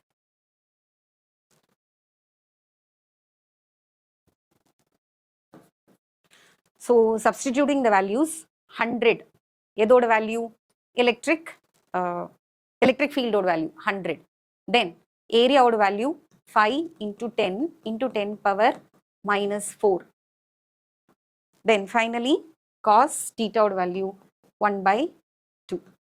So 5 5s are 25. 25 into 100 is 2500 into 10 power minus 4. So 4 places 0.25 Newton meter square per Coulomb. Don't forget the unit. Newton meter square per Coulomb is the unit for flux. Now special case, if theta is 0, what happens to the flux? அந்த கேஸ்ல தான் maximum இருக்கும். இங்க வந்து half இருந்தது. இதனோட double. Now this half is gone. Instead of this cos 60, you get 1. Cos 0 is 1. So and that is the maximum value. Theta is equal to 0 வரும்போது இந்த half வராது. That 0.25 becomes 0.5 Newton meter square per Coulomb. So this is how you calculate the electric flux. Electric flux is represented by phi, the Greek letter phi, and its unit is Newton meter square per Coulomb. Substituting the values. So this is how numericals are solved for the formula. So இனிமே தான் Gauss's lawக்கே போறோம். Gauss's law படிக்கிறதுக்கு முன்னாடி என்ன பார்த்தோம்? Electric ஃப்ளக்ஸ்னா என்ன பார்த்தோம்? Electric flux எப்போ மேக்ஸிமமாக இருக்கும், எப்போ எலக்ட்ரிக் ஃப்ளக்ஸ் மினிமமாக இருக்கும், ஏரியா எப்படி சூஸ் பண்ணுறது, தீட்டாவை எப்படி மெஷர் பண்ணுறது, அதெல்லாம் டீட்டெயிலாக பார்த்தோம். How to measure theta. ஏன் வந்து ஏரியாவை பெர்பெண்டிகுலராக வைக்கும்போது மேக்ஸிமம் கிடைக்குது, பிகாஸ் theta is 0. ஏன் வந்து ஏரியாவை parallel எடுக்கும்போது ஃப்ளக்ஸ் மினிமமாக வருது, because theta is 90 degree and in between value வருது when it is inclined. It is now that you're really going to enter Gauss law. So flux தெளிவாக தெரிஞ்சதுக்கு அப்புறம் தான் Gauss lawக்குள்ள போகிறோம். It is going to give you the relation between flux and the charge in a region. The electric flux through any arbitrary area kept in a non-uniform electric field அப்படி இருந்ததுன்னா integrate பண்ணிக்கணும். Uniform electric field இருந்ததுன்னா no need of integration. Direct you could calculate. But if it is non-uniform, then electric field ஓட value கான்ஸ்டன்டா இருக்காது, வேரியபிளா இருக்கும். அதனால integrate பண்ணிக்கணும். ஒவ்வொரு ஏரியால எலக்ட்ரிக் ஃபீல்டோட வேல்யூ என்னதுன்னு பார்க்கறதுக்காக டோட்டல் ஃப்ளக்ஸ் கண்டுபிடிக்க என்ன பண்ணணும் நீ? You have to integrate. Now coming to Gauss law. Gauss's law states that if a charge Q is enclosed by an arbitrary closed surface, Q னு ஒரு சார்ஜ் இருக்கு, அதை சுத்தி ஒரு சர்ஃபேஸ் இருக்குன்னா இந்த சர்ஃபேஸ்லேருந்து வரக்கூடிய டோட்டல் ஃப்ளக்ஸ் அப்படிங்கிறது இந்த total charge divided by epsilon naught. It is directly proportional அப்படின்னு சொல்றாரு. Flux is directly proportional to Q. So to remove that proportionality, what you should do? You have to insert a constant, and that constant is 1 by epsilon naught. 1 by epsilon naught is the constant. What is epsilon naught? Epsilon naught is permittivity of free space. What is its value? 8.85 into 10 to the power minus 12 Newton meter square per Coulomb square. Coulomb square per Newton per meter square. So அதுதான் permittivity-யோட value. Gauss's law states that if a charge Q is enclosed by an arbitrary closed surface, the total electric flux through the closed surface is closed integral E vector dot dA vector. அது யூனிஃபார்மாக இருக்கட்டும் நான் யூனிஃபார்மாக இருக்கட்டும் integrate பண்ண போகிறேன். So ஃப்ளக்ஸுங்கிறது integral பார்த்தோம், E dot dA, and that is equal to Q enclosed by epsilon naught. Q enclosed denotes the charge within the closed surface. ஒருவேளை ஏதாவது charge வெளியில இருந்தா அதனோட எஃபெக்ட் இந்த ஃப்ளக்ஸை பாதிக்காது. Any charge which is enclosed in the surface மட்டும்தான் ஃப்ளக்ஸுக்கு donate பண்ணும். It will contribute to the total flux. But if the charge is outside, then it will never contribute or it will never give out any flux. So நீ எடுத்திருக்கிற surface area, closed surface ஏரியாக்குள்ள இருக்கிற சார்ஜா இருக்கணும். அப்பதான் அந்த ஃப்ளக்ஸை நம்மளால கண்டுபிடிக்க முடியும். அனதர் ரிப்பீட்டடாக போர்டு எக்ஸாமுக்கு 2-3 வருஷம் கேட்ட ஒரு question, drive Gauss's law from Coulomb's law. Coulomb's lawல நம்ம என்ன பார்த்தோம்? E வேல்யூ பார்த்தோம், எலக்ட்ரிக் ஃபீல்டோட வேல்யூ. அதை சப்ஸ்டிடியூட் பண்ணி Gauss's lawவோட இக்குவேஷன் ஃபார்ம்ங்கிற அந்த Q by epsilon நாட்டுக்கு நம்ம டிரைவ் பண்ணி you will arrive at this final equation. Q enclosed by epsilon நாட்டுக்கு ரீச் ஆகணும். எதில் ஆரம்பிச்சு? Coulomb's lawல ஆரம்பிச்சு. Consider a positive point charge Q surrounded by an imaginary sphere having a radius R. We can calculate the total electric flux through the closed surface of the sphere using the equation. Phi is equal to closed integral E dot dA vector, E vector dot dA vector. EDA cos theta. So in the dot product remove பண்ணும்போது you get EDA cos theta. The electric field of the point charge is always directed radially outward at all points if it is positive. And if it is inward, the charge is negative. The direction of the area element is along the electric field. அப்படின்னா theta 0. and if it is uniform, then phi is equal to E வெளியில எடுத்துடலாம், closed integral dA மட்டும் வரும். இங்க நம்ம என்ன shape choose பண்ணியிருக்கோம்? Sphere. once again I'll repeat, ஒரு பாசிட்டிவ் பாயிண்ட் சார்ஜ் இருக்கு Q, அதை சுற்றி ஒரு closed surface நம்மளா இமேஜின் பண்ணிக்கிறோம். என்ன ஷேப்? ஸ்பியர், ஸ்பெரிக்கல் ஷேப்ல. So total flux through this sphere will be equal to closed integral E vector dot dA vector, which is E dA cos theta. Now, charge இங்க இருக்கு, surface is a sphere, radially எந்த direction எடுத்தாலும் it is going to be, this is going to be the electric field ஓட direction. And what is the normal at each point? இந்த area எடுத்தனா அதனோட normal எங்க? இந்த direction. இந்த area choose பண்ணனா what is the normal? இந்த direction. எங்க ரேண்டமா எங்க சூஸ் பண்ணாலும், எந்த ஏரியா சூஸ் பண்ணாலும் நார்மலும் எலக்ட்ரிக் ஃபீல்டும் they are parallel to each other. n வெக்டாரும் E வெக்டாரும் parallel to each other. At all points theta value 0. And another factor is E is uniform also. theta வர இடத்துல என்ன போடணும்? theta வர இடத்துல 0 போட்டுடு. And then because it is uniform, you can take E outside. E into closed integral dA. Substituting integral dA is equal to 4 pi r square, you get E vector is equal to 1 by 4 pi epsilon naught q by r square. ரெண்டு விஷயத்தை substitute பண்ண போறோம். ஒன்று ஏரியாவோட value, இன்னொன்று electric ஃபீல்டோடது. இதுங்க coulombs லாலேருந்து கிடைச்சது. Coulombs லால ஃபோர்ஸோட இக்குவேஷன் கிடைச்சது. ஃபோர்ஸ்லேருந்து electric field we had derived. இந்த ரெண்டையும் சப்ஸ்டிடியூட் பண்ண போறோம். What are you going to substitute? Substitute for E. E வர இடத்துல என்ன போடணும்? 1 by 4 pi epsilon naught q by r square போடு.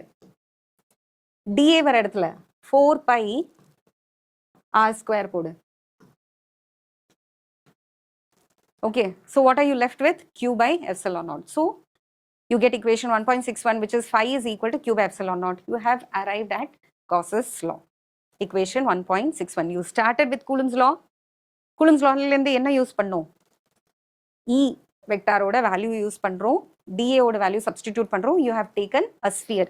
இனி உனக்கு டவுட் வரும், ஸ்பியர் எடுத்ததுனால தானே 4 pi r square வந்தது, நான் வேணா கியூபை சூஸ் பண்ணியிருக்கலாம், இல்லை வேற ஏதாவது சூஸ் பண்ணியிருக்கலாம்னு பண்ணும்போது the important point about this is Coulomb's law நீ அப்ளை பண்ணும்போது எந்த shape எடுத்திருந்தாலும், any Gaussian symmetrical shape you choose, the answer is going to be q by epsilon naught only. That is to be mentioned. நம்ம ஈஸியாக இருக்கட்டும் டெரிவேஷனுக்காக தான் sphere எடுத்தோமே தவிர, even if you are going for கொஞ்சம் காம்ப்ளிகேட்டடாக இருக்கும் மற்றதுக்கெல்லாம் formula போடும்போது, but finally you will arrive at the same thing. Okay. So Gauss's law important aspects பார்க்கலாம். The total electric flux depends only on the charges. ஃபார்முலால பார்த்தா இல்லையா, flux is equal to q by epsilon naught. வேற ஏதாவது வந்ததா? Distance வந்ததா? வரல.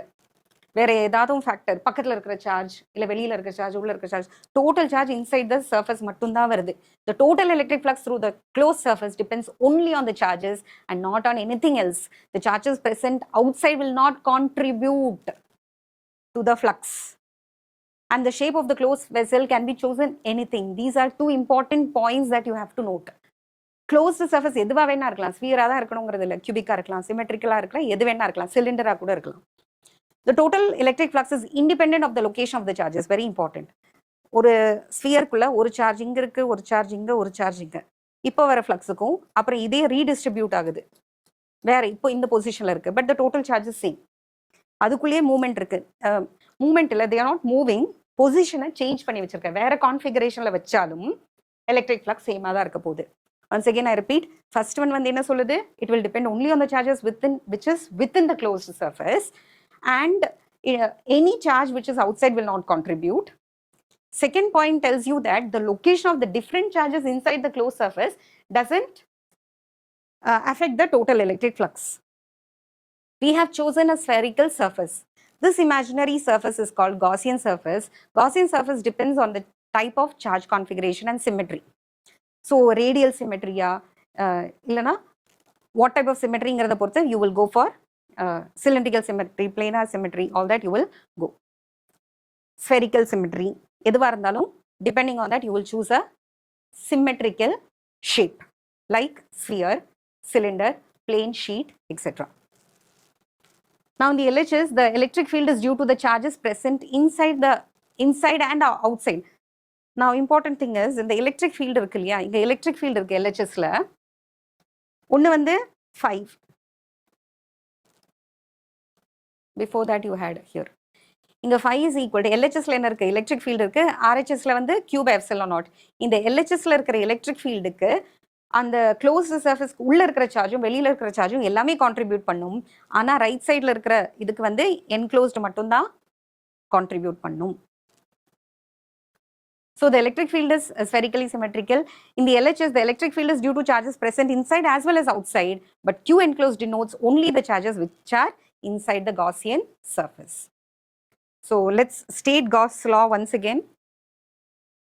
Gauss law statement சொல்லலாம். What is the statement? Gauss law states that if a charge Q is enclosed by an arbitrary closed surface, then the total electric flux through the surface is given by phi is equal to Q enclosed by epsilon naught, where Q enclosed denotes the charges within the closed surface. Then we had a 3-mark question where you derived Gauss law from Coulomb's law.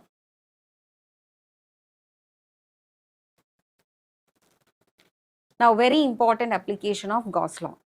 நம்ம சொன்னோம் point charges discrete சார்ஜஸ்க்கு மட்டும்தான் coulombs லால கிடைச்ச அந்த ஃபார்முலாவை use பண்ண முடியும். எந்த formula? E is equal to 1 by 4 pi epsilon naught Q by R square. Q is a point charge, discrete charge இல்லையா?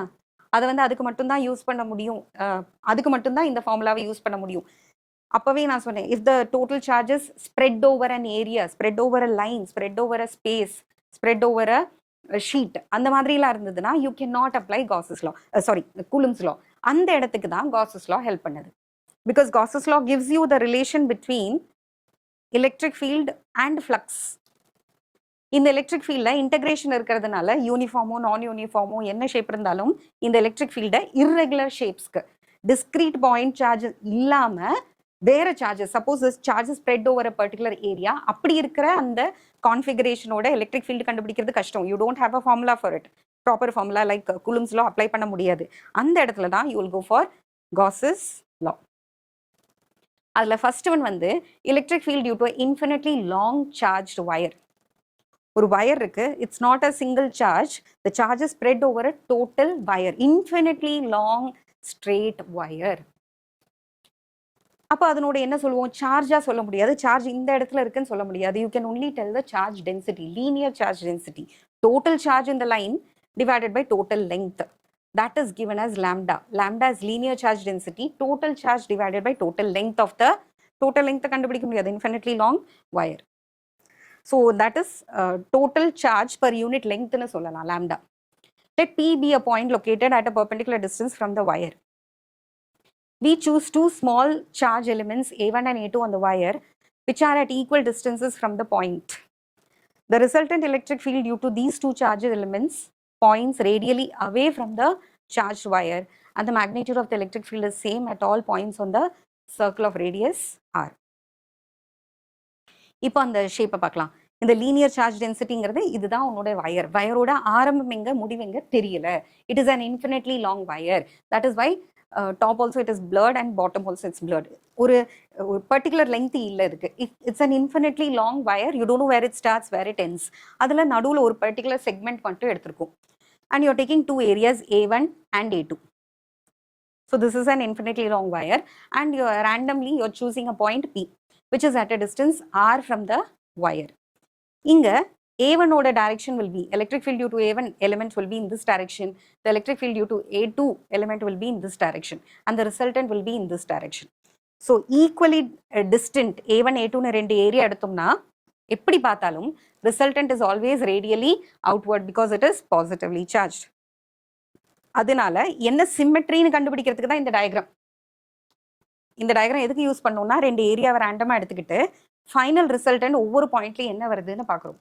எல்லா பாயிண்ட்லயும் இட் இஸ் ரேடியலி அவுட்வர்ட். இதை வச்சுதான் என்ன பண்ணுவோம், என்ன ஷேப்ல இருக்கிற காசியன் சர்ஃபேஸ் நம்ம சூஸ் பண்ணணுங்கிறத முடிவு பண்ணுவோம். ஸோ சின்ஸ் சார்ஜ் வயர் இப்போ என்ன சிமெட்ரின்னு பார்த்துட்டு has got a cylindrical symmetry, ஒவ்வொரு பாயிண்ட்லயும் ரேடியலி அவுட்வர்ட் ஸ்ப்ரெட் ஆகிற மாதிரி ஒரு சிலிண்ட்ரிக்கல் சிமெட்ரி இருக்கு. அதனால you are going to choose a cylindrical Gaussian surface. நீ எடுத்திருக்கிற ரேண்டமா இருக்கிற சிலிண்டரோட லெங்த் வந்து L, ஒரு சின்ன செக்மெண்ட் தான் யூஸ் பண்ணியிருக்கேன், அண்ட் ரேடியஸ் இஸ் R. இப்போ இதுல இருக்கிற டோட்டல் ஃப்ளக்ஸ்ங்கிறது இந்த சிலிண்டருக்கு எத்தனை சர்ஃபேஸ் இருக்கு, ஒரு டாப் சர்ஃபேஸ், ஒரு பாட்டம் சர்ஃபேஸ், ஒரு curve surface. So total flux is equal to closed area. அந்த ஏரியால இருக்கிற எல்லா ஃப்ளக்ஸையும் எடுத்துக்கணும். கர்வ்டு சர்ஃபேஸ்ல இருக்கிறது, டாப் சர்ஃபேஸ்ல இருக்கிறது அண்ட் பாட்டம் சர்ஃபேஸ்ல இருக்கிறது. இப்பதான் theta becomes very important. Electric field எல்லா டைரக்ஷன்லையும் எல்லா பாயிண்ட்லையும் ரேடியலி அவுட்வர்டு அப்படின்னு பார்த்தோம். சிலிண்ட்ரிக்கல் சிமெட்ரி ரேடியலி அவுட்வர்டா இருக்குன்னு. இந்த ஏரியா எடுத்தோம்னா அது ஒரு நார்மல் மேல் பக்கமா இருக்கும். What is the value of theta here? Top சர்ஃபேஸ்ல theta is 90 degree. Similarly, bottom surface again theta is 90 degree. Top surface and bottom surface it is 90 degree. CSA la theta will be 0. Both are parallel. N and E are parallel. So, in the moon area la, in the area la mattum theta is 0. In the area la theta is 90 degree. In the area la theta is 90 degree. So, what will happen to the second and third term? It will disappear. Once again, shall I explain? என்ன எடுத்துக்கோ என்ன கண்டுபிடிக்க போறோம்? Electric field due to a infinitely long charged wire having a uniform linear charge density lambda. What is lambda? Total charge divided by total length. Let P be a point located at a perpendicular distance from the R. Choose any two small elements, charge elements A1 and A2 on the wire which are at equal distances from the point P. The resultant of the electric field due to these two charge elements point radially away from the charged wire and the magnitude is same at all the points on the circle of radius R. Since the charged wire possesses a cylindrical symmetry, let us choose a cylindrical Gaussian surface of radius R and length L. அப்படி cylindrical symmetry ங்கிறதுனால you went for a cylinder. The Gaussian surface that you have chosen is a cylinder having a radius R and length is L. Now for the cylinder you have three areas, the top surface, the bottom surface as well as the curved surface. For the top surface and the bottom surface, the value of theta is 90 and 90. In the case of the CSA, curved surface area, in the case of the curved surface area, theta value is 0. Therefore, flux is equal to the summation of all these things. Tani-taniyana integration or addition. Second and third term vanish in the equation 1.63. Finally, you are left with only curved surface area integral EDA. இப்போ curved surface area ஓட value நீ போடணும். So curved surface area ல தான் E is parallel to A and for the top and bottom it is perpendicular. Applying it, since the magnitude of the electric field is curved, E is constant, you can take out E. You are left with integral dA. Integral dA na CSA ஓட formula போடணும். Right hand side ல Q enclosed இருக்கு. What is lambda? Lambda is equal to Q enclosed by the length of the cylinder. So what will be Q enclosed? Q enclosed will be equal to lambda L. Q enclosed வர இடத்துல என்ன போடணும்? Lambda L போட்டுக்கணும். So integral dA will be total area of the curved surface area 2 pi RL. Now E into 2 pi RL will be equal to lambda L by epsilon naught. E will be equal to 1 by 2 pi epsilon naught lambda by R, because L gets cancelled on both sides. And you're left with lambda by 2 pi epsilon naught R. So equation formula கிடைச்சது. Integrala இருந்தது. You have derived it in the form of an equation using Gauss's law. This is a direct application of Gauss's law. The electric field due to அங்க வந்து இதுல என்ன டிஃபரன்ஸ்னா point charge, discrete point சார்ஜ்னா டினாமினேட்டர்ல என்ன இருந்தது? ஆர் ஸ்கொயர் இருந்தது. It was inversely proportional to square of the distance. But here it indicates that it is always it is inversely proportional to 1 by r and not 1 by r square, which was for a point charge. Point charge க்கு square of the distance இருந்தது, wire க்கு it is only 1 by r. So if lambda is positive, then it will be perpendicularly radially outward, and if lambda is negative, it will be radially inward.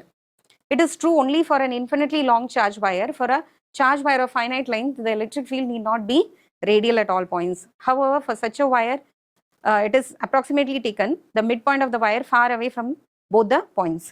இது வந்து என்ன சொல்றாங்க? Infinitely long charge wireக்கு மட்டும் தான் இது possible. ஏன்னா finite length இருந்ததுன்னா என்ன ஆகும்? It may not be uniform. Uniform எடுக்க முடியாது இல்லையா? So this is applicable only for infinitely long wire. But if it is finite இருந்ததுன்னா midpointல இருந்து up and downக்கு மட்டும் கொஞ்சம் எடுத்துக்கலாம். So in short, it is applicable only for infinitely long charged wire. So we have seen one application of Gauss law. இது வரைக்கும் இப்போ complete பண்ணிட்டோம். So இன்னைக்கு வந்து என்னென்ன பார்த்தோம்? We started from relation between electric field and electric potential. We started with this today. Electric field kum potential kum nadula irukra relation kandupidichom, and we understood what is gradient. Gradient gra and concept paathom. So in short, electric field is the negative gradient of potential. அதுதான் derive பண்ணோம். Then potential energy for a system of charges, 3 charges assemble பண்றதோட சிஸ்டத்தோட potential energy derive பண்ணோம். அது step by ஸ்டெப்பா பார்த்தோம். First Q1 கொண்டு வரோம், தென் Q2 கொண்டு வரோம், தென் Q3 கொண்டு வரோம். டோட்டல் பொட்டன்ஷியல் எனர்ஜியை ஆட் பண்றோம் சிஸ்டத்தோட. Finally it has got 3 terms. 3 mark question. அதே மாதிரி dipole which is already present in a uniform electric field, and if it is aligned இல்ல θ dash அப்படிங்கிற ஆங்கிள் இருக்கு, அது θங்கிற ஆங்கிளுக்கு நம்ம ரொட்டேட் பண்ணணும்னா what is the amount of work done, what will be the potential energy stored in it, எப்போ அது stable, எப்போ unstable, எப்போ மேக்ஸிமம் பொட்டன்ஷியல் எனர்ஜி, எப்போ minimum potential energy, all that we saw. Then we started the concept of electric flux. Flux na என்னதுன்னு பார்த்தோம். Then electric field, ஒரு uniform electric ஃபீல்டில் ஃப்ளக்ஸோட equation பார்த்தோம். அதுக்கப்புறம் எந்தெந்த கேசஸில் ஃப்ளக்ஸ் மேக்ஸிமமாக இருக்கும், மினிமமாக இருக்கும், தீட்டாவை எப்படி கால்குலேட் பண்ணுறதுங்கிறது இந்த டயக்ராத்தில் எக்ஸ்பிளைன் பண்ணும், பர்டிகுலராக எக்ஸ்பிளைன் பண்ணும். ஏரியா பெர்பெண்டிகுலராக இருக்குன்னு சொன்ன உடனே பெர்பெண்டிகுலர்னா θ 90ன்னு தப்பாக எடுத்துடாது. ஸோ ஏரியா தான் பெர்பெண்டிகுலர், θ 0. ஏரியா தான் parallel, ஆனால் θ is 90. That I explained with the help of this diagram. Hope you understand. Because நார்மலுக்கும் எலக்ட்ரிக் ஃபீல்டுக்கும் நடுவில் இருக்கிறது தான் ஆங்கிளே தவிர ஏரியாக்கும் எலக்ட்ரிக் ஃபீல்டுக்கு நடுவில் இருக்கிறது இல்லை. தென் வி saw numerical, அந்த ஃபார்முலா யூஸ் பண்ணி then actually we came to what is Gauss law. Gauss law 2 மார்க்ஸில் கேட்கலாம். ஜஸ்ட் ஸ்டேட்மெண்ட் மட்டும் கேட்டு வாட் இஸ் ஸ்டேட் காஸ் லான்னு கேட்டு ஃபார்முலாவோட 2 மார்க் கொஸ்டினாக கேட்கலாம். Then this is a 3 mark question. You start from Coulomb's law and you arrive at Gauss equation, Gauss law. And அதனோட டிஃப்ரெண்ட் ஆஸ்பெக்ட்ஸ், எதில் டிபெண்ட் பண்ணும், எதில் டிபெண்ட் பண்ணாது, சார்ஜஸ் எங்கே இருந்தாலும் பிரச்சனை இல்லை, க்ளோஸ்டு சர்ஃபேஸ் எதை வேணால் சூஸ் பண்ணிக்கலாம், சிமெட்ரிக்கலாக இருந்தால் போதும், charges which are inside alone will contribute, outside will not contribute. Electric ஃபீல்டுக்கு எல்லாமே கான்ட்ரிபியூட் பண்ணும், ஆனால் ஃப்ளக்ஸுக்கு உள்ளே இருக்கிற சார்ஜ் மட்டும் தான் கான்ட்ரிபியூட் பண்ணும். All that we saw in detail. Then as an application of Gauss law, we started with infinitely long charged wire. அதில் தான் linear charge density, lambdaங்கிற கான்செப்டை கொண்டு வந்தோம். Lambda is equal to total charge by length. Then infinitely long wire, அதில் ஒரு சின்ன segment எடுத்தோம். Then cylinder மாதிரி சூஸ் பண்ணி top, bottom, curved surface, etc. And then we finally arrived at the electric field due to an infinitely long charged wire. So next application we'll see infinitely charged plane sheet இருந்தா என்னதுங்கிறது next classல பார்ப்போம். So இந்த classல வந்து என்ன பார்த்தோம், infinitely long charged wire ஓட electric field, because you cannot apply Coulomb's law, you have applied Gauss law. So last classல நம்ம என்ன பார்த்தோம், Gauss's law ஓட application பார்த்துட்டு வரோம். நம்ம ஃப்ளக்ஸ்னா என்னதுன்னு பார்த்தோம். ஃப்ளக்ஸ்ல இருந்து ஃப்ளக்ஸோட டெஃபினேஷன் தெரிஞ்சாதான் Gauss's law கரெக்டாக புரிஞ்சுக்க முடியும். Gauss's law புரிஞ்சுக்கிட்டு நெக்ஸ்ட் என்ன பார்த்தோம், இன்ஃபினிட்லி லாங் சார்ஜ்டு வயரோட எலக்ட்ரிக் ஃபீல்டு பார்த்தோம். ஏன்னா அது கூலும்ஸ் லா வச்சு டிஸ்க்ரீட் சார்ஜஸ்க்கு மட்டும்தான் பண்ண முடியும். கண்டினியூஸ் சார்ஜ் டிஸ்ட்ரிபியூஷனுக்கு you can not use Coulomb's law. அதனால தான் நம்ம காஸஸ் லா யூஸ் பண்ணி அதனோட அப்ளிகேஷனாக பார்த்தோம். இப்போ பார்க்க போகிறது செகண்ட் அப்ளிகேஷன். இப்போ நீ சார்ஜாக இருக்கிறது வந்து it's not a point charge, discrete charge இல்லை, அதனோட பொசிஷன் உன்னால் கண்டுபிடிக்க முடியாது. சார்ஜ் எங்கே இருக்குன்னு உன்னால் டெஃபினட்டாக சொல்ல முடியாது. It is spread over an area, அப்படி இருக்குது சார்ஜ் டிஸ்ட்ரிபியூஷன். அப்படின்னா அந்த பிளேன் ஷீட்டோட எலக்ட்ரிக் ஃபீல்டு என்னவா இருக்கும்? The electric field due to a charge infinite plane sheet. Charge இங்கே தான் இருக்குன்னு என்னால் ஸ்பெசிஃபிக்காக ஐ கேனாட் பாயிண்ட் அவுட். அதனால சார்ஜை நான் எடுத்துருக்கிற பாயிண்ட்லேருந்து என்ன டிஸ்டன்ஸ் அப்படின்னு சொல்லும்போது charges always spread on this. Okay, charge configuration evenly spread out இருக்கு. Consider an infinite plane sheet of charges with uniform surface charge density. அங்க என்ன பார்த்தோம், linear charge density பார்த்தோம், lambda. It was charge divided by the whole length. இங்க பார்க்க போகிறது total charge divided by total surface area. அதுக்கு பேரு charge density. Surface charge densityன்னு சொல்லலாம், இல்லைனா charge density. அதனோட சிம்பிள் வந்து சிக்மா. ஸோ அதனோட என்ன லெட்டரில் நம்ம ஸ்பெசிஃபிக்காக அதில் ஸ்பெசிஃபை பண்ணுறோன்னா it is sigma. Sigma is surface charge density, and surface charge density sigma is equal to total charge divided by total area in which it is spread. let P be a point at a distance r from the sheet.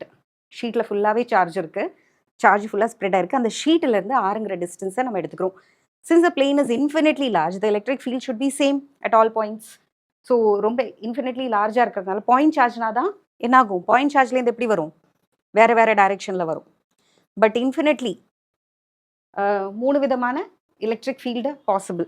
இப்போது point சார்ஜாக இருந்தால் இந்த மாதிரி spherical சிமெட்ரியில் எல்லா டைரெக்ஷன்லேயும் வரும். இப்படி தான் point சார்ஜ்லேருந்து electric field வரும். But if it's a plane sheet at a long distance எப்படி இருக்கும், யூனிஃபார்மாக இருக்கும் electric field. So since the plane is infinitely large, the electric field should be the same at all points which is equidistant from the plane and radially directed outward at all points. என்ன positive charge, அதனால radially outward. Negative charge இருந்தா radially inward if it had been negative. So radiallyங்கிறதுனால அங்கே எடுத்த மாதிரி இங்கே என்ன எடுக்க போகிறோம், சிலிண்டர் தான் எடுக்க போகிறோம். So a cylindrical Gaussian surface of length 2r and 2 flat surfaces, each of area A, is chosen such that the infinite plane sheet passes perpendicularly through the middle part of the Gaussian surface. And the Gaussian surface எப்படி இருக்க போகிறது, you remember நம்ம infinitely long chargedக்கு எப்படி பண்ணோம், இதுதான் வயர்னா வயரை சுற்றி இந்த டைரெக்ஷனில் நம்ம எடுத்தோம். நான் இங்கே எப்படி எடுக்க போகிறோம், இதை நிறைய இன்ஃபினிட்லி லாங் வயர்ஸாக நினச்சிக்கிட்டு இந்த பிளேனுக்கு வந்து இந்த பிளேன் எப்படி வரும், it is passing perpendicularly through the surface area of the cylinder. இந்த மாதிரி தான் நம்ம சூஸ் பண்ண போகிறோம். You're choosing a Gaussian surface which is in the form of a cylinder. அதனோட டோட்டல் லெங்த் வந்து 2r. 2 ஃப்ளாட் சர்ஃபேஸஸ் இருக்குது, one in the front and one at the back. So இந்த டிஸ்டன்ஸ் பிங்கிற டிஸ்டன்ஸ் வந்து பிங்கிற பாயிண்ட் வந்து ஆறுங்கிற டிஸ்டன்ஸில் இருக்குது. பி டேஷ் அப்படிங்கிற பாயிண்ட் அதே ஆர் டிஸ்டன்ஸில் இருக்குது, but behind the sheet. So you're taking 2 points. ஒரு பாயிண்ட் பிங்கிற point which is in front of the sheet, another point P dash is behind the sheet. இங்கே நீ எடுத்திருக்கிற சிலிண்டரோட area of cross section is capital A, இந்த பக்கமும் it is capital A. இப்போ infinite plane ஷீட்லேருந்து ரேடியலி அவுட்வர்டாக வரும். இப்போ இந்த சிலிண்டரோட எந்தெந்த டைரக்ஷனில் எலக்ட்ரிக் ஃபீல்டு வரும், நல்லா யோசிச்சு சொல்லு. The electric field is in this direction. ஏரியாவோட நார்மல் வெக்டார், ஏரியாவோட யூ டேக் அன் ஏரியா, ஏரியாவோட நார்மல் வெக்டார் எப்படி இருக்கும், சர்ஃபேஸுக்கு பர்பெண்டிகுலராக இருக்கும். ஸோ ஏரியா வெக்டருங்கிறது அந்த நார்மல் வெக்டார் தான். DA vector is in this direction. Electric field is also in this direction. The red colour arrow specifies what, the electric field. DA specifies the direction of normal to the area. ரெண்டுமே parallel. இந்த ஏரியாலேயே area element இருக்கு D A, but D A and electric field are perpendicular to each other. இங்கே என்ன பண்ண போகிறோம், Gaussian லா தான் use பண்ண போகிறோம். closed integral E dot dA is equal to Q by epsilon naught. அந்த integral closed integral E dot dA ல எத்தனை எலிமெண்ட் வரும், 3 எலிமெண்ட்ஸ் வரும், 3 பார்ட்ஸ் வரும். எங்கெல்லாம், P டேஷ்ங்கிற ஏரியாவில் இருக்கிற electric flux, and then curve surface ஏரியாவில் இருக்கிறது, அப்புறம் ஃப்ரண்ட்டில் இருக்கிற ஏரியாவில். Okay, so you are going to find what is the electric field due to this plane charge sheet. So எதை ரெண்டு ஈக்குவேட் பண்ண போகிறோம், we know that flux is equal to closed integral E dot dA. And flux is also equal to Q enclosed by epsilon naught. இந்த curve surface ஏரியாவில் இந்த சிலிண்டரோட எத்தனை parts வரும், 3 parts வரும். ஒன்று வந்து curve surface, இன்னொன்று வந்து Pங்கிற பாயிண்ட்ல இருக்கிற ஏரியா, இன்னொன்று P டேஷ்ங்கிற பாயிண்ட்ல இருக்கிற ஏரியா. நான் இப்போ டயக்ரத்தில் காமிச்சு கொடுத்தேன். What is the value of theta here, P டேஷ்லையும் Pலையும் தீட்டாவோட value 0. E vector dot dA vector na answer is EDA cos theta. Now cos 0 is 1, cos 0 is 1. இங்கே மட்டும் cos 90. ஸோ எந்த டேர்ம் டிஸப்பியர் ஆகும், இந்த first term will disappear. The electric field is perpendicular to the area element at all points on the curved surface area and it is parallel to the surface area at P and P dash. Then applying Gauss's law, flux is equal to இந்த பக்கம் Q enclosed by epsilon naught எழுதணும். இங்கே curved surface ஏரியாவில் மட்டும் அந்த factor disappears. Why? Because cos theta is equal to cos 90 is equal to 0. இந்த ரெண்டு கேசஸில் dot disappears, you get only the magnitude. இங்கே வெக்டார்னு போட்டோம், இங்கே வெக்டார் போடக்கூடாது. ஏன் போடக்கூடாது, ஏன்னா இதோட ஆன்சர் தான் இது. E வெக்டார் டாட் DA வெக்டாரோட ஆன்சர் மேக்னிடியூட், அளவு மட்டும். அதாவது வெறும் E, வெறுமனே DA, அப்புறம் காஸ் தீட்டா. காஸ் தீட்டாவோட வேல்யூ நான் இங்கே போட்டாச்சு. cos 0 is 1, here also cos 0 is 1, here it was cos 90 0, அந்த டேர்மே கிடையாது. இப்போ 3 டேர்ம் எத்தனை டேர்மாக ரெடியூஸ் ஆச்சு? 2 டேர்ம்ஸாக ரெடியூஸ் ஆச்சு. Flux phi is equal to EdPA at the point P and EdA at the point P dash, which is equal to Q enclosed by epsilon naught. Since the magnitude of the electric field at these two flat surfaces is uniform, E is taken out of the integration, Q enclosed மட்டும் தான் இருக்கும். E can be taken out. ரெண்டு ஒரே distance, ஒரே strength of electric field, ரெண்டு வாட்டி வருது. So இது ரெண்டும் same தான் value, magnitude is same.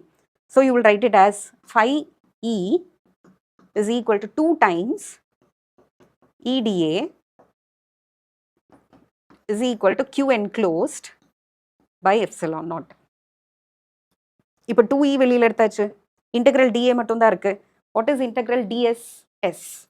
If ds is a small area, integral ds is S. If dr is a small distance, integral dr is the whole r. If integral dl is a small element, then if dl is a small element, then integral dl is the whole length. So if integral dA is a small area element, integral dA is A. So that is equal to sigma A by epsilon naught. இங்க எப்படி sigma A by epsilon naught வந்தது? Because sigma is equal to total charge by total area. Okay. So next அந்த integral dA என்ன ஆகும் சொன்னேன்? Integral dA becomes A. So left hand side 2EA, right hand side Q enclosed by epsilon naught, which is sigma A. Both sides A gets cancelled. Electric field E is equal to sigma by 2 epsilon naught. Vector form எழுதணும்னா இது என்னது? Magnitude. Vector form இந்த பக்கம் vector போட்டேனா unit vector போடணும். What is the unit vector? N cap. dA vectorங்கிறதுல dA அப்படிங்கிற வெக்டார்ல dA அப்படிங்கிற value இருக்கு, magnitude இருக்கு, அதை தவிர ஒரு n cap இருக்கு. அந்த n cap தான் unit vector in that direction. N cap is the outward unit vector normal to the plane. Note that the electric field due to an infinite plane sheet of charge depends only on the surface charge density and does not depend on the distance at all. Okay. ஆனால் இதுக்கு முன்னாடி பார்த்தா infinitely long வயரில் charge வயரில் என்ன இருந்தது? ஆரோட ஃபேக்டரும் இருந்தது. ஆனால் இதில் ஆரோட ஃபேக்டர் கிடையாது.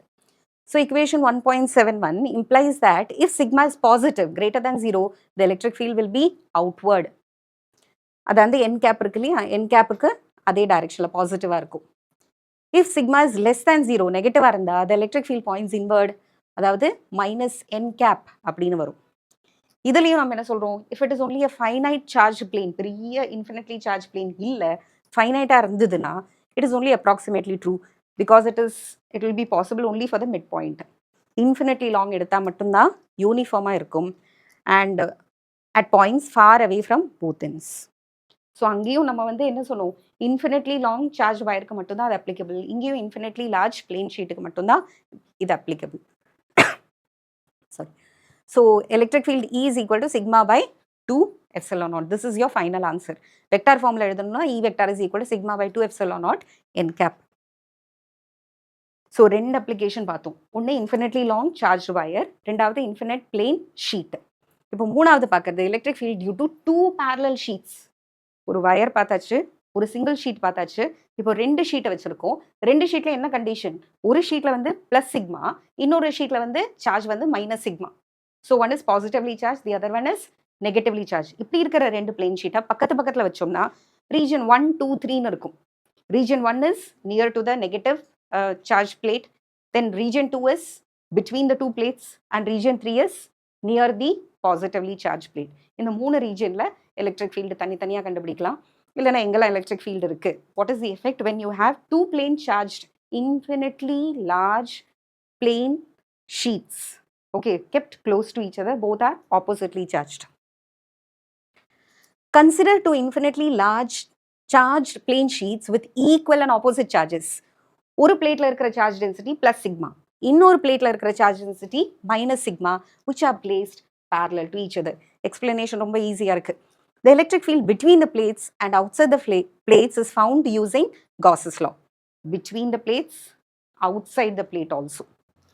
The magnitude of the electric field due to an infinitely charged plane sheet is sigma by 2 epsilon naught. எங்கேருந்து கிடைச்சது? போன equation 1.70. ஏற்கனவே ஒரு சிங்கிள் ஷீட்டுக்கு நம்ம கண்டுபிடிச்சிருக்கோம். அந்த ரிசல்ட்லேருந்து தான் இங்கே ஆரம்பிக்கிறோமே. போன அப்ளிகேஷன் இருக்கு இல்லையா, அதாவது சிங்கிள் பிளேன் ஷீட்டோட முடிவுல இருந்து தான் இது 2 பிளேன் ஷீட்டுக்கு தனித்தனியாக வி நோ தேட் அப்படின்னு ஆரம்பிக்கிறோம்.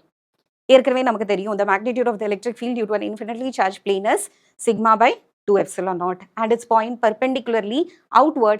Sigma பாசிட்டிவாக இருந்தால் அவுட்வர்டாக இருக்கும், சிக்மா நெகட்டிவாக இருந்தால் இன்வர்டாக இருக்கும். இப்போ நம்ம எடுத்துக்கிறோம் at points P2 and P3 the electric field due to, அதுக்கு இந்த டயக்ரத்தை பார்க்கணும். where is P1, where is P2 and where is P3. இங்கே வந்து P1ங்கிற பாயிண்ட்டை between the plates எடுத்திருக்காங்க. P2ங்கிற point is near the negatively charge plate and P3ங்கிற point is near the positively charge plate. So 3 points நம்ம கன்சிடர் பண்ணுறோம். நம்ம என்ன எடுத்திருக்கோம், 2 plane charge sheet, infinitely large plane sheet which is charged. One is positively charged, the other one is negatively charged. Negatively charged sheet oda surface charge is minus sigma, idanoda plus sigma. So P1 ங்கிற பாயிண்ட்ல என்ன ஆகுது, electric field due to the positive plate outward, electric field due to the negative plate அதுக்குள்ள inward போறது. And இந்த டைரக்ஷன்ல, இந்த ரீஜன்ல, second region இல்லைனா P2ங்கிற ரீஜன்ல என்ன ஆகும், negative plate oda blue color line, blue color vector is going into the sheet. The violet color, E positive, due to the positively charged sheet, it is going to the right. So the blue color vector is towards inward and E positive is outward. இங்க வந்து E negative inward, E positive outward. The direction of the electric field between the plates is directed from positively charged plate to negatively charged place and is uniform everywhere between the plates. உள்ளுக்குள்ள இருக்கிற electric field வந்து ஒரே distance, ஒரே strength இருக்கிற 2 plates, அதனால in between electric field is uniform and in the same direction. According to superposition principle, it gets added up. But in the regions 2 and 3, they get cancelled. So at points P2 and P3, the electric field due to both plates are equal in magnitude and opposite in direction. As a result, the electric field at a point outside the plate is 0. But between the plates, electric field are in the same direction, that is towards the right. And the total electric field is positive oda sigma by 2 epsilon naught plus magnitude மட்டும் தான் எடுத்திருக்கேன். Magnitude gets added up. Both the vectors are in the same direction, they have the same magnitude. So sigma by 2 epsilon naught plus sigma by 2 epsilon naught will give you sigma by epsilon naught. This is the electric field inside the region. Okay, so இவ்வளோ தான், இதோ சிம்பிளாக முடிச்சிடலாம். இது யூஸ்வலாக கேட்டது கிடையாது, maybe 3 மார்க்கில் கேட்கலாம். 3 மார்க் அளவுக்கு தான் பாயிண்ட்ஸே இருக்குதுல. டயக்ரத்துக்கு maybe they can allot 1 mark and then எக்ஸ்பிளனேஷன்லேயே கொடுத்துட்றேன் இல்லையா, எப்படி வருது, டைரக்ஷன் எப்படி, and E positive E negative அது எல்லாத்தையும் மென்ஷன் பண்ணிடுறோம். That may carry 1 mark and final equation may carry 1 mark. So if possible, they might ask this only in 3 mark. But the other one, plain sheet இருந்தது இல்லையா, this has been asked in 5 mark question.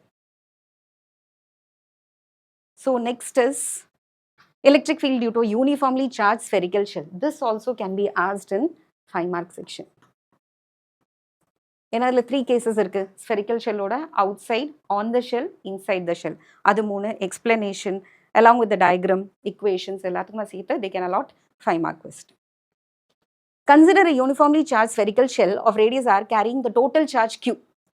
The electric field at points outside and inside the sphere can be found using the Gauss's law. So ஒரு sphere எடுத்துக்கிறோம்.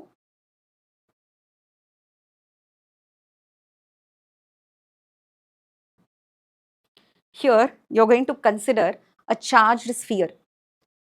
Charged sphereல எனக்கு ஒரு point சொல்லு, suppose it is positively charged, let it be positively charged. You remember all the charges only on the surface. The charge on a metallic conductor, அதை charge பண்ணோம்னா எல்லா சார்ஜுமே எப்படி இருக்கும், it will be only on the surface, whether it is hollow or solid. மேலே இருக்கும். Solidனா எப்படி consider பண்ணலாம், as if all the charges concentrated at the center, but it will always stay on the surface. So case 1ல என்ன பண்ண போறோம்னா, நீயா என்ன imagine பண்ற, you have a spherical shell having a radius small r. Okay, in the small not small r, capital R.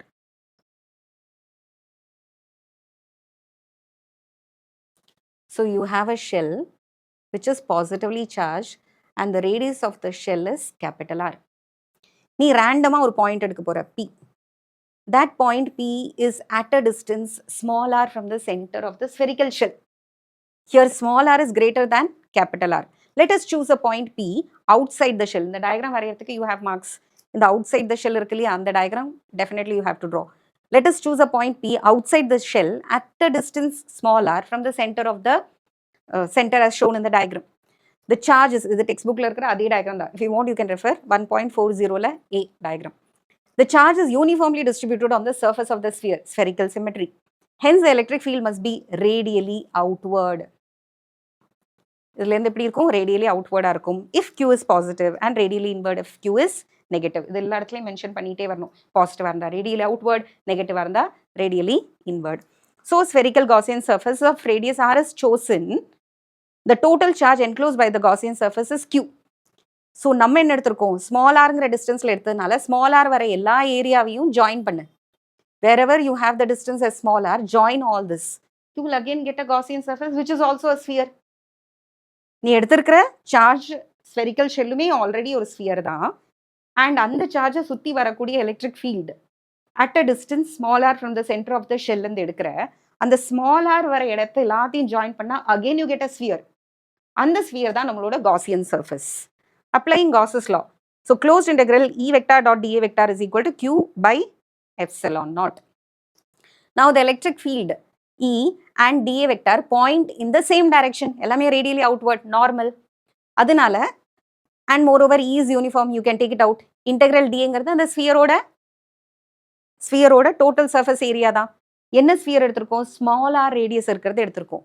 So answer is E dot or E into 4 pi r square. Integral closed integral dA is 4 pi small r square which is equal to Q by epsilon naught according to Gauss's law. The electric field E and A are pointing in the same direction, இந்த directionல. So electric field இந்த directionல. இங்க ஒரு சின்ன area எடுத்தனா ஏரியாவோட நார்மலும் இதே directionல தான் இருக்கு. Since they are parallel, E dot dA becomes EdA. But closed integral dA is equal to total Gaussian surface, which is 4 pi r square. Substituting this value in 1.74. Integral closed integral dA க்கு பதிலா என்ன போட்டுக்கலாம் 4 pi r square போட்டுக்கலாம். So you get E is equal to 1 by 4 pi epsilon naught total charge Q enclosed on the metallic surface sphere or a spherical shell divided by r square. So இதே vector ஃபார்ம்ல எழுதணும்னா என்ன பண்ணிக்கணும் இங்க vector sign unit vector இது magnitude மட்டும்தான் வெக்டர்ல எழுதினா ரெண்டு சைடும் வெக்டார் பேலன்ஸ்டா இருக்கணும். The electric field is radially outward if Q is positive and radially inward if Q is negative. So from this we find that the electric field at a point outside the shell will be the same as if the entire charge is concentrated at the center of the spherical shell. நம்ம எடுத்தது charge என்னமோ இங்க தான் இருந்தது சர்ஃபேஸ்ல. ஆனா ஈக்குவேஷனை drive பண்ணி வரும்போது கடைசியில நமக்கு distance is from the centre. So it gives an effect as if இந்த சார்ஜ்லாம் இங்கே சர்ஃபேஸில் இல்லாத மாதிரியும் இந்த சார்ஜெல்லாம் சேர்ந்து சென்டர்லேயே உட்காந்துருக்கிற ஒரு எஃபெக்டை தான் கொடுக்குது. If all the charges was sitting here concentrated at this point you will get the same answer இல்லையா. சர்ஃபேஸில் இருந்தாலும் அது என்ன எஃபெக்டை கொடுக்கறது ஒரு பாயிண்ட் சார்ஜோட எஃபெக்டை கொடுக்கறது as if all the charges is concentrated at the center. அதை தான் சொல்ல வராங்க. E is equal to 1 by 4 pi epsilon naught Q by r squareங்கிறது அந்த equation என்ன ஒரு எஃபெக்டை கொடுக்குது as if all the charges concentrated at the center of the sphere. Although the charge is distributed on the surface, it gives an effect as if it is at the center. இந்த போர்டில் இருக்கிற இந்த points எல்லாத்தையும் நான் filter பண்ணிட்டு இதெல்லாம் கட்டாயம் வேணும்னு எழுதின points key points. You can not skip any of the points for your board exam. Okay இதில் ஷார்ட் பண்ணி கொடுங்கன்னா அந்த ஷார்ட்டாக இருக்கிற தேவையான சென்டென்சஸ் மட்டும் தான் போட்டிருக்கேன். So these each and every point can be a key point for your board exam. So from board exam point of view ல இருந்தா சொல்றேன் புரிஞ்சுக்கணும் தான் புரிஞ்சுக்கிறதோட சேர்த்து we need marks also. So for that let me tell you these points are very important. Don't miss any of the points and try to mention everywhere that Q greater than 0 na radially outward, Q less than 0 na radially inward. That keep on mentioning anywhere throughout the answer. இப்போ case A தான் முடிஞ்சிருக்கு. This is a 5 mark question. Case B இப்போ நம்ம ஷெல்லோட எங்கே எடுத்தோம் spherical charge shell எடுத்தோம். ஷெல்லுக்கு வெளியில் ஒரு பாயிண்ட்டை தான் பார்த்தோம். வெளியில் ஒரு பாயிண்ட் Pன்னு பார்த்தோம். அண்ட் அந்த point was at a distance R. Now let us take a point on the surface of the shell. அப்போ ஸ்மால் ஆர் வர இடத்துல நீ என்ன போடணும்? கேபிட்டல் ஆர் போட்டால் போகிறோம். Just a small substitution is enough. நீ இவ்வளோ நேரம் டிரைவ் பண்ண இல்லையா கேஸே? கேஸேல put small r is equal to capital R. முடிஞ்சு போச்சு case B. When the surface, when the point that you're taking is on the surface, your equation is very simple. E vector is equal to Q divided by 4 pi epsilon naught R square R cap. In case 3, at a point inside the spherical shell, இப்போதான் நமக்கு அந்த பாயிண்ட்டை ஞாபகப்படுத்தணும். Electric field உள்ளே கண்டுபிடிக்க try பண்ணுறோம். திரும்ப திரும்ப நான் ஆரம்பத்துலேருந்தே சொல்லிட்டு இருக்கேன், சார்ஜ் ஃபுல்லாக எங்கே தான் இருக்குது? சர்ஃபேஸில் மட்டும்தான் இருக்குது. ஒரு சார்ஜுக்குள்ளே உள்ள பெனிட்ரேட் ஆகாது, அப்சார்ப் ஆகாது. அந்த கேஸே போடும்போது it gives an effect as if தான் சொன்னேனே தவிர all the charges at the centre நான் சொல்லவே இல்லை. It gives an effect as if everything is concentrated at the center, although the charge is only on the surface. அந்த point ரொம்ப முக்கியம். The charge is only on the surface. இப்போ நீ என்ன பண்ணுற? ஒரு ஸ்பெரிக்கல் ஷெல் எடுக்கிற. சார்ஜெல்லாம் எங்கே இருக்குது? வெளியில் இருக்குது. Electric field will be due to everything. ஆனால் flux will be contributed only by the charges which is inside the Gaussian surface that you have taken. இப்போ நீ எடுத்திருக்கிற Gaussian surfaceல ஏதாவது சார்ஜ் இருக்கா? ஃபர்ஸ்ட் கேஸில் Gaussian surface you took outside the given shell. அப்போ this charged shell was included inside it, enclosed in it. இப்போ நீ எடுத்திருக்கிற Gaussian surface எங்கே இருக்கு? ஸ்பெரிக்கல் ஷெல்லுக்கு உள்ளே இருக்கு.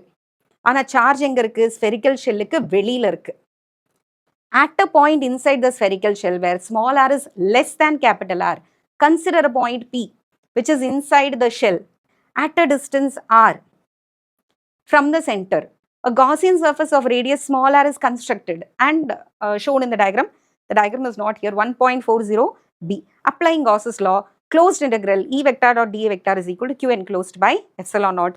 இதெல்லாம் வருது. LHSல வந்து எதுவுமே ஜீரோ ஆகல. எலக்ட்ரிக் ஃபீல்டு இருக்குது நமக்கு தெரியும். எலக்ட்ரிக் ஃபீல்டை கான்ட்ரிபியூட் பண்ணுறதுக்கு உள்ளே இருக்கிற சார்ஜ், வெளியில் இருக்கிற சார்ஜ் எல்லாமே சேர்ந்து எலக்ட்ரிக் ஃபீல்டுக்கு கான்ட்ரிபியூட் பண்ணும். ஆனால் ஃப்ளக்ஸுக்கு எது மட்டும் தான் கான்ட்ரிபியூட் பண்ணும்? ஃப்ளக்ஸுக்கு வந்து நீ எடுத்திருக்கிற Gaussian surfaceக்கு உள்ளே இருக்கிற சார்ஜ் மட்டும்தான் ஃப்ளக்ஸுக்கு கான்ட்ரிபியூட் பண்ணும். So E vector E dot 4 pi R square is equal to Q by epsilon naught.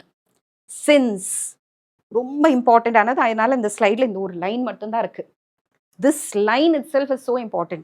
Since Gaussian surface encloses no charge, Q is equal to 0, the equation 1.77 becomes, LHSல என்னதான் இருந்தாலும் RHSல Q is 0 for R less than capital R.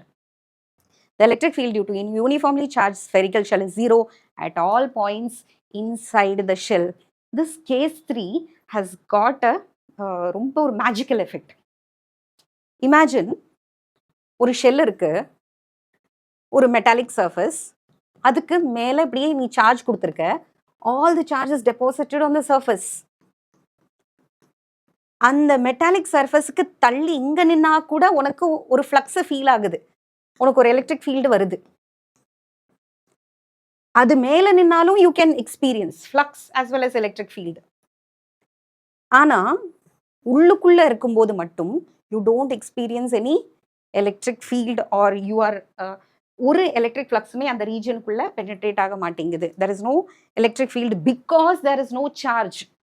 Electric field ஏன் ஜீரோனா சார்ஜே இல்லை. Charge வந்து எப்போதுமே சர்ஃபேஸில் தான் உட்காந்துருக்கு. நீ அந்த சார்ஜ் மெட்டாலிக் சர்ஃபேஸை தொலைச்சிட்டு நீ எப்படியாவது உள்ளே போய் உட்காந்துருக்க. தொலைச்சிட்டு இல்லைனா நீ உட்காந்து ஒன்றை சுற்றி ஒரு மெட்டாலிக் சர்ஃபேஸ் வச்சோம்னா யூ ஆர் ஸோ சேஃப். உன் மேலே சார்ஜே பாஸ் ஆகாது. This miraculous effect, this magical effect is called as electrostatic shielding. Okay, இப்போ தான் அந்த கான்செப்ட் வருது. இதுக்கு முன்னாடி பார்த்தது எல்லாமே 3 cases சேர்த்து you will get 5 marks. So uniformly charge spherical shell எடுத்திருக்கோம். அதனோட radius is capital R. The total charge on the shell is capital Q. You are going to find the electric field at 3 points. Outside the sphere, on the sphere, inside the sphere. Outside the sphere, you got 1/4 pi epsilon naught Q by R square. It felt as if the charge is concentrated at the center. On the surface, very easy, small r வர capital R போட்டுடு. Case 3, suppose the point is inside the spherical shell. என்ன பண்ணணும்? Gaussian surface E vector dot dA vector is equal to Q enclosed by epsilon naught எல்லாம் போட்டு எல்லா வேல்யூம் போட்டு right hand side 0 ஆனதுனால E also becomes 0. இந்த effect explain பண்ணுறது தான் எலக்ட்ரோஸ்டாட்டிக் ஷீல்டிங்னு ஒன்று வரும். ஓகே, அதுக்கு முன்னாடி இப்போ படித்த அந்த ப்ராப்பர்ட்டிஸை வச்சு suppose a conductor is at electrostatic equilibrium, அதில் என்னென்ன ப்ராப்பர்ட்டிஸ் அதை ஒபே பண்ணும் அப்படின்னு பார்க்கலாம். The electric field is 0 everywhere inside the conductor.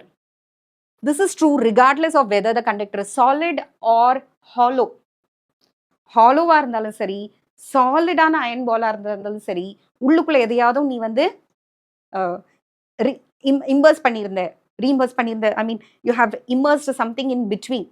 Okay, அதுக்குள்ளே ஏதாவது பெனட்ரேட் பண்ணி வச்சிருந்தா கூட அந்த பாடி மேலே எலக்ட்ரிக் ஃபீல்டே இருக்காது, whether it is solid or hollow. Very important point. There is no net charge inside the conductor. The charges must reside only on the surface of the conductor. நீ என்னதான் கண்டக்டருக்கு சார்ஜ் கொடுத்துக்கிட்டே இருந்தாலும் it will always get deposited on the surface, not inside it. The electric field outside the conductor is perpendicular to the surface of the conductor and has a magnitude of sigma by epsilon naught, where sigma is the surface charge density at that point. The electrostatic potential has the same value on the surface and inside the conductor. Potential is same. Why is potential same? Because electric field is equal to negative gradient of electric potential. You remember? We derived the relation between electric field and electric potential. Electric field is nothing but the potential gradient nu sonom. Electric field 0 na potential gradient 0 nu artham. Potential gradient 0 na potential maarala nu artham. It's not that potential is 0. Remember always, whenever the change in a quantity is 0 na, the quantity is not 0. The change in level is 0 na, the level is not 0. There is no change in level. Adhe level irukku nu artham. Pressure gradient is 0 na artham. Pressure is constant nu artham. Velocity gradient is 0 na artham. Velocity is constant. Here potential gradient is 0.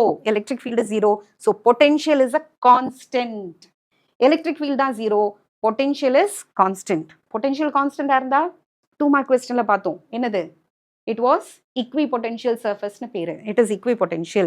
Has the same value on the surface and inside the conductor. வெளியில என்ன electric field இருக்கோ அதே தான் வெளியில electric field இருக்கு, but inside it is 0. So inside எந்த point எடுத்தாலும் you will get the same potential. Potential is constant. இப்போதான் நான் சொன்னது, consider a cavity inside a conductor. Whatever be the charge at the surface and whatever be the electrical disturbances outside, the electric field inside the cavity is always 0. என்னதான் electrical disturbance நீ வெளியில் ஒரு metallic ஸ்பியருக்கு கொடுத்தாலும் அந்த metallic ஸ்பியரோட charge ஃபுல்லாக சர்ஃபஸில் தான் இருக்குமே தவிர ஒரு சார்ஜ் கூட உள்ள பெனிட்ரேட் ஆகாது. அதனால நீ கேவிட்டிக்குள்ளே உட்காந்துருந்தேன்னா யூ வெரி சேஃப். அப்படி சேஃபாக உட்காந்துருக்கிறதுக்கு பேர் தான் electrostatic shielding. Suppose you have a very sensitive electrical instrument, இந்த எலக்ட்ரிக்கல் இன்ஸ்ட்ருமெண்ட் எலக்ட்ரிக்கல் டிஸ்டர்பன்ஸில் படாமல் வைக்கணும், அப்படி ஏதாவது இன்ஸ்ட்ருமெண்ட் உனக்கு இருக்குது, இதில் எந்த எலக்ட்ரிக்கல் ஃப்ளக்சுவேஷன்ஸ் வந்ததுன்னா அது சரியாக ஒர்க் ஆகாது, டிடெக்ட் ஆகாது, இல்லைன்னா ரொம்ப சென்சிட்டிவான இன்ஸ்ட்ருமெண்ட் சடனாக ஹாப்ஹசார்டாக ரீடிங்ஸ் காட்ட ஆரம்பிக்கும், அப்படியெல்லாம் இருந்ததுன்னா அந்த எலக்ட்ரிக்கல் இன்ஸ்ட்ருமெண்ட்டை நீ எதுக்குள்ளே வைக்கலாம்? ஒரு கண்டக்டருக்குள்ளே வைக்கலாம். Sensitive electrical instrument which is to be protected from external electrical disturbance can be kept inside the cavity. This is called as electrostatic shielding. So in short, the process of isolating a region of space from external electric field. In the sentence is not there in your textbook. Please make a note. இது முன்னாடி பழைய போர்ஷன்ல இருந்தது. For your understanding, I have written this. This, please make a point, and if you write like this, it will fetch you marks. ஒரு ரீஜனை electrical ஃபீல்டே இல்லாமல் பண்ணுறது, electrical field இருந்த ஒரு ரீஜனை என்ன பண்ண போகிறோம்? இப்போ நம்ம எலக்ட்ரிக் ஃபீல்டு இல்லாத ரீஜனாக மாற்றுறதுக்கு பேர் தான் எலக்ட்ரோஸ்டாட்டிக் ஷீல்டிங். அப்போது இங்கே சப்போஸ் இங்கே எலக்ட்ரிக் ஃபீல்டு இருக்குது, இந்த ரீஜனில் நிறைய எலக்ட்ரிக் ஃபீல்டு இருக்குது. திடீர்னு நான் என்ன பண்ணுறேன்? ஒரு metallic spherical shell, anything, spherical ஷெல்லாக இருக்கலாம், கியூபாக இருக்கலாம், அதை வச்ச உடனே இதுக்குள்ளே இருக்கிற ரீஜனில் மட்டும் என்ன ஆகும்? எலக்ட்ரிக் ஃபீல்டு டிஸப்பியர் ஆகும்.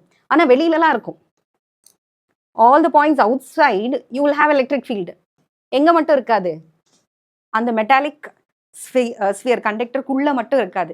ஸோ உள்ளே மட்டும் இல்லாதபடி ஐசோலேட் பண்ணிடுறேன். இப்போது அந்த தண்ணி இருக்குது, ஈரமாக இருக்குது, நம்ம ஒரு சோப்போ விம் லிக்விட விரலை டச் பண்ணி இந்த வாட்டர் வெட்டாக இருக்கிற ஏரியா தொட்டோம்னு பார்த்துருக்கேன், அந்த water will just move out. அந்த வெட் ஏரியா வந்து அப்படியே ஸ்ப்ரெட் அவுட் ஆகும். அதே மாதிரி தான் எலக்ட்ரிக் ஃபீல்டு இருந்த ஏரியாவில் திடீர்னு ஒரு மெட்டாலிக் கண்டக்டர் கொண்டு வந்து வைக்கிற என்ன ஆகுறது, அந்த அந்த இடத்துல இருக்கிற எலக்ட்ரிக் ஃபீல்டு எல்லாமே விலகி போகுது. And that region becomes very free from electric field. It is isolated from electric field. This process of isolating a space from external electric field is called electrostatic shielding. இது வந்து Michael Faraday வந்து he even demonstrated this effect using metallic bar.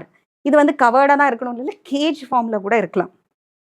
If an artificial lightning jolt is created outside, the person inside is not affected.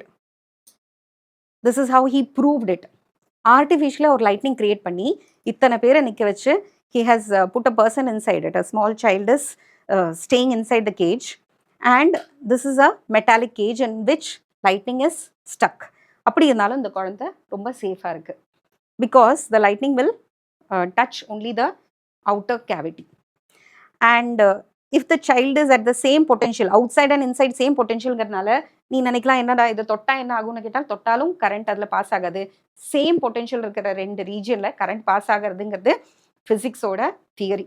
But don't try all this because even lines, electric lines வந்து ரெண்டு same potential இருக்கிற லைனை நீ தொட்டனா உன் உடம்புல current pass ஆகாது.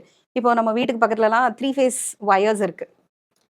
phase 1, phase 2, phase 3 and 1 you have neutral. See, இந்த phase 3 மட்டும் if you are hanging like this, according to physics, உடம்புல கரண்டே பாஸ் ஆகாது. if you are swinging on one line, current கம்பியை தொட்டா உடனே கரண்ட் அடிக்கிறதுக்கு வேற சில கண்டிஷனும் இருக்கு. கரண்ட் கம்பியை தொட்டா உடனே கரண்ட் அடிக்காது. Suppose your body is grounded, அப்பதான் உனக்கு ஷாக் அடிக்குமே தவிர if you are hanging in air like this or like this or like this, you are safe because the potential at both points. காக்கா எப்படி உட்காருது? காக்கா வந்து ஒரு கம்பியில் உட்காருறது. அப்போ காக்காக்கு ஒன்றும் ஆகாது. பக்கத்து கம்பியை தான் தொடக்கூடாது. காக்காவோ பறவையோ குருவியோ எல்லாமே என்ன பண்ணுது, அழகாக ஒரு கம்பியில் உட்காந்தா பிரச்சனை கிடையாது. ஒரு கம்பியை பிடிச்சிக்கிட்டு அதே நேரத்தில் நியூட்ரலையோ இல்லை பக்கத்து இருக்கிற வயரையோ தொடக்கூடாது. ரெண்டு பொட்டென்ஷியல் டிஃப்ரென்ஸ் இருந்துனா தான் உன் உடம்பு வழியாக கரண்ட் பாஸ் ஆகும். பொட்டென்ஷியல் டிஃப்ரென்ஸே இல்லைன்னா கரண்ட் பாஸ் ஆகாது. ஸோ இப்போ தான் ஒரு பாயிண்ட்டை நம்ம சொன்னோம், இந்த electrical potential is same at all points on the surface and inside the conductor. So in case நீ அதை தொட்டாலும் என்ன ஆகாது, பொட்டென்ஷியல் டிஃப்ரென்ஸ் இல்லாததுனால கரண்ட் உடம்புல பாஸ் ஆகாது. ஸோ இதை வச்சு கேட்குற இன்னொரு 2 mark question. Electrostatic shielding is very important. It can be asked in 2 marks. Another 2 mark question is, why is it safe to sit inside a car or a bus during lightning and thunder than under a tree? மரத்துக்கு அடியில் மழை டைமில், இடி மின்னல் டைமில் ஓடி போய் மரத்துக்கு கீழே நிற்கக்கூடாது. If at all you have an option and if you are inside a bus or car, it is safe to sit there. No need to get out of the bus or car and go stand under a tree. அது தேவையே இல்லை. Why is it? During lightning accompanied by a thunderstorm, it is always safe to sit inside a bus or a car than an open ground or a tree. The metallic body of the bus or car provides, இப்போ சொன்னா the electrostatic shielding கொடுக்கும். Since the electric field inside the car or the bus is 0. So ஒருவேளை lightning charge பண்ணினாலும், so in the word will give you 1 mark. Electric field inside is 0 will fetch you 1 mark. If it is 3 mark or if it is 2 mark, இதுக்கு ஒரு point, இதுக்கு ஒரு point. And if at all the charges passes through strike பண்ணீனா கூட, it will pass through the body of the conductor to the ground safely.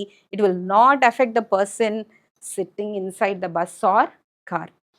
Frequently asked 2 mark question. Application level இருக்கிறதுனால, real life application இருக்கிறதுனால இந்த question கேட்க chances இருக்கு, high chances. Now electrostatic induction. இது வரைக்கும் நம்ம என்ன பார்த்தோம்? Gauss's law பார்த்தோம், electric flux பார்த்தோம். Gauss's law ஓட 3 applications.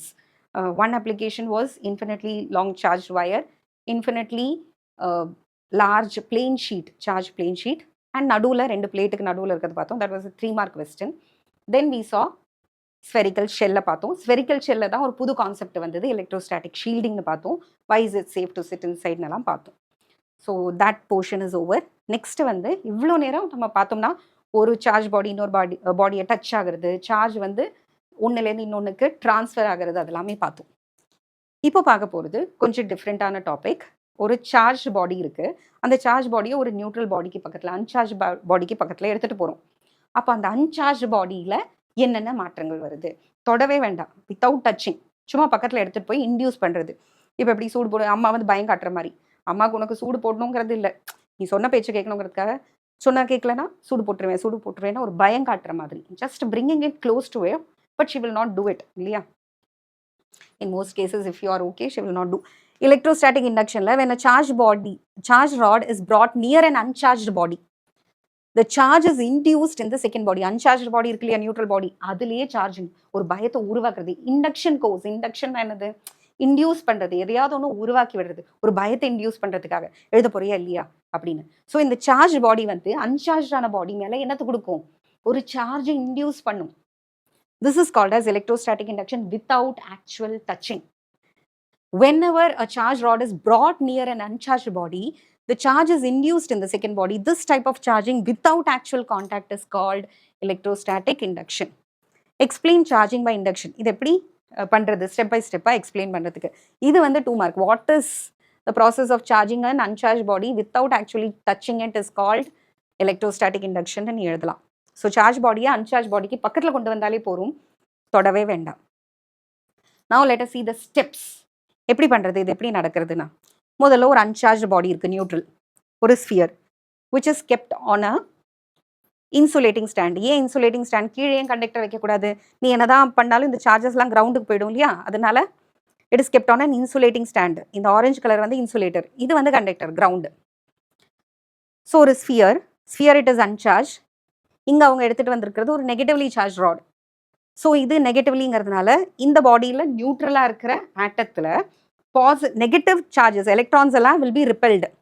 ஸோ இந்த edge it will appear to be positive. Positives cannot move, only the electrons are motile. So electrons எல்லாம் இந்த பக்கம் ரிப்பெல் ஆகிறதுனால this region will become automatically positively charge. There is a shortage of, எப்படி வந்து நம்ம சொல்லுவோம், there is nothing called darkness. The absence of light is called darkness னு சொல்லுவோம். லைட் இருந்தால் பிரைட்டாக இருக்கு, லைட் இல்லைன்னா டார்க்கு. அந்த மாதிரி எலக்ட்ரான் இருந்தால் எக்ஸஸாக இருந்தால் நெகட்டிவ், எலக்ட்ரான் இல்லாத region positive. Positive charges are actually not motile, there is no mobility. Electrons are moving from one edge to another and making the other edge positive.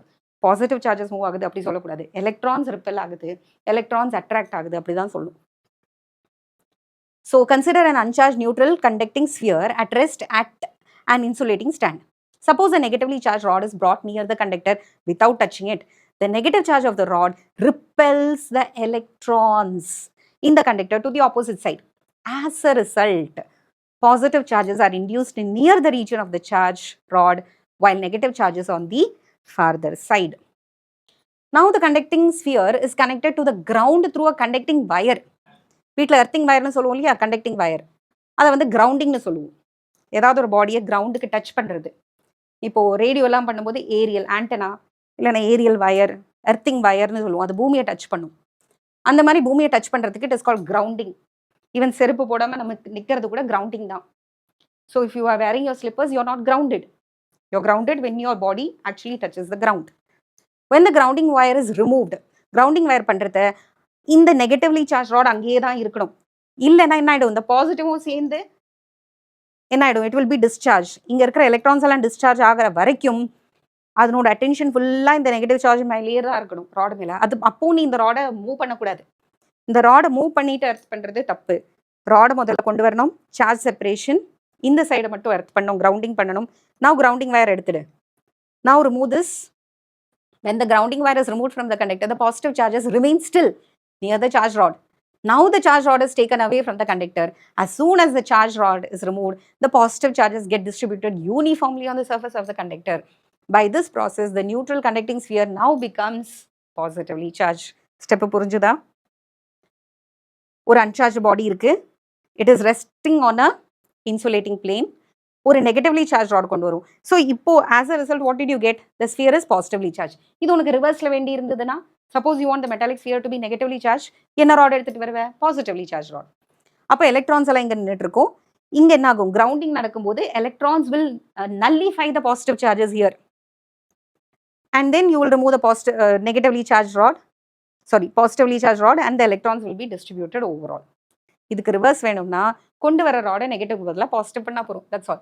Now the conducting sphere is connected through the ground and grounding is done. When the grounding wire is removed, the positive charges still remain near the charge rod, and once it is taken, it distributes uniformly over the surface. இதுதான் electrostatic induction. தொடவே இல்லை, தொடாமையே charge பண்ணுறது. without actual touching. Dielectric or insulators. A dielectric is a non-conducting material and has no free electrons. The electrons in a dielectric are bound within the atoms. Ebonite, glass and mica are some examples of dielectric. ஒரு dielectric ங்கிறது என்னது? It is a non-conducting material. Conducting material எதெல்லாம்? Metals, iron, steel, gold, copper, silver. Okay, all the metals are conducting. Conducting அல்லாத எல்லாமே glass, wood, plastics, mica, ebonite, all these are dielectric. A dielectric is a non-conducting material and has no free electrons. The electrons in the dielectric are always bound within the atom. There is no chance of the electrons breaking out of the material. Ebonite, glass, mica are some examples of dielectric. So, ini molecules, general molecules are ரெண்டா பிரிச்சுக்கலாம். Polar molecules, non-polar molecule. This is another 3-mark question. Direct இப்படி கேட்கலாம். What are polar molecules? Give example னு 2 markல கேட்கலாம். What are non-polar molecules? Give examples னு 2 markல கேட்கலாம். இல்லைன்னா differentiate polar and non-polar molecule னு சொல்லி 3 marksல கேட்கலாம். Non-polar, non-polarனா polarity இல்லை. Polarityனா positive and negative charge, separation. Polarா இல்லை. A non-polar molecule is one in which the center of the positive and negative charges coincide. Positive, negative ரெண்டும் coincide ஆகுது. They get cancelled each other. They cancel each other. As a result, it does not have a permanent dipole moment. இந்த மாதிரி ஈக்குவலாக இருக்கிறது. இப்போ ஒரு bonding இருக்குது, ஒரு எலக்ட்ரான் இருக்குன்னா இந்த ஹைட்ரஜனும் ஈக்குவலி அட்ராக்ட்ஸ். ஸோ பாசிட்டிவ் நெகட்டிவ்ங்கிற செப்பரேஷனே கிடையாது. Hydrogen, H2O2, carbon dioxide, all these are non-polar molecules. Once again, non-polar molecule is one in which the positive and the negative center coincide. அதனால dipole moment இல்லை. Polar molecules என்ன ஆகுது? The center of the positive and negative charges are separated even in the absence of an external electric field. Electric field வச்சாதானே உனக்கு அது charge separation வரும்னு நம்ம சொல்றோம். The charge separation happens when you have an electric field.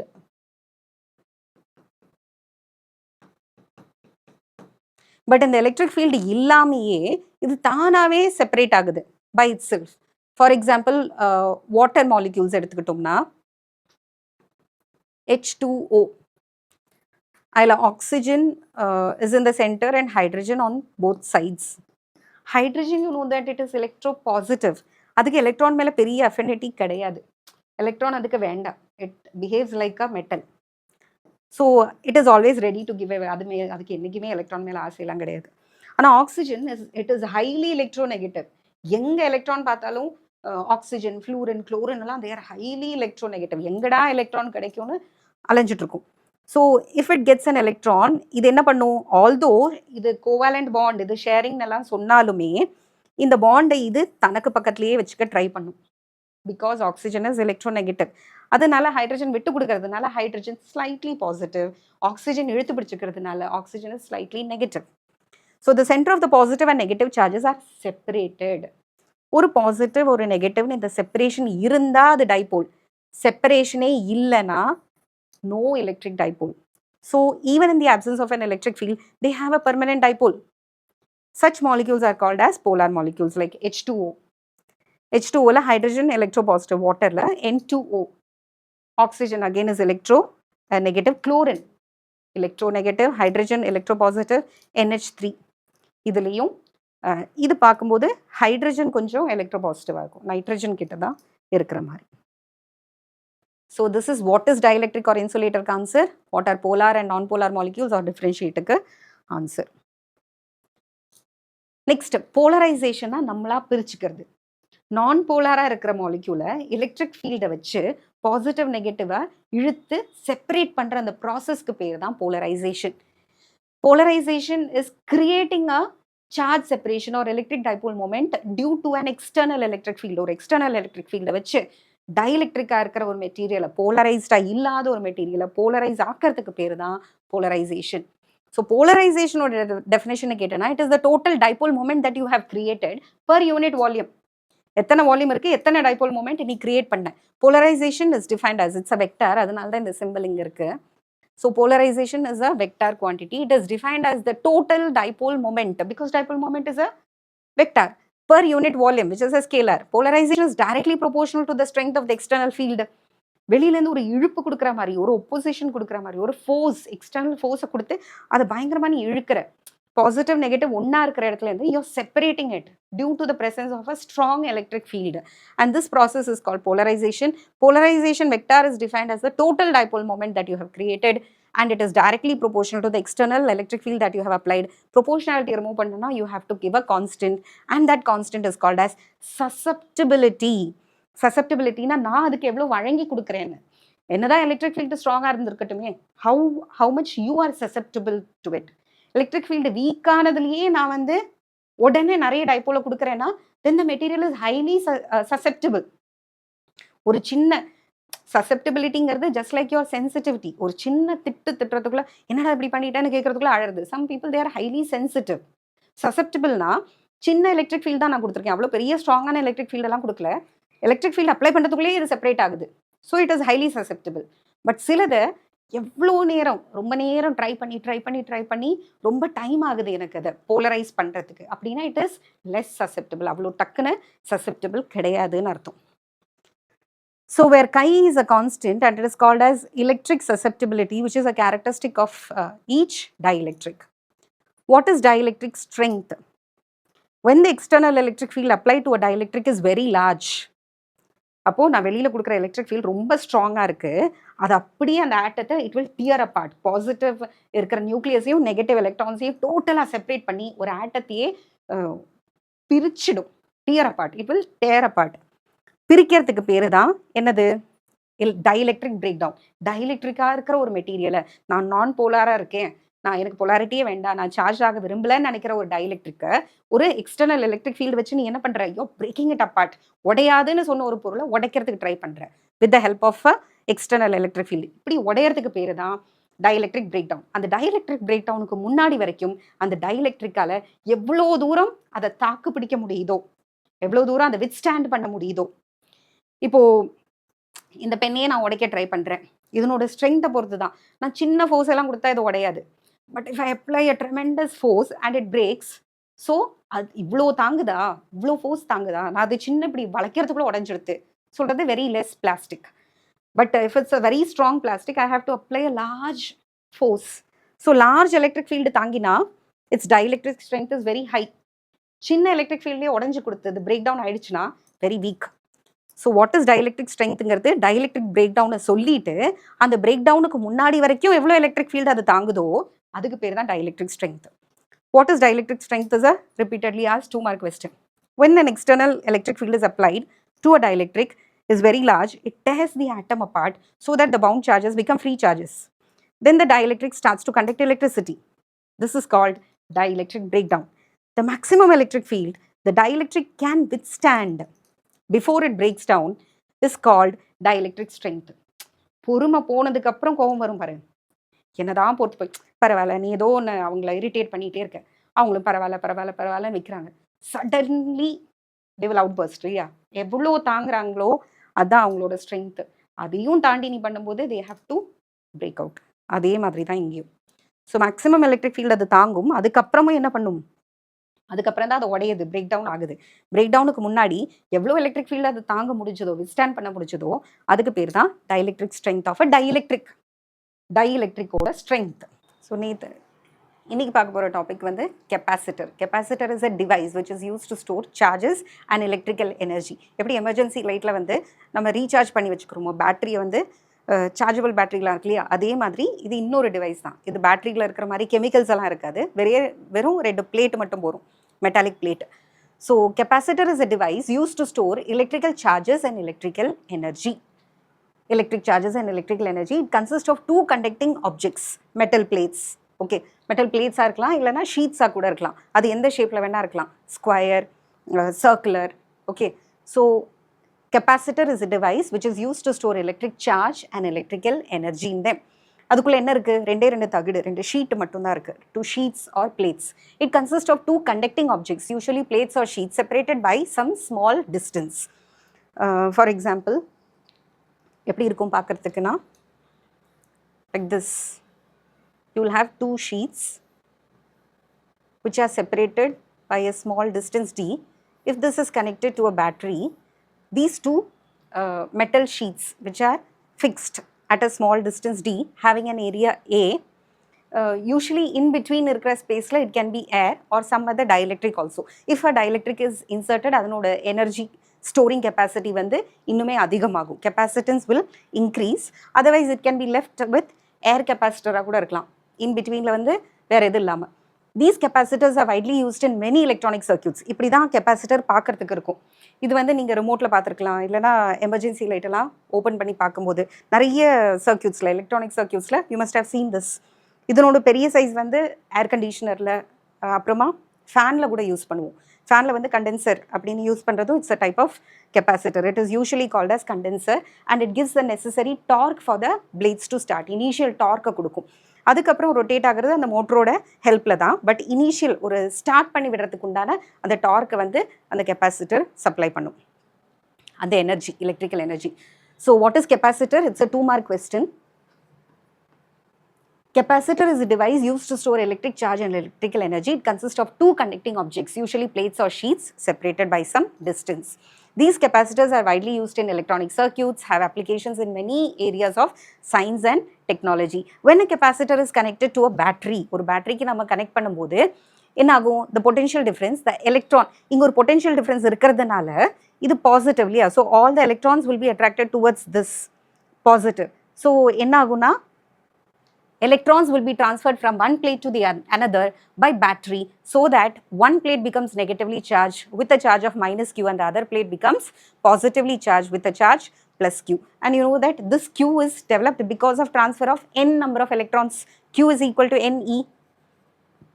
எத்தனை electrons transfer பண்றியோ அதுக்கு ஏத்த மாதிரி charge வரும். So suppose you have a capacitor which is connected to a battery of potential difference V. The electrons are transferred from one plate to the other by battery, so that one plate becomes negatively charged and the other plate becomes positively charged plus Q. Now, in general, இந்த charge capacitor store பண்ணுற இந்த charge எதுக்கு ப்ரொபோஷனலாக இருக்கும்? நீ கொடுக்குற potential டிஃப்ரென்ஸ்க்கு ப்ரொபோஷனலாக இருக்கும். So ஒரு 6 volt பேட்டரியில் நீ கனெக்ட் பண்ணனா கெப்பாசிட்டன்ஸில் இருக்கிற charge will be higher, and ஒரு 2 voltல பண்ணனா கம்மியாக இருக்கும். ஸோ என்ன பேட்டரியை கனெக்ட் பண்ணுற 1.5 volt இருக்கிற பேட்டரி ஆர் 6 volt சீரீஸில் வச்சு 1.5ல ஒரு 4 பேட்டரி செல்ஸை வந்து கனெக்ட் பண்ணி யூ ஹேவ் அ பேட்டரி. இந்த பேட்டரியோட கனெக்ட் பண்ணனா potential difference high. So higher the potential difference, higher will be the charge. The charge is proportional to the potential difference that you are giving between the plates.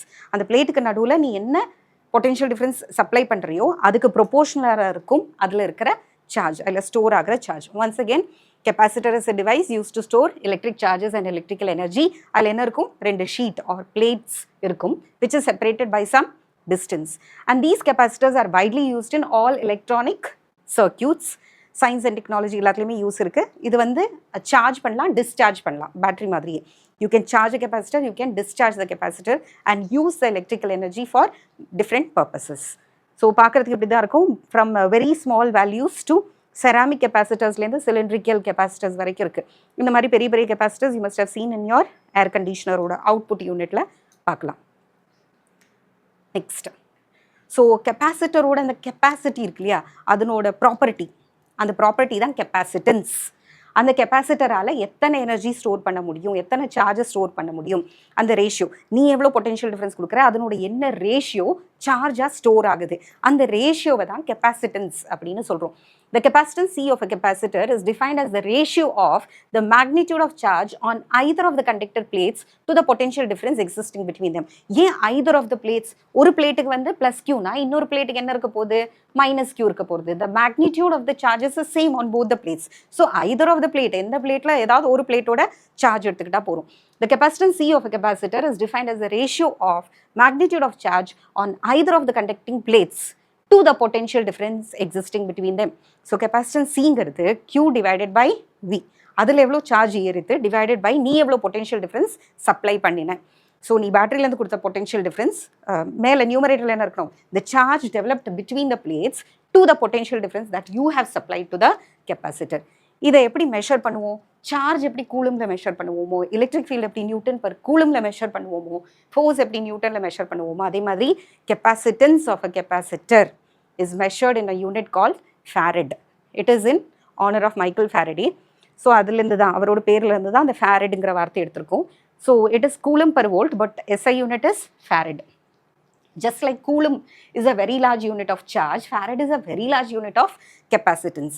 So naturally வரக்கூடிய யூசுவலாக நம்ம வாங்கக்கூடிய capacitors எல்லாம் சிலது micro farad, சிலது நானோ farad, பைக்கோ farad கூட இருக்குது.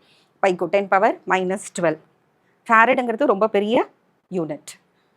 So this is also another 2-mark question. Capacitor vera, capacitance vera. Capacitance is its ability or the ratio. எந்த அளவுக்கு அதால சார்ஜ் ஸ்டோர் பண்ணிக்க முடியும் to the potential difference that you have supplied. So define capacitance. Capacitor is the device. Capacitance is its ability or the ratio of the charge given stored in the capacitor to the potential difference supplied to it. The SI unit of capacitance is farad. And farad is a very large unit of capacitance. Next, ஒரு derivation part, capacitance of a parallel plate capacitor. Parallel plate நீ என்ன சொல்றோம், ரெண்டு பிளேட்ஸை parallel வச்சிருந்தோம்னா அந்த device தான் capacitor. So அந்த ரெண்டு parallel பிளேட்டுக்கு நடுவில் இருக்கக்கூடிய கெப்பாசிட்டன்ஸோட வேல்யூ டிரைவ் பண்ண போகிறோம். சியோட வேல்யூ டிரைவ் பண்ண போகிறோம். அது என்னென்ன ஃபேக்டரில் டிபெண்ட் ஆகுதுன்னு பார்க்க போகிறோம். ஸோ கெப்பாசிட்டன்ஸ் இன்க்ரீஸ் பண்ணணும்னா டிஸ்டன்ஸ் இன்க்ரீஸ் பண்ணணுமா, டிக்ரீஸ் பண்ணணுமா, ஏரியா ஆஃப் த பிளேட்ஸில் அது டிபெண்ட் பண்ணுதா, இல்லை what is the material between, and what are the other factors which will affect the capacitance of a capacitor, parallel plate capacitor. So this is your device, this is its value. Consider a capacitor with two parallel plates, each having a cross-sectional area, capital A, and separated by a distance, small d. The electric field between two infinite parallel plates is uniform and it is given by E is equal to sigma by epsilon naught. Gauss law application பார்த்தோம்னா first infinitely long charged wire பார்த்தோம், ரெண்டாவது single plane sheet பார்த்தோம், infinitely plane sheet. மூணாவது கேஸில் ஒரு சின்ன கேஸாக 3 மார்க்கில் நம்ம பார்த்தோம், ரெண்டு பேரலல் பிளேட் கெப்பாசிட்டர் வச்சோம்னா one is positively plus sigma இருக்கிற வேல்யூ ஒன்று, இன்னொன்றுக்கு மைனஸ் சிக்மா இருக்கிற வேல்யூ. இந்த ரெண்டுக்கும் நடுவில் இருக்கிற எலக்ட்ரிக் ஃபீல்டு, 3 ரீஜன்லையும் எலக்ட்ரிக் ஃபீல்டு நம்ம கால்குலேட் பண்ணோம். One is to the right of the positive, one is to the left of the negative and in between the plates. அதில் பார்த்தோம்னா electric field was existing only in the plates, in the region between the two plates. ரெண்டு பிளேட்ஸ்க்கு outside the capacitor there was no electric field. The electric field existed only in the region between these two plates. So the electric field between two infinite parallel plates is uniform and it is given by E is equal to sigma by epsilon naught, where I believe you remember sigma is the surface charge density, Q by A, where sigma is the surface charge density on either plates, sigma is equal to Q by A. If the separation distance d is very small than the size of the plate, that is d square is less than area, then the above result can be even used for finite sized parallel plate capacitor. Infinite sheetukaga nama use panninoom, but if the distance is so small compared to the area, you can approximately use this formula even for smaller plates like capacitors. Now the electric field between the plates is sigma by epsilon naught. Sigma வர இடத்துல என்ன போடலாம், Q by A அப்படின்னு போடலாம். Sigma வர இடத்துல you can write it as Q by A. So substituting Q by A in that equation, you get E is equal to Q by A epsilon naught. Now we know that relation between potential difference or electric potential and electric field. Electric field is the negative gradient of potential, you remember? So இது distance குறிக்கிறது. So in general potential ங்கிறது electric field into the distance அப்படின்னு எழுதிக்கலாம், gradient இல்லையா? So electric field into distance பண்ணனா உனக்கு potential கிடைக்கும். Since the electric field is uniform and the electric potential difference between the plates having separation small d is given by V is equal to, the potential difference is equal to electric field into the distance. So electric field ஏற்கனவே Q by A epsilon naught இருக்கு, இதோட ஒரு d multiply பண்ணா numeratorல it becomes QD by A epsilon naught. Therefore the capacitance of the capacitor is given by, அதுக்கு நம்ம என்ன use பண்ணோம், இதுக்கு முன்னாடி நம்ம சொன்னோம் Q is proportional to V. So Q is equal to some constant into V, and the some constant தான் capacitance of the capacitor. அங்க சொன்னோம் இல்லையா, Q is proportional to V, therefore the parallel plate, the capacitance of the parallel plate capacitor is given by C is equal to Q by V. Definitionலயே நம்ம சொன்னோம். Here also you said that Q is proportional to V, therefore Q is equal to some constant into V, and the constant தான் capacitance. So first நம்ம வந்து electric ஃபீல்டோட equation கண்டுபிடிச்சோம், அதிலிருந்து electric பொட்டென்ஷியலோட equation கண்டுபிடிச்சோம். அதுக்கப்புறம் எங்கே சப்ஸ்டிடியூட் பண்ண போகிறோம், C is equal to Q by Vல சப்ஸ்டிடியூட் பண்ண போகிறோம். So Q by V na Q divided by QD by A epsilon naught. V வர இடத்துல QD by A epsilon naught. So A epsilon naught goes to the numerator Q by V. V வர இடத்துல என்ன போடணும்? Q into D by A epsilon naught. So Q gets cancelled. Numeratorல epsilon naught A, அப்புறம் denominatorல D. What is A? Area of the parallel plate. Epsilon naught என்னது? Permittivity of free space or air. What is in between the two plates? In between the two plates it can be vacuum இல்லனாலும் air or vacuum. அதனோட permittivity divided by small d. What is small d? Distance between the two plates. From the equation 1.84, it is evident that capacitance is directly proportional to the area of cross section and is inversely proportional to the distance between the two plates. If the area of the cross section of the capacitor plates is increased, more charges can be distributed for the same potential difference. எவ்வளோ area இருக்கோ அவ்வளோ ஏரியாவில் நீ அவ்வளோ charge store பண்ணலாம் இல்லையா?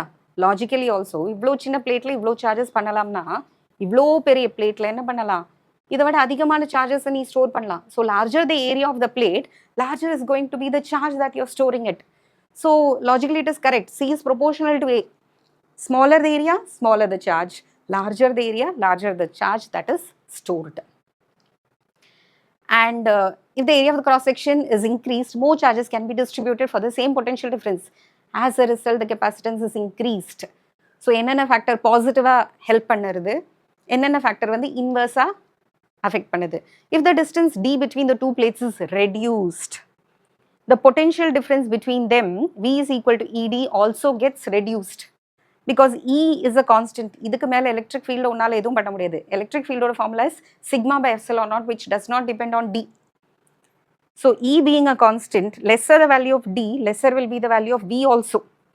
As a result, denominator குறையறதுனால, V factor குறையறதுனால, see either you can increase the numerator or decrease the denominator. Increase the numerator க்கு area increase பண்ணு, decrease the denominator க்கு என்ன பண்ணணும்? Distance decrease பண்ணிட்டா போறோம், potential difference குறைஞ்சிடும், electric field being a constant. So that is a relation between capacitance Q by V and how you can increase the capacitance of a capacitor. You can either increase the area or decrease the distance between the plates. Depending on this, let us see a numerical. ஒரு parallel plate capacitor இருக்கு, square shapeல இருக்கு ரெண்டு பிளேட்டும், and அதனோட side வந்து 5 cm. Separated by a very small distance. Patiya, the area or the length is in centimeters and the distance is only in millimeters. D is very small compared to area. So D square is still smaller than area. Calculate the capacitance of this capacitor. If a 10 volt battery is connected to the capacitor, what is the charge stored in any one of the plates? First வந்து C calculate பண்ண சொல்லியிருக்காங்க. C is equal to epsilon naught A by D. அதுக்கு வந்து இந்த potential தேவையில்லை. அதுக்கப்புறம் இத்தனை potential கொடுத்தா அந்த கெப்பாசிட்டரில் எவ்வளோ சார்ஜ் ஸ்டோர் ஆகும் அப்படி you have subsection A and B. First சப்செக்ஷனுக்கு என்ன டேட்டா மட்டும் போகும்? கேபிட்டல் ஏ டி மட்டும் போகும். What is capital A? Area of cross section. ஆனால் கொடுத்துருக்கிறது என்னது? Side.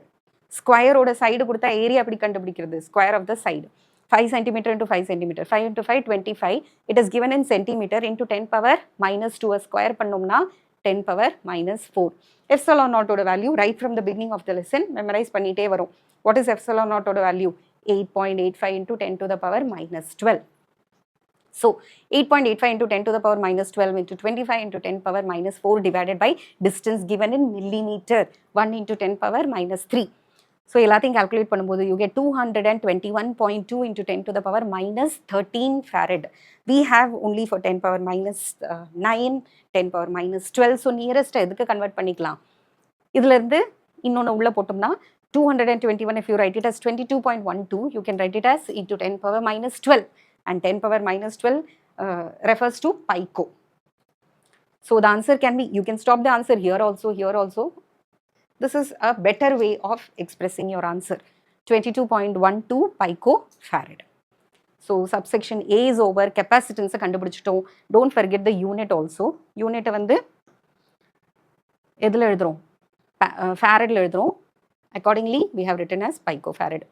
Now the charge stored in any one of the plates. Q is equal to CV. இப்போ தான் C கண்டுபிடிச்சிட்ட. V they have given in the question. நீ கண்டுபிடிச்ச C into அவங்க கொடுத்துருக்கிற V ரெண்டையும் மல்டிப்ளை பண்ணனா you get the answer in Coulomb, because you are calculating what? You are calculating the charge. Okay, so Q is equal to 22.12 into 10 to the power minus 12 into 10. So it becomes 221.2 pico-coulomb. இன்னொரு example பார்க்கலாம். A parallel plate capacitor filled with mica.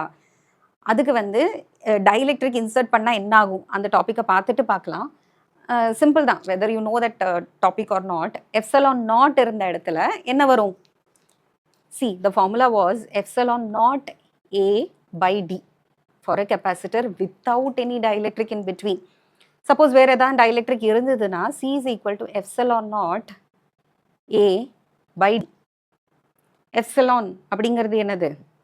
It is permittivity of the medium which is there in between. ரெண்டு பிளேட்டுக்கு நடுவில் ஏர் இல்லை, vacuum இல்லை, அதுக்கு பதிலாக வேறு ஏதாவது ஒரு dielectric இருக்குன்னா அந்த dielectricோட permittivity தான் epsilon. And epsilon can be written as epsilon naught into epsilon r, where epsilon r is a relative permittivity. So mediathod epsilon directa most of the cases la tharamaataan. Most of the cases la they will give you epsilon r oda value. A parallel plate capacitor filled with mica. Mica oda relative permittivity epsilon r value is 5. Epsilon illa epsilon r. Epsilon r க்கு வந்து என்ன கிடையாது? Unit கிடையாது. It's only a number, dielectric constant. Is connected to a battery, 10 volt battery. The area of each parallel plate is 6 centimeter square. Direct area ve kuduthட்டான், not side. And the separation between them is 6 millimeter. Find the capacitance and the stored charge. After the capacitor is fully charged, the battery is disconnected and the dielectric is removed carefully. So after the capacitor is charged, என்ன பண்றோம்? பேட்டரியை disconnect பண்ணிடுறோம், dielectric remove பண்ணோம். அப்படின்னா புது capacitance என்னது? This next டாப்பிக்கை பண்ணிட்டு இந்த நியூமரிக்கல் பார்த்தா இன்னும் நல்லா புரியும். Okay, then we'll do one thing, we'll go for the next topic. அந்த dielectric முடிச்சுட்டு இந்த நியூமரிக்கலை பார்க்கலாம். ஈவன் அதர்வைஸ் இந்த வேல்யூ போட்டால் this easily you can calculate. Now stored charge also Q is equal to CV. எனர்ஜியோட ஃபார்முலா நம்ம இன்னும் பார்க்கல, அதை மட்டும் பார்த்துட்டு we can come back to this numerical. So energy stored in a capacitor. Capacitor ஓட வேலை என்ன? சார்ஜ் ஸ்டோர் பண்ணிக்கிறது, இல்லைனா எலக்ட்ரிக்கல் எனர்ஜி ஸ்டோர் பண்ணிக்கிறது. அதுக்கு என்ன பண்ணணும்? சார்ஜஸை ஒரு பிளேட்லேருந்து இன்னொரு பிளேட்டுக்கு ட்ரான்ஸ்ஃபர் பண்ணணும். Whenever you're transferring a charge across a potential difference, work has to be done, and we know that work done is equal to the amount of charge that you're transferring into the potential difference against which you're doing work. So total work done is equal to Q into V. இந்த work done தான் ஒரு பிளேட்ல இருந்து சார்ஜை இன்னொரு பிளேட்டுக்கு transfer பண்றது. You have to do some amount of work, and this amount of work will be stored as the energy in the capacitor. So capacitor not only stores charge, it also stores electrical energy. When a battery is connected to a capacitor, electrons of total charge minus Q are transferred from one plate to the other. To transfer the charge, work is done by the battery. Battery தான் அந்த potential difference கொடுத்து electrons push பண்ணுறது ஒரு பிளேட்ல இருந்து இன்னொரு பிளேட்டுக்கு. This work done is stored as the electrostatic potential energy in the capacitor. To transfer an infinitesimal small amount of charge. இப்படி தானே ஜென்ரலாக நம்ம calculate பண்ணுவோம். The small amount of charge transfer பண்ணுறதுக்கு let the small amount of work done be dW. Then what will you do? You will go for integration. To convert dW to W, you will integrate it. To transfer an infinitesimal small dq for a potential difference V, the work done is given by dW is equal to V dq, where V is equal to Q by C. What is V potential difference? Where did you get this formula from? We know that C is equal to Q by V. Therefore, V is equal to Q by C. Capacitance oda definition la irundhu rearrange panninena, you will get the formula for V. V is equal to Q by C. Let the small amount of work done to transfer a small charge dq from one plate to the other be dW. dW is equal to V dq. Substituting for V is equal to Q by C. So, enna substitute panna porom? dW was equal to V into dq. Now, instead of V, you can write Q by C dq. This is the small amount of work done between the limits 0 to Q. 0ங்கிற charge start பண்ணி எத்தனை charge ஃபைனலாக 0 dq dq அப்படின்னா 0 plus dq plus dq அப்படின்னே பண்ணி ஃபைனலாக எவ்வளோ charges நீ வந்து ட்ரான்ஸ்ஃபர் பண்ண போகிற capital Q charge you are going to transfer. So W is equal to integral 0 to Q by C dq. Okay, that is Q square by 2C. The total work done to charge a capacitor is stored in the space between the two plates. So, இந்த energy எங்கே store ஆகுறதுன்னு பார்த்தா ரெண்டு பிளேட்டுக்கு நடுவில் தான் store ஆகுது because the transfer is taking place across the potential difference or across the electric field between the two plates. இந்த இடத்துல தான் எனர்ஜி ஸ்டோர் ஆகுது. The energy stored in the electric field existing between the plates of the capacitor. Once the capacitor is allowed to discharge, this energy can be taken out, retrieve பண்ணிட முடியும். நம்ம கொடுத்த எனர்ஜியை இதுலேருந்து ரிட்டர்ன் வாங்கிக்க முடியும். It is important to know that energy density, okay, அது அங்கே வரலாம். This work done is stored as electrostatic potential energy. The amount of work that you're doing to push charges from one plate to the other is stored as the energy of the capacitor. Now, this work done கண்டுபிடிக்கிறதுக்கு integral 0 to Q by C dq. Now, C being a constant, you can take it out. Q dq. What is integral x dx? X square by 2. What is integral Q dq? Q square by 2. So, Q square by 2 வருது, dq வரல, integration முடிஞ்சு போச்சு, Q square by 2C. Now, this work done is stored as the electrostatic potential energy. Work done க்கு பதிலா energy னு போட்டுடு. N energy, electrical energy, you are giving a suffix E. U na potential energy, E stands for electric potential energy. That is equal to Q square by 2C. Now, Q ங்கிறது என்னது? CV, C square V square by 2C. One C gets cancelled. This is also easy to remember because it is analogous to kinetic energy மாதிரியே இருக்கு. Half mv square மாதிரி, half cv square. Easy to remember. Q square by 2c also you can remember, or you can write it as half cv square. So இன்னொரு ஃபார்ம்லயே எழுதலாம். வேற என்ன எழுத முடியும்? Q and C எழுதியிருக்கோம், C and V எழுதியிருக்கோம். இனி Q and V எழுதலாம். C can be written as Q by V, correct? So, இது half QV னு எழுதலாம். மூணாவது ஒரு ஃபார்ம் இருக்கு, half QV. Depending on what is given in the question, you can rearrange your formula and use the formula in numericals. Because Q is equal to CV is used. This stored energy is directly proportional to the capacitance. Larger the value of capacitance of the capacitor, larger will be the energy stored in it. And the square of the voltage between the plates. So, voltage 2 மடங்கு increase பண்ணோம்னா energy 4 மடங்கு increase ஆகும். வோல்டேஜை வந்து ஒரு 5 மடங்கு increase பண்ணோம்னா energy வந்து 25 மடங்கு, 25 times square of the voltage between the plates. So கெப்பாசிட்டரில் டிபெண்ட் பண்ணும் தான், பட் இதுக்கு வந்து ஸ்கொயர் டைம்ஸ் டிபெண்ட் பண்ணும் வோல்டேஜுக்கு ஆர் சார்ஜுக்கு. Now this equation can also be rewritten as C வர இடத்துல என்ன போடலாம்? Epsilon naught A by D னு போடலாம். So epsilon naught A by D and V square வர இடத்துல ED the whole square. So ஒரு D gets cancelled. One D gets cancelled. So A into D, what is area into distance? Base area into distance can be written as volume. So half epsilon naught volume E square. AD is the volume of the space between the parallel plate capacitor and parallel plate capacitor நடுவுல இருக்கிற space ஓட volume தான் A into D. So A into D is equal to volume of the space between the parallel plate capacitor. The energy stored per unit volume of the space is defined as UE is equal to total energy divided by total volume. So UE is equal to half epsilon naught E square.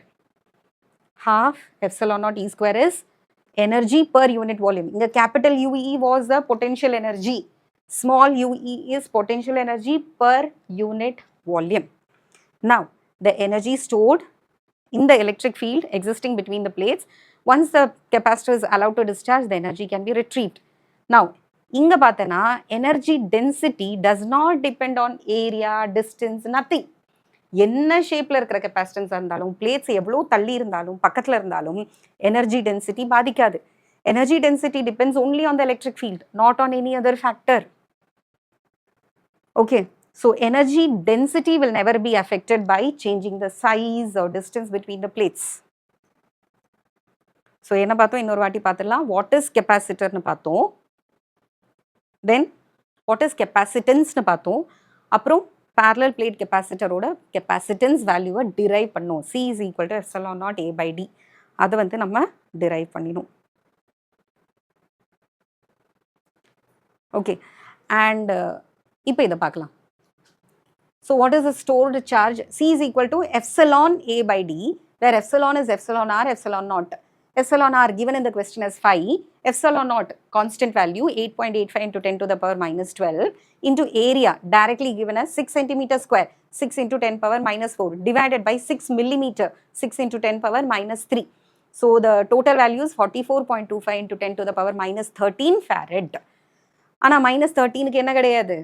You don't have a particular name for it. So you will write it as 4.425 into 10 to the power minus 12 farad, which is 4.425 picofarad.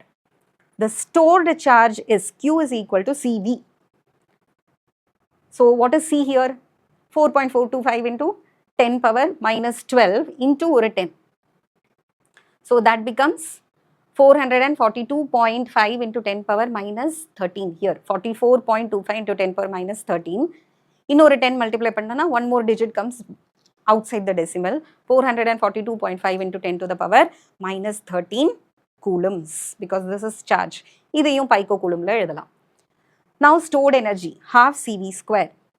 You have already calculated C, and V is directly given in the question. So V is 10. 10 square பண்ணோம்னா 100.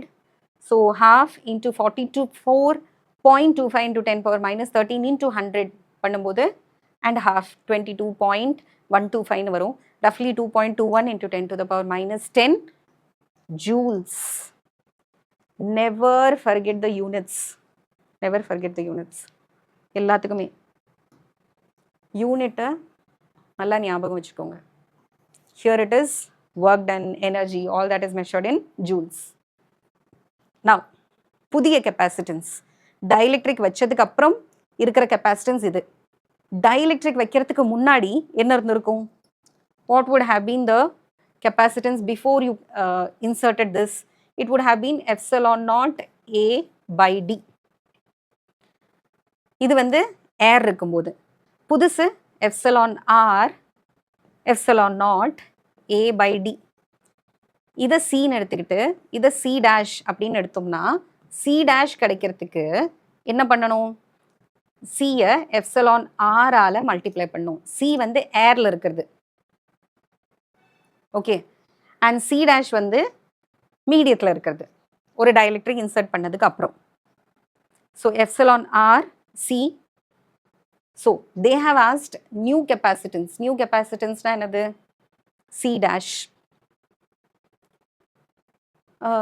After the capacitor is fully discharged, the dielectric is removed. Removedனா இப்போ air தான் இருக்கு. So in this case C கண்டுபிடிக்க சொல்லியிருக்காங்க. C is equal to C dash divided by epsilon R. C is equal to C dash divided by epsilon R. அந்த C தான் இங்கே C நாட்னு போட்டிருக்காங்க ஏர் இருக்கும்போது. இப்போ ஏர் இருக்கும்போது வேணும்னா என்ன பண்ணணும்? டைஎலக்ட்ரிக் இருந்ததுலேருந்து என்ன பண்ணிடணும்? This epsilon R has to be removed. Suppose you want to find with air. ஏர்ல இருக்கிற கெப்பாசிட்டன்ஸ் வேணும்னா டைஎலக்ட்ரிக்ல இருக்கிற கெப்பாசிட்டன்ஸை எதால டிவைட் பண்ணணும்? எப்சிலான் ஆர் ஆல ரிலேட்டிவ் பெர்மிட்டிவிட்டியால டிவைட் பண்ணணும். So C naught is equal to C by epsilon R. 4.425 into 10 to the power minus 12 divided by 5. What is 5? 5 is your dielectric constant. So இதை 5 ஆல டிவைட் பண்ணா you get 0.885 into 10 to the power minus 12 farad. The stored charge remains same and it is 44.25 picocoulomb. The stored charge remains same and 44 you get the value as. Why does the stored charge remains the same? Charge is equal to, now hence newly stored energy is charge, only the capacitance has changed. Charge value is same. Where is the charge value? Q is equal to 44.25 picocoulomb. That is same. And what value has changed? Capacitance has decreased. Capacitance has decreased from 4.425 picofarad to just 0.885 picofarad. See, evlo difference paru. 5 times it has decreased.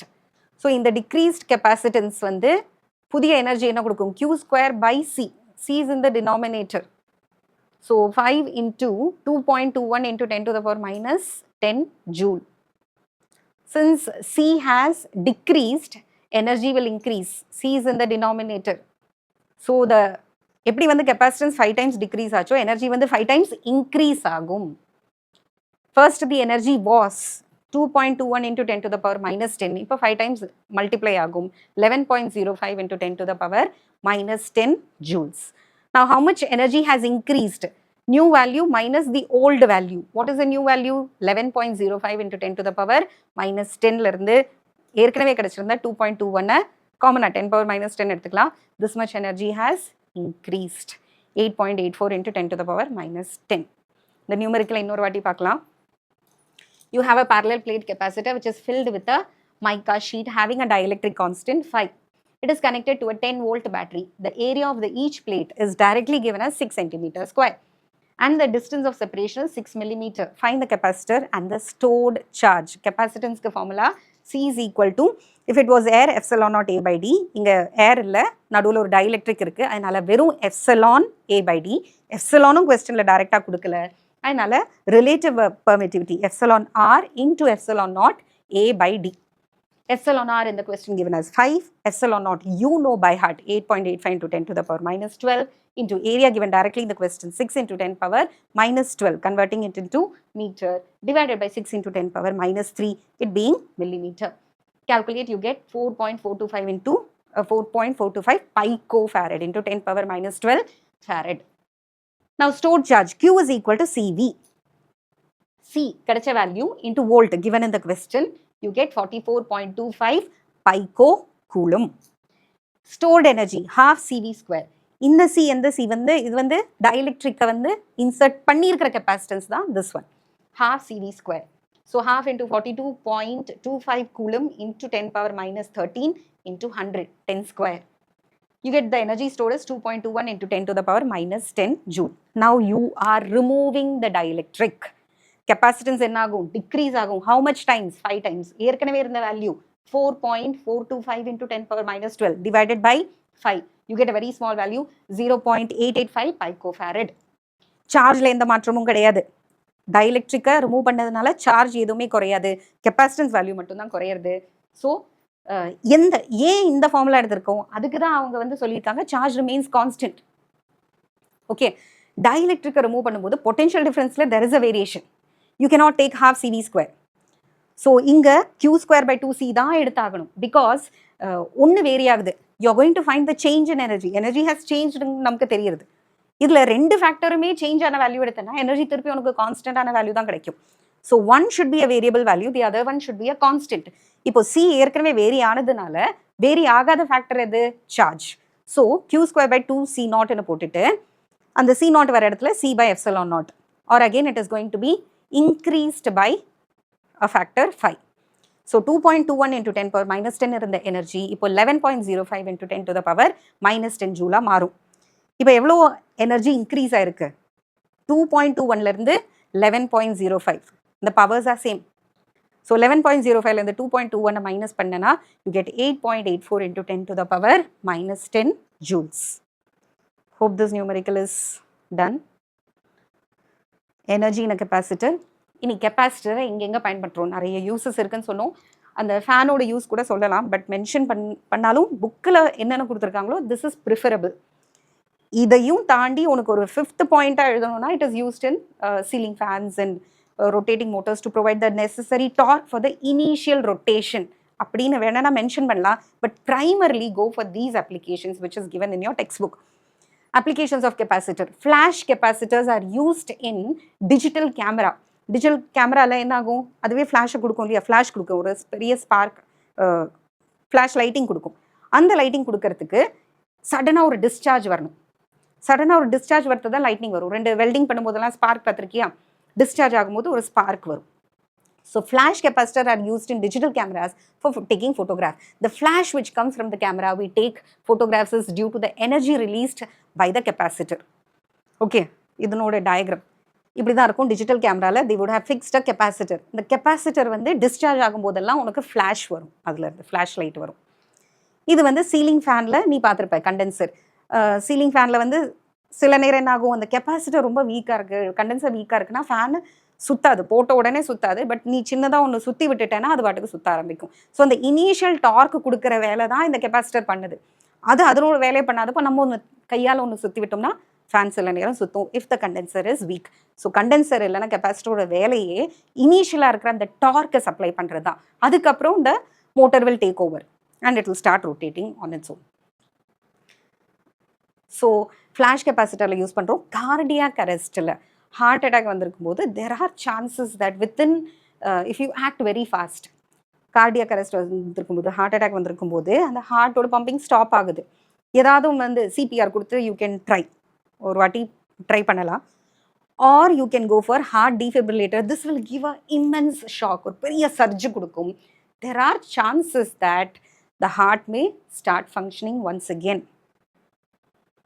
So during cardiac arrest, a device called heart defibrillator is used to give a sudden surge of a large amount of electrical energy to the patient's chest to retrieve the normal heart functioning. So one flash capacitor, second one, this is your word, heart defibrillator. Heart defibrillator, which is used during cardiac arrest to give a sudden surge of large amount of electrical energy to the patient's chest, which might restart the functioning of the heart, normal heart function. Capacitors is also used in ignition system of the automobiles. Automobile la the spark kudukanum, spark kudutha da the engine start agum.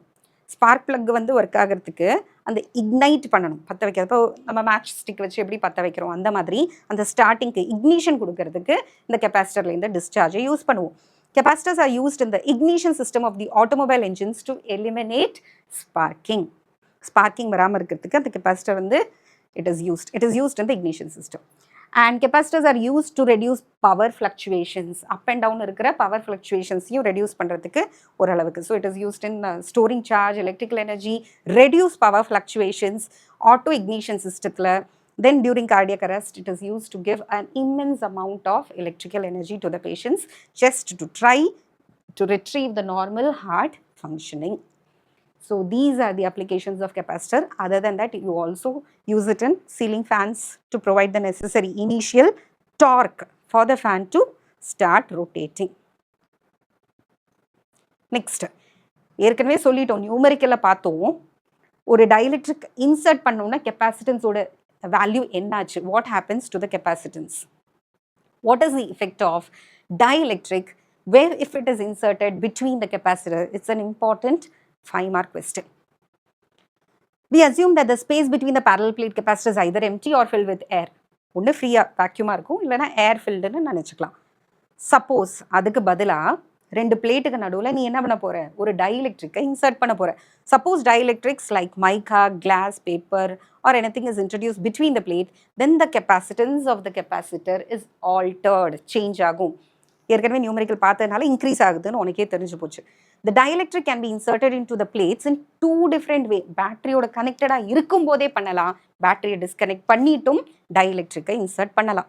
When the capacitor is disconnected from the battery, okay, முதல்ல capacitor என்ன பண்ணிடுறோம், பேட்டரியை வச்சு charge பண்ணிடுறோம், பேட்டரியை disconnect பண்ணிவிட்டு இதுக்கப்புறம் dielectric-ஐ insert பண்ணால் என்ன எஃபெக்ட் வருது. And when the capacitor is still connected to the battery, you are inserting a dielectric. Both cases we will see. So case 1, when the capacitor is disconnected from the battery, முதல்ல கெப்பாசிட்டரை charge பண்ணிடுற, தேவையான அளவுக்கு charge பண்ணிடுற, பேட்டரியை disconnect பண்ணிடுற. இப்போ இந்த green கலரில் இருக்கிற டைஎலக்ட்ரிக்கை you are inserting fully in between the 2 plates. ஒரு கேப்பே கிடையாது, எங்கேயுமே ஏர் கிடையாது, full and full you have inserted the dielectric so that there is no space for air. Consider a capacitor with 2 parallel plates, each of cross-sectional area A and separated by a small distance d. What is the area of the capacitor? A, distance என்ன d. The capacitor is charged by a battery of voltage V0. V0ங்கிறது 6 volt இருக்கலாம், 12 volt இருக்கலாம். ஒரு battery எடுத்து charge பண்ணிடுற. And the charge stored is Q0. இந்த பிளேட்ல இருக்கிற charge ரெண்டு பிளேட்லையும் equal தான், ஒன்றில் plus Q0, இன்னொன்றில் minus Q0. The capacitance of the capacitor without the dielectric is C0, initial value Q0 divided by V0. இப்போ என்ன பண்ணிடுற, battery is disconnected from the capacitor and the dielectric is inserted between the plates.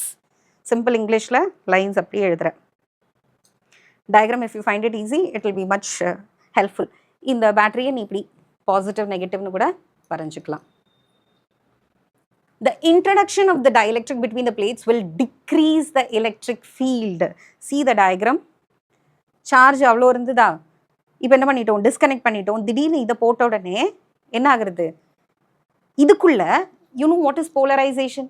போலரைசேஷன்ல டைஎலக்ட்ரிக்ல என்ன create ஆகும், ஒரு electric field create ஆகும். ஓகே, electric ஃபீல்டோட direction எப்படி இருக்குன்னா, வெளியில இருக்கிற electric field it starts from the positive and end in the negative.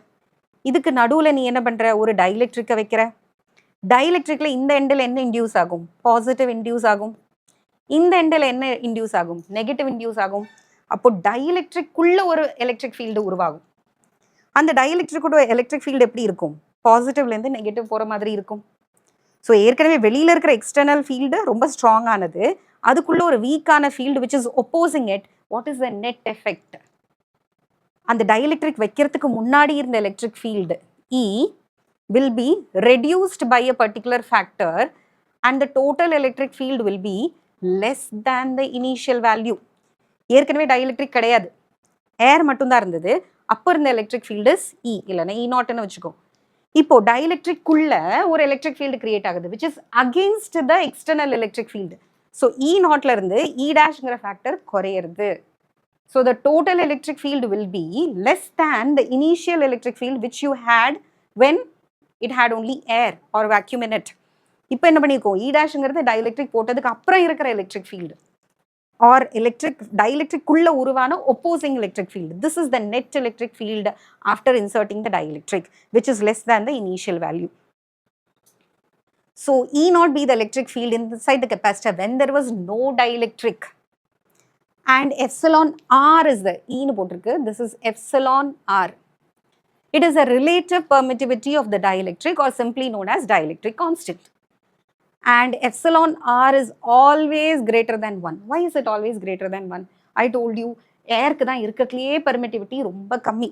Air thavara endha materialum it is highly susceptible, it allows, it is highly permittive towards electric field. Air is a very bad conductor of electricity. So epsilon R ingiradhu permittivity of the medium divided by permittivity of air. Permittivity of the medium is greater than the denominator. Hence epsilon R is always greater than 1. The dielectric field E is less than E0. So E ingiradhu enadhu, electric field after you insert a dielectric. E0 enadhu, before inserting the dielectric. So now the electric field has decreased. Because the electric field has decreased, the potential will also decrease because V is equal to ED. As a result, the electrostatic potential difference between the plates V is equal to ED is also reduced. But at the same time, எது constant நிற்கிறது, you had given an initial charge Q0, அதில் எந்த சேஞ்சும் கிடையாது. Okay, the charge Q0 will remain constant. Once the battery is disconnected, there's no way to charge or discharge it. Charge ஆகல, discharge ஆகல, ஏற்கனவே கொடுத்த அந்த Q0 அப்படியே இருக்கும். V0 மட்டும் reduce ஆயிடும் to V. So the new potential difference is V is equal to E into D, or E is equal to E0 divided by epsilon R. This can also be written as V0 by epsilon R. We know that the capacitance is inversely proportional to the potential difference. Lesser the potential difference, higher will be the value of capacitance. Therefore, because V decreases, C increase.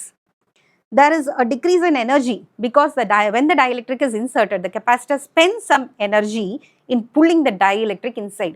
And the dielectric உள்ள எடுத்துக்கிறதுக்கே the capacitor has to do some work, so energy is reduced. அதை உள்ள insert பண்ணும்போது அப்போ capacitance increase ஆகுது, energy decrease ஆகுது. அதே mathematically let us see the value.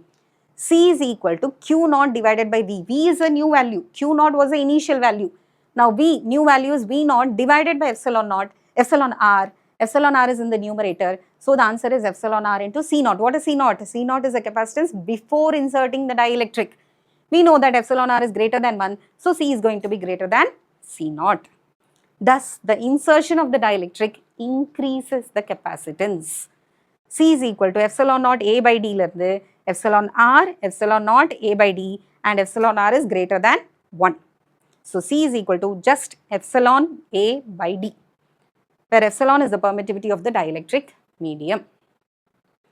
Now the energy stored வந்து கொஞ்சம் குறையும்னு சொன்னோம் இல்லையா, because it is half Q0 square by C0. இதை தான் எடுத்துக்கணும் because charge is constant. Don't go for half CV square formula. where C also varies, V also varies. So you will not get a correct answer. Here one should be constant, the other one should be changing. So here Q naught being constant, Q naught square divided by 2, C naught will become C, where C is epsilon R C naught. So the initial value before inserting the dielectric divided by epsilon R, and again epsilon R being greater than 1, U will be less than U naught. This was the case when you insert a dielectric epo, when the battery is disconnected. Disconnect pannonne dielectric insert பண்ற capacitance increases. இப்போ என்ன பண்ண போறேன்? Battery connected ஆவே இருக்கு, battery disconnect பண்ண போறது இல்ல. Now you are going to insert a dielectric. This is case 2. Let us now consider what happens when the battery of voltage V0 remains connected to the capacitor when the dielectric is inserted. So potential அப்படியே maintain பண்ணிட்டே இருக்கும். என்னதான் நீ நடுவுல dielectric insert பண்ணாலும் சரி இல்லனாலும் சரி அந்த potential same potential maintain ஆயிட்டு இருக்கும், because the battery is still connected, the battery is not disconnected. Now let us consider what happens when the battery V0 remains connected and then the dielectric is inserted into the capacitor.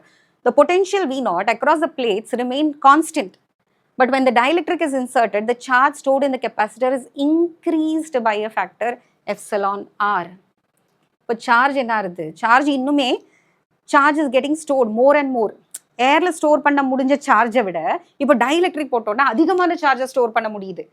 அதே ஸ்பேஸில் ஏரியாவை increase பண்ணலை, but என்ன பண்ணேன், அந்த ஸ்பேஸ்க்கு நடுவில் ஒரு டைஎலக்ட்ரிக்கை கொடுத்துட்டேன். Now the capacitor has got an increased capacity to store more charges. So கியூங்கிற புது charge becomes QR into Q naught, the initial charge. Due to this increased charge, the capacitance is also increased. So the new capacitances, இங்கே எது கான்ஸ்டண்டாக இருக்குது? V0 கான்ஸ்டண்டாக இருக்குது, denominator கான்ஸ்டண்டாக இருக்குது, ஆனால் numerator increases. Q becomes epsilon R into Q naught. Again epsilon R being greater than 1, C is greater than C naught. Clear? However, the reason for the increase in capacitance is not the same. அங்கே வந்து potential குறைஞ்சதுனால capacitance increase ஆச்சு, இங்கே வந்து potential constant தான், charge increase ஆனதுனால, numerator increase ஆனதுனால capacitance gets increased. However, the reason for the increase in capacitance in this case when the battery remains connected is different from the case when the battery is disconnected before introducing the dielectric. Now C naught is equal to epsilon naught A by D, that is with air or vacuum. C is equal to epsilon A by D. So C value மாறுது, Q value மாறுது. So here you will not go for which formula? You will not go for Q square by C and the formula use பண்ண மாட்டேன். Here what remains constant? Potential, the energy stored in the capacitor before the insertion of the dielectric is given by U naught is equal to half C naught V naught square. After the dielectric is inserted, the capacitor is increased. Hence the stored energy is also increased. Okay, so U is equal to புதிய C value, C V naught square. Now what is C? Epsilon R C naught. Half epsilon R C naught V naught square is equal to epsilon R U naught. Since epsilon R is greater than 1, U is greater than U naught. It may be noted here that since voltage between the capacitors V naught is constant, the electric field between the plates also remains constant. So electric field மாறல, ஆனால் என்ன, energy density is given by half epsilon E naught square. இங்கே வந்து energy density மாறுறது இல்லை, because energy density depends only on electric field, not on the area or the distance or the capacitance at all. In short, என்ன பார்க்கலாம், battery டிஸ்கனெக்டடாக இருக்குது, battery disconnect பண்ணிட்டேன், இதுக்கு மேலே சார்ஜும் பண்ண முடியாது, டிஸ்சார்ஜும் நம்ம பண்ணிக்கல. ஸோ சார்ஜ் ரிமைன்ஸ் கான்ஸ்டன்ட், ஆனால் பேட்டரி போனதுனால வோல்டேஜ் குறையிறது, அதை விட டைஎலக்ட்ரிக் இன்சர்ட் பண்ணனால எலக்ட்ரிக் ஃபீல்டு குறையிறது, எலக்ட்ரிக் ஃபீல்டு குறைஞ்சதுனால voltage also decreases, because you inserted a dielectric, electric field naturally decreases. Electric field decrease ஆனதுனால voltage also decreases. Because voltage decreases, capacitance increases, C is inversely proportional to V. What happened to the energy? The energy also decreases. I told you, when you insert a dielectric, to pull it inside, it has to do some work, and that is why it decreases. Now when the battery is still connected, it is the charge keeps on increasing, charging நடந்துட்டே இருக்கும் அது, and moreover you have inserted a dielectric, the and the ability to store charges also increases. But voltage is constant. Battery அதனோட அதே potential கொடுக்கிறது. பேட்டரிக்கு 6 volt இருக்குன்னா கெபாசிட்டன்ஸ்க்கும் அதே 6 volt தான். It remains constant. Electric field no change. Capacitance increases, but the reason is different. Here numerator increases, here denominator decreases, and again energy increases because the battery is connected and you have inserted also. அதுக்கு தேவையான energy loss எல்லாத்தையுமே makeup பண்ணிக்க முடியுது. It can be compensated. So we saw what is a parallel plate capacitor. அதனோட value என்ன, capacitance எப்படி increase பண்ணலாம், கெப்பாசிட்டன்ஸ்க்குள்ள dielectric insert பண்ணோம்னா என்னோட எஃபெக்ட் என்ன, 5 mark கொஸ்டினாக பார்த்தோம். The question can be either with battery connected or with battery disconnected. Both cases ஏதாவது ஒரு கேஸ் கேட்கலாம் for 5 marks. இப்போது நமக்கு இருக்கிற கெப்பாசிட்டன்ஸ் பத்தலை, ஒரு ரெசிஸ்டன்ஸ் பத்தலை, என்ன பண்ணுவோம், இன்னும் ஹையர் ரெசிஸ்டன்ஸ் யூஸ் பண்ணுவோம். சப்போஸ் மார்க்கெட்டில் இப்படி தான் அவைலபிள், உனக்கு 4 ohm ரெசிஸ்டன்ஸ் வேணும்னா ஆல் தட் கம்ஸ் இன்.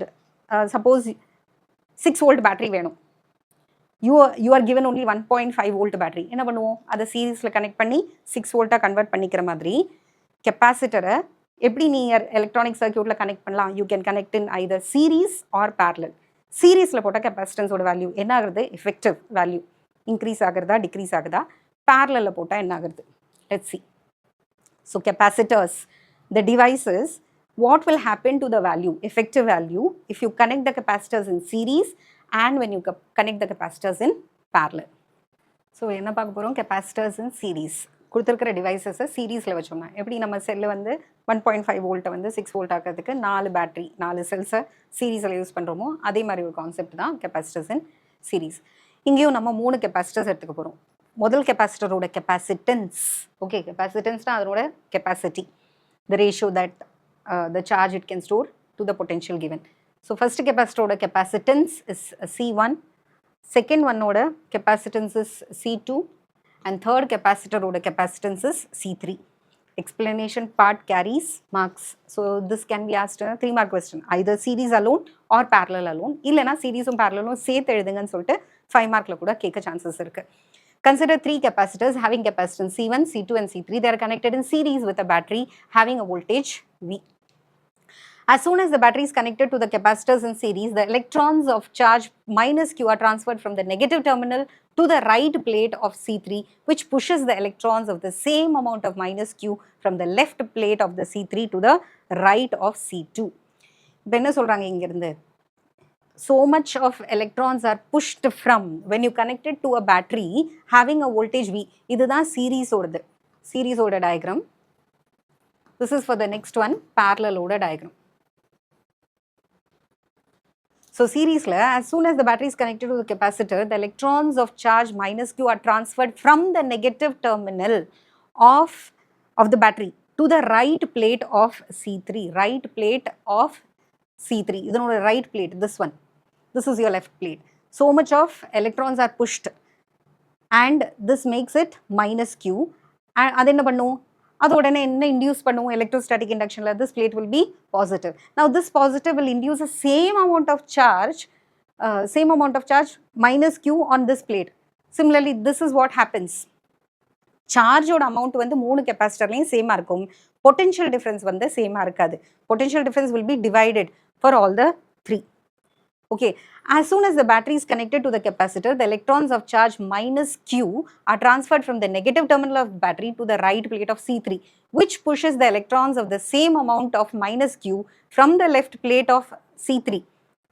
அப்போ right plate வந்து negative ஆச்சு, right plate became negative. So that will push a same amount of charge from the left plate of C3 to the right plate of C2. Okay, இந்த பிளேட்ல இருந்து இந்த plate positive ஆகிட்டு என்ன பண்ணுவோம், அதே அமௌண்ட்டை C2 ஓட ரைட் பிளேட்டை நெகட்டிவ் ஆக்கி விட்டுரும்.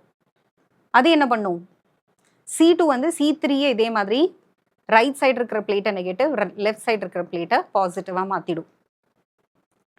So this will make this as minus Q and plus Q. This plus Q will push minus Q to the right side of C2 and this will become plus Q. Similarly, this plus Q will induce a charge of minus q here and plus q on this plate. So the charges on all the three plates will be same. Once again I explain, as soon as the battery is connected to the capacitor in series, the electrons, which is C3 தான் அங்க வந்து negatively charged plate க்கு directly connected இருக்கு. அப்ப C3 ஓட right plate வந்து negative மாறிடும், minus q are transferred from the negative terminal to the right plate of C3, which pushes the electrons of the same amount minus q from the left plate of C3 to the right plate of C2 due to electrostatic induction. Similarly, the left plate of C2 pushes the charge minus q to the right plate of C1, which induces the positive charge plus q on the left plate of C1. At the same time, electrons of charge minus q are transferred from the left plate of C1 to the positive terminal of the battery. So by this process, each capacitor stores the same amount of charge q. The capacitance of the capacitors are different, are in general different, so that the voltage in each capacitor is also different. So q is same, q is equal to c into v. Q, although it is constant, c being different, v1 is also different. Here q being constant, c2 is different, v2 is also different. Q being same, C3 will have a potential V3. So, one factor constant gatnala, இன்னொரு factor has to vary. C3 vary ஆச்சுனா, this one also has to vary because Q is already taken as constant. Product constant இருக்கணும்னா, எந்தெந்த capacitance அதிகமா இருக்கோ, அதுல potential difference கம்மியா இருக்கும். Okay, so all the three have the same. But what happens to the potential? Potential is different. V1 வேற, V2 வேற, V3 வேற. இந்த V1, V2, V3 இது எல்லாத்துக்கும் source யாரு? V தான், ஒரே battery தான். So, Vங்கிற batteryல இருந்து தான், Vங்கிற potential differenceல இருந்து தான் இந்த மூணு potentialum create ஆயிருக்கு. V1, V2, V3. So, the sum of V1, V2, V3 must be equal to V. The sum of the voltages across each capacitor must be equal to the total voltage supplied by the battery. இந்த V1 கொடுத்ததும், V2 supply பண்ணதும், V3 supply பண்ணதும் எல்லாமே ஒரே source தான், V. So, V must be equal to V1 plus V2 plus V3. Since Q is equal to CV, V is equal to Q by C1 plus Q by C2 plus Q by C3. Q காமனா வெளியில எடுத்துட்டோம்னா 1 by C1 plus 1 by C2 plus 1 by C3. If three capacitors in series are considered to form an equivalent single capacitor C, then we have V is equal to Q by CS. V வரட்ல என்ன போடலாம்? Q by CS னு போடலாம். That is the effective capacitance of the total capacitors when they are connected in series. Q by CS is equal to Q into 1 by C1 plus 1 by C2 plus 1 by C3. So, Q gets cancelled, 1 by CS is equal to 1 by C1 plus 1 by C2 plus 1 by C3. Thus, the inverse of the equivalent capacitance, inverse of the equivalent capacitance na, equivalent capacitance in series CS oda inverse, reciprocal. The inverse of the equivalent capacitance CS of the three capacitors connected in series is equal to the sum of the inverses of each capacitor. C1 oda inverse plus C2 oda inverse plus C3 oda inverse. இந்த மூணு inverseையும் சேர்த்தோம்னா effective capacitance oda inverse கிடைக்கும். The inverse of the equivalent capacitance CS of the capacitors connected in series is equal to the sum of the inverses of each capacitance. The equivalent capacitance CS is always less than the smallest individual capacitance in series. Suppose 2 picofarad, 3 picofarad, 4 picofarad, மூணையும் சேர்த்து சீரீஸ்ல போட்டேன்னா கன்ஃபார்மா உனக்கு கிடைக்கிற answer CS ஓட value will be less than 2 picofarad.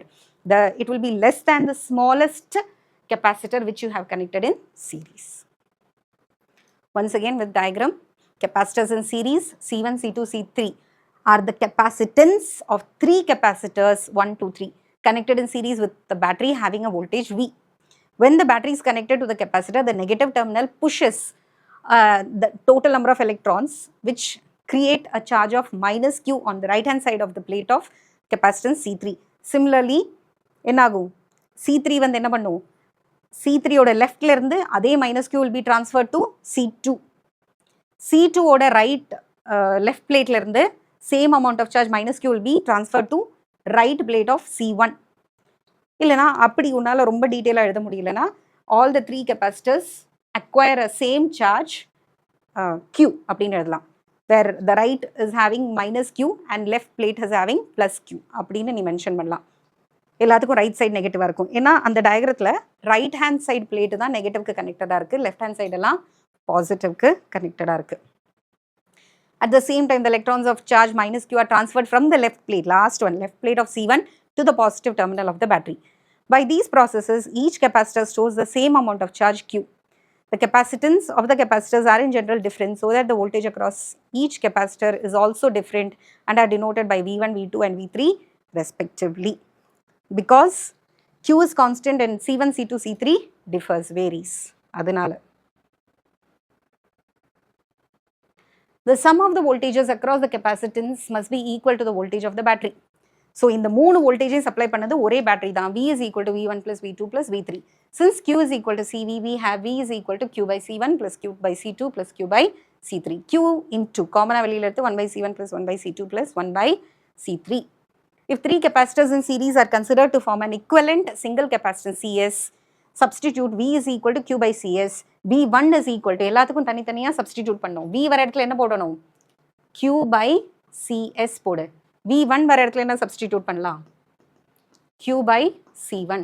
V2 வர இடத்துல Q by C2 and V3 வர இடத்துல Q by C3. So, V is equal to V1 plus V2 plus V3 will become Q by CS is equal to Q by C1 plus Q by C2 plus Q by C3. எல்லாத்துலையும் காமனாக என்ன எடுத்துடலாம்? Q காமனாக வெளியில் எடுத்துடலாம். Q gets cancelled. 1 by CS is equal to 1 by C1 plus 1 by C2 plus 1 by C3. இதே ஸ்டேட்மெண்ட்டில் எழுதினோம்னா the inverse of the equivalent capacitance CS of the 3 capacitors connected in series is equal to the sum of the inverses of each capacitance, and the effective capacitance will be lesser than the smallest value of the capacitor that you have connected in series. Next one, capacitors connected in parallel. The effective capacitance in parallel connection. இங்கேயும் அதே 3 capacitors எடுக்கிறோம். The capacitance of the 3 capacitors are C1, C2, C3 connected in parallel with the battery of voltage V. So, diagram.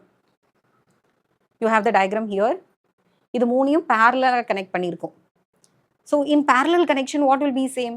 The potential difference across each device will be same. இதே potential தான். C1க்கும் அதே potential, C2க்கும் அதே potential, C3க்கும் அதே potential. So, since V is a constant, V is equal to C is equal to Q by V. So, V is equal to Q by C. Q1 by C1. Then, V will also be equal to Q2 by C2, which will also be equal to Q3 by C3. In short, what? Charge வந்து differ ஆகிறது. 3 capacitance-லையும் charge is not same. The charge on the first capacitor is Q1, charge on the second capacitor is Q2, and charge on the third capacitor is Q3. Because capacitance value is different, but potential is same. So, the amount of charge stored will definitely be different. So, consider 3 capacitors of capacitance C1, C2, C3 which are connected in parallel with the battery V. Since corresponding sides of the capacitors are connected to the same positive and negative terminal, the voltage across each capacitor is equal to the voltage of the battery. Since capacitors have different capacitance, the charge stored will be different. Let the charge stored be Q1, Q2, Q3 respectively. According to law of conservation of charge, கொடுத்த total charge இந்த 3 சார்ஜுக்கு சம்முக்கு ஈக்குவலாக இருக்கணும். So, this is what you are applying here. In the sentence is very important. According to law of conservation of charge, the sum of the 3 charges is equal to the charge transferred by the battery. So, Q is equal to Q1 plus Q2 plus Q3. We know that Q is equal to CV. So, C1V plus C2V. What is Q1?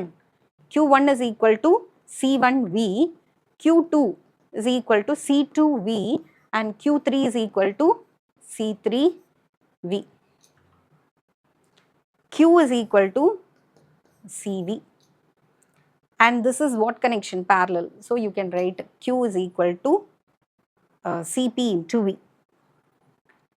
If these 3 capacitors are connected, considered to form a single equivalent capacitance CP which stores the total charge Q, then we can write Q is equal to CP into V. Substituting this in equation, we get CPV is equal to C1V plus C2V plus C3V. Taking out V common, V can be cut, and CP is equal to C1 plus C2 plus C3. Thus, the equivalent capacitance of capacitors connected in parallel is equal to the sum of the individual capacitance. The equivalent capacitance CP in a parallel connection is always greater than the largest individual. அங்கே என்ன சொன்னோம்? இருக்கிறதுலையே சீரீஸில் போட்டதுக்கு அப்புறம் effective capacitance will be smaller than the smallest capacitance. Here, after putting it in parallel connection, The total effective capacitance will be greater than the greatest one. Suppose 2 picofarad, 3 picofarad, 4 picofarad parallel போட்டோம்னா 2 plus 3 plus 4, 4 plus 3, 7 plus 2, 9 picofarad வருது, which is greater than the largest one. 4 picofarad விட அதிகமா ஒரு value you will get. So the equivalent capacitance of capacitors connected in parallel is equal to the sum of the individual capacitance. Cp is equal to C1 plus C2 plus C3, and the equivalent capacitance Cp is always greater than the largest individual capacitance. It is equivalent as the area of each capacitance add to give more effective area such that the total capacitance increases. Area increase ஆகிறதுனால capacitance increase ஆகுது. There in series, the area doesn't increase. Next important topic is distribution of charges in a conductor. ஒரு கண்டக்டரை charge பண்ணும்போது இந்த charges வந்து எந்த இடத்துல அதிகமான சார்ஜஸ் ஸ்டோர் ஆகுறது, எந்த இடத்துல கம்மியான சார்ஜஸ் ஸ்டோர் ஆகுறது, all that we will C.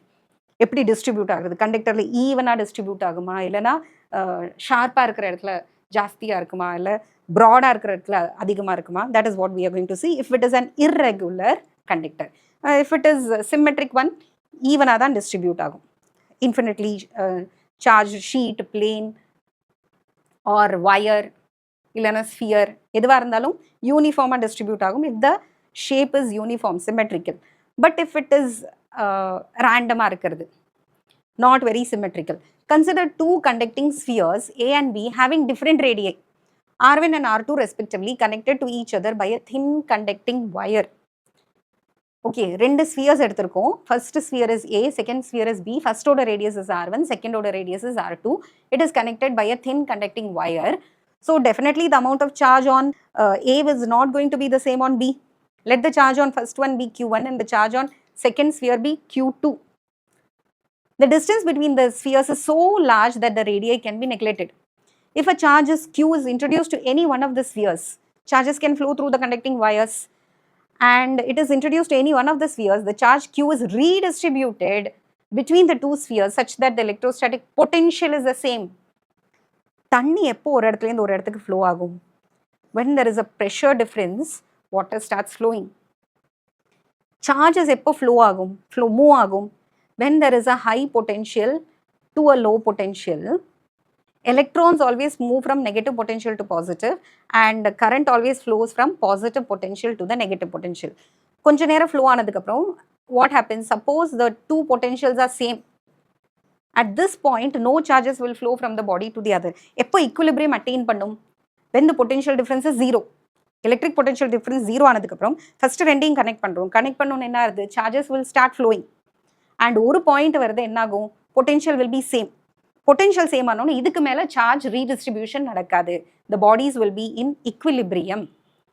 The distance between the charges is much greater than the radii, so you can neglect it. This charge, the redistribution takes place till the electrostatic potential is same in both the spheres. Now both of them will be uniformly charged. Shape is uniform, spherical இருக்கு. So இதில் யூனிஃபார்மாக ஒரு charging நடக்கும், ஏல பிலையும் யூனிஃபார்மிங்கான charging நடக்கும். So A is charged to a charge say Q1 and B is charged to a value Q2 such that capital Q is equal to Q1 plus Q2. The charges are distributed only on the surface and there is no net charge inside the conductor. எப்போவுமே சொன்னோம் metallic சார்ஜில் வந்து ஸ்பியரில் வந்து எப்போவுமே சர்ஃபேஸில் தான் charge இருக்கும், உள்ளுக்குள்ளே charge இருக்காது. The electrostatic potential at the surface of the sphere A is given by VA is equal to 1 by 4 pi epsilon naught Q1 by R1. Similarly, VB is equal to 1 by 4 pi epsilon naught Q2 by R2. The electrostatic potential at the surface of the sphere B is given by VB is equal to 1 by 4 pi epsilon naught Q2 by R2. Now VA is equal to VB. VA is equal to VB. So, என்னென்ன factor cancel ஆகும்? 1 by 4 pi epsilon naught, 1 by 4 pi epsilon naught will get cancelled. You will be left with Q1 by R1 is equal to Q2 by R2. The surface of the conductor is equipotential since the spheres are connected by the conducting wires. The surfaces of both the spheres together form an equipotential surface. It is connected by a wire and now these two are at the same potential. Charges will be distributed in the same amount. Okay, this implies that VA is equal to VB, Q1 by R1 is equal to Q2 by R2. Let the charge density on the surface of sphere A be equal to sigma 1 and that on the surface B, sphere B is sigma 2. This implies that Q1 is equal to, now surface charge density sigma is equal to Q by area. What is the shape of this conducting sphere? It's in the shape of a sphere. Sphere oda area solla, area is, now Q1 is the charge on the first one and its radius is R1, so 4 pi R1 square. This is sigma 1. Now sigma 2, how will you calculate sigma 2? Second order charge divided by second order area, 4 pi R2 square. Okay, so from this you can calculate what is Q1. Q1 is equal to sigma 1 4 pi R1 square. What is Q2? Sigma 2 4 pi R2 square.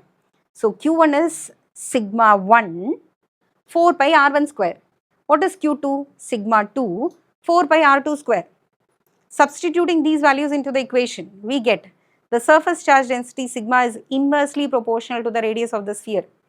Inversely proportional to the radius of the sphere. For a smaller radius, the charge density will be larger, and for a larger radius, the charge density will be smaller.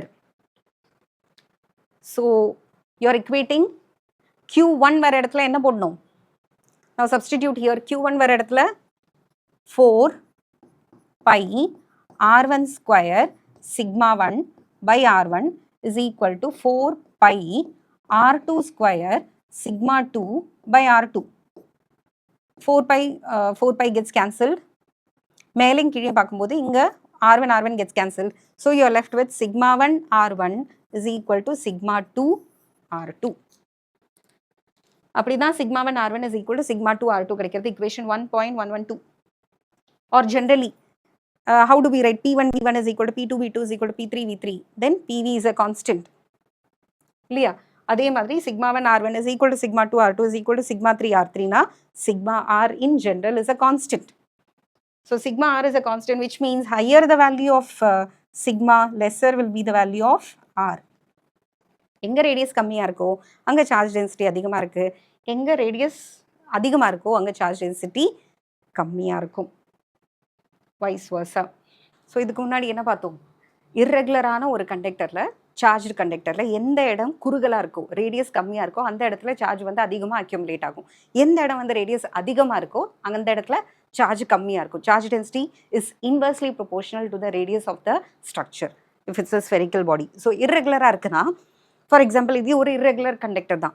இது வந்து நம்ம ஒரு அப்ராக்சிமேஷனாக ரெண்டு ரேடியஸை consider பண்ணிக்கலாம். You can have a particular radius over here, இந்த ரீஜியனில் ஒரு radius, இந்த ரீஜியனில் ஒரு ரேடியஸ். ஸோ எந்த ரீஜியனில் ரேடியஸ் கம்மியாக இருக்குது, இந்த குறுகலான இடத்துல, ரொம்ப நேரோவாக இருக்கிற இடத்துல radius is very small. So charges வந்து எந்த இடத்துல அதிகமாக இருக்கும், இந்த எண்டில் ஏபி அப்படின்னு ரெண்டு பொசிஷனை நீ கன்சிடர் பண்ணனா, ஏங்கிற பொசிஷனில் தான் சார்ஜ் அதிகமாக அக்யூமுலேட் ஆகும். சார்ஜ் டென்சிட்டி ரொம்ப ஹையாக இருக்கும், ரேடியஸ் அதிகமாக இருக்கிற இடத்துல கம்மியாக இருக்கும். இந்த ஒரு ப்ராப்பர்ட்டி எங்கே குறுகலாக இருக்கோ, எங்கே வந்து ரொம்ப ரேடியஸ் கம்மியாக இருக்கோ அந்த இடத்துல சார்ஜ் வந்து அதிகமாக அக்யூமுலேட் ஆகும். Charge density will be higher. This phenomenon is what is called as action of points or corona discharge. அப்போ அதிகமாக இருக்கிறதுனால இதுக்கு மேலே அந்த இடத்துல சார்ஜ் வந்து it cannot withstand, it cannot hold the charges. அப்போ அந்த சார்ஜஸ் எல்லாம் என்ன ஆகும், it will start leaking into the atmosphere. பக்கத்தில் இருக்கிற ஏர் எல்லாத்தையும் அயனைஸ் பண்ண ஆரம்பிச்சிடும். இதால் அவ்வளோ சார்ஜை தக்க வச்சுக்க முடியாது. It cannot hold a lot of charges for a long time. அதனால இந்த இடத்துலேருந்து என்ன ஆகும், சார்ஜஸ் வந்து லீக் ஆக ஆரம்பிக்கும். This leakage of charges from the sharp point of a irregular conductor is called as action of points or corona discharge. So this is a 2-mark question. Very important 2-mark question. What is action of points or corona discharge? Consider a charge conductor of irregular shape. We know that smaller the radius of curvature, the larger is the charge density. The end of the conductor which has larger curvature, அதாவது smaller radius, larger நல்ல கர்வ்டாக இருக்குது, இது almost like அ straight லைனாக இருக்குது. ஆனால் இங்கே ரொம்ப கர்வ்டாக இருக்கு இல்லையா. லார்ஜர் த கர்வேச்சர், எவ்வளோ ஷார்ப் டேர்னாக இருக்கும், ரேடியஸ் அவ்வளோக்கு அவ்வளோ கம்மியாக இருக்கும்.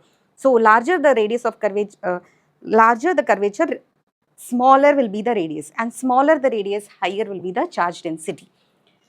Which has large curvature or small radius has a large charge accumulation.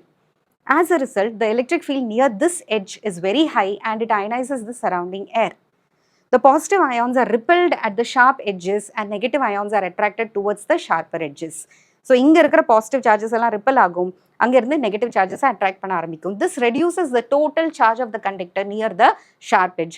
This is called as action of points or corona discharge. இல்ல ஒரு சிங்கிள் லைன்ல சொல்றதுன்னா the leakage of charges from the sharp edge of a conductor is called as corona discharge or action of points. Once again, the electric field. இது வரைக்கும் டீட்டெயிலாக எழுதுறதுனா you can write the whole thing or you can write the leakage of charges from the sharp edge of a charged conductor which is irregular in shape is called as corona discharge or action of points. So in a charged conductor of irregular shape, smaller the radius, larger will be the charge density. As a result, the electric field near this smaller edge, sharp edge, is very high and it ionizes the surrounding air. The positive ions in the air are repelled at the sharp edges and the negative ions are attracted towards it. This reduces the total charge of the conductor near the sharp edge. This phenomenon is called as action of points or corona discharge. இது real lifeல எங்க apply பண்றோம் அப்படின்னு பார்க்கலாம். Action of points or corona discharge, where is it applied in real life? We use it in a device which is called as lightning arrestor or lightning conductor. இடி தாங்கின்னு சொல்லுவோம் இல்லையா, இந்த ஊர்லலாம் வந்து கோபுரம், கோவில் கோபுரம் தான் இருக்கிறதுலேயே ரொம்ப டாலஸ்டாக இருக்கும். எதுக்குன்னா lightning always strikes the tallest object which is in the surrounding. இதுக்கு முன்னாடி எலக்ட்ரோஸ்டாட்டிக் ஷீல்டிங் சொல்லும் போதும் நம்ம சொன்னோம் it is not safe to stand under a tree, it is rather safe to chit inside a car R bus. So அங்கேயும் என்னாச்சுன்னா எப்போதுமே நீ பார்த்தேன்னா மின்னல் வந்து ஹைட்டில் இருக்கிற டாலாக இருக்கிற ஆப்ஜெக்டை தான் ஃபஸ்ட்டு வந்து தாக்கும். It will attack the tallest objects. பனைமரம், தென்னைமரம், இது மேலே தான் இடி மின்னல் வந்து விழும், அதுக்கு தான் நடக்கும். ஸோ கோவிலோட கோபுரம் யூஸ்வலாக எப்படி சொல்லுவாங்கன்னா கோவிலோட கோபுரம் தான் அந்த சிட்டிலேயே டாலஸ்டாக இருக்கும். So if at all lightning strikes it will strike that particular tallest object. இது வந்து கோவிலெல்லாம் இருக்குது அப்படின்னா that is one protective measure for the whole village R the place. இப்போ வந்து அதை விட டாலான நிறைய பில்டிங்ஸ் எல்லாம் வந்துருச்சு, ஹோட்டல்ஸ், ஆல் தட். ஸோ அதனால இப்போ என்ன பண்ணுறாங்க, டாலாக இருக்கிற பில்டிங்ஸ் இல்லைன்னா அது வந்து யூ ஹேவ் அப்பார்ட்மெண்ட்ஸ் இருக்குது, ஹோட்டல்ஸ் இருக்குது, எல்லாமே இவ்வளோ டாலாக இருக்கும்போது you have to use a safety measure. Suppose lightning strike ஆச்சுன்னா முதல்ல டாலஸ்ட் பில்டிங்கை தான் ஸ்ட்ரைக் ஆகும். அந்த லைட்னிங் வந்து அந்த பில்டிங்கை தாக்கி அதுக்கு ஒரு டேமேஜ் கிரியேட் பண்ணாமல் இருக்கிறதுக்கு ஒரு safety device you have to use. That safety device is lightning arrester or lightning conductor. It is a device and it makes use of this action of points. How does it work? Let us see. So lightning arrestor na enna? It is a device used to protect tall buildings from lightning strikes. It works on the principle of action of points or corona discharge. So idhula enna irukum? It consists of a thick copper rod passing from the top of the building to the ground. ஒரு பெரிய tall building இருக்குன்னா top of the buildingல இருந்து ground வரைக்கும் என்ன இருக்கும்? ஒரு copper rod இருக்கும். Thick copper rod passing from the top of the building to the ground. The upper end has got spikes. Comb மாதிரி இல்லைனா spikes மாதிரி sharp edges இருக்கும், sharp needle. The lower end of the rod is connected to a copper plate because copper is a very good conductor. Very good conductor னு பார்த்தா gold, silver அப்புறம் conduction ரொம்ப ஹையாக இருக்கிறது காப்பருக்கு தான், நெக்ஸ்ட் தான் அலுமினியத்துக்கு வரும். So copper is a very good conductor next to gold and silver. So இது economically இருக்கிறதுனால you connect a copper plate which is buried deep into the ground. When a negatively charged cloud approaches the sharp spike needle, இது நெகட்டிவ்ங்கிறதுனால இதில் என்ன induce பண்ணும்? It will induce positive charges. So இது highly positive ஆகும், charge density ரொம்ப high ஆகும். ஒரு லெவலுக்கு மேலே இதால் இந்த பாசிட்டிவ் சார்ஜஸை வித்ஸ்டாண்ட் பண்ண முடியாது, ஹோல்டு பண்ண முடியாது.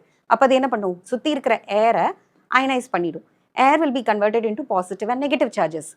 Now these negative charges will be attracted towards the spike and it will pass safely into the ground. Air ionize பண்ணும், நியூட்ரலாக இருக்கிற ஏரை. கிளவுட் என்ன சார்ஜ்? Negatively charge. அதனால ஸ்பைக் என்னாச்சு? Positively charge due to electrostatic induction. இண்டக்ஷனா opposite charges induce பண்ணும். இப்போ இதில் பாசிட்டிவ் சார்ஜஸ் ரொம்ப ஹை ஆயிடுச்சு. The charge density in the spike is very high. அதனால் அதுக்கு மேலே பாசிட்டிவ் சார்ஜஸை தங்கிட்ட ஹோல்டு பண்ண முடியாது. So it starts leaking into the air. Air starts getting ionised. நியூட்ரலாக இருக்கிற ஏர் பாசிட்டிவ் நெகட்டிவாக ஸ்பிளிட் ஆகும். பாசிட்டிவ் என்ன பண்ணும்? இந்த நெகட்டிவ் கிளவுடை நியூட்ரலைஸ் பண்ணும். It will neutralize the negatively charged clouds. What about the negative charges? It will be attracted towards this rod and it will safely pass to the earth. It will be diverted to the earth. So this way the lightning arrestor does not stop the lightning, but and the spark vandona kuda adu eppadi correct ah channelize பண்ணனும்ங்கறத பாக்கும். You understood how it is?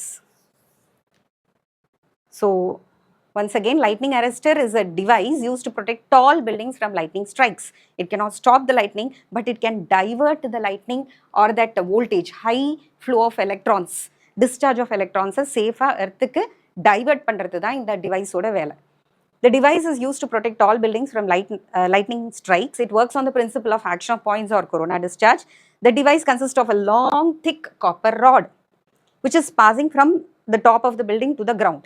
The upper end of the rod has a sharp spike or sharp needle.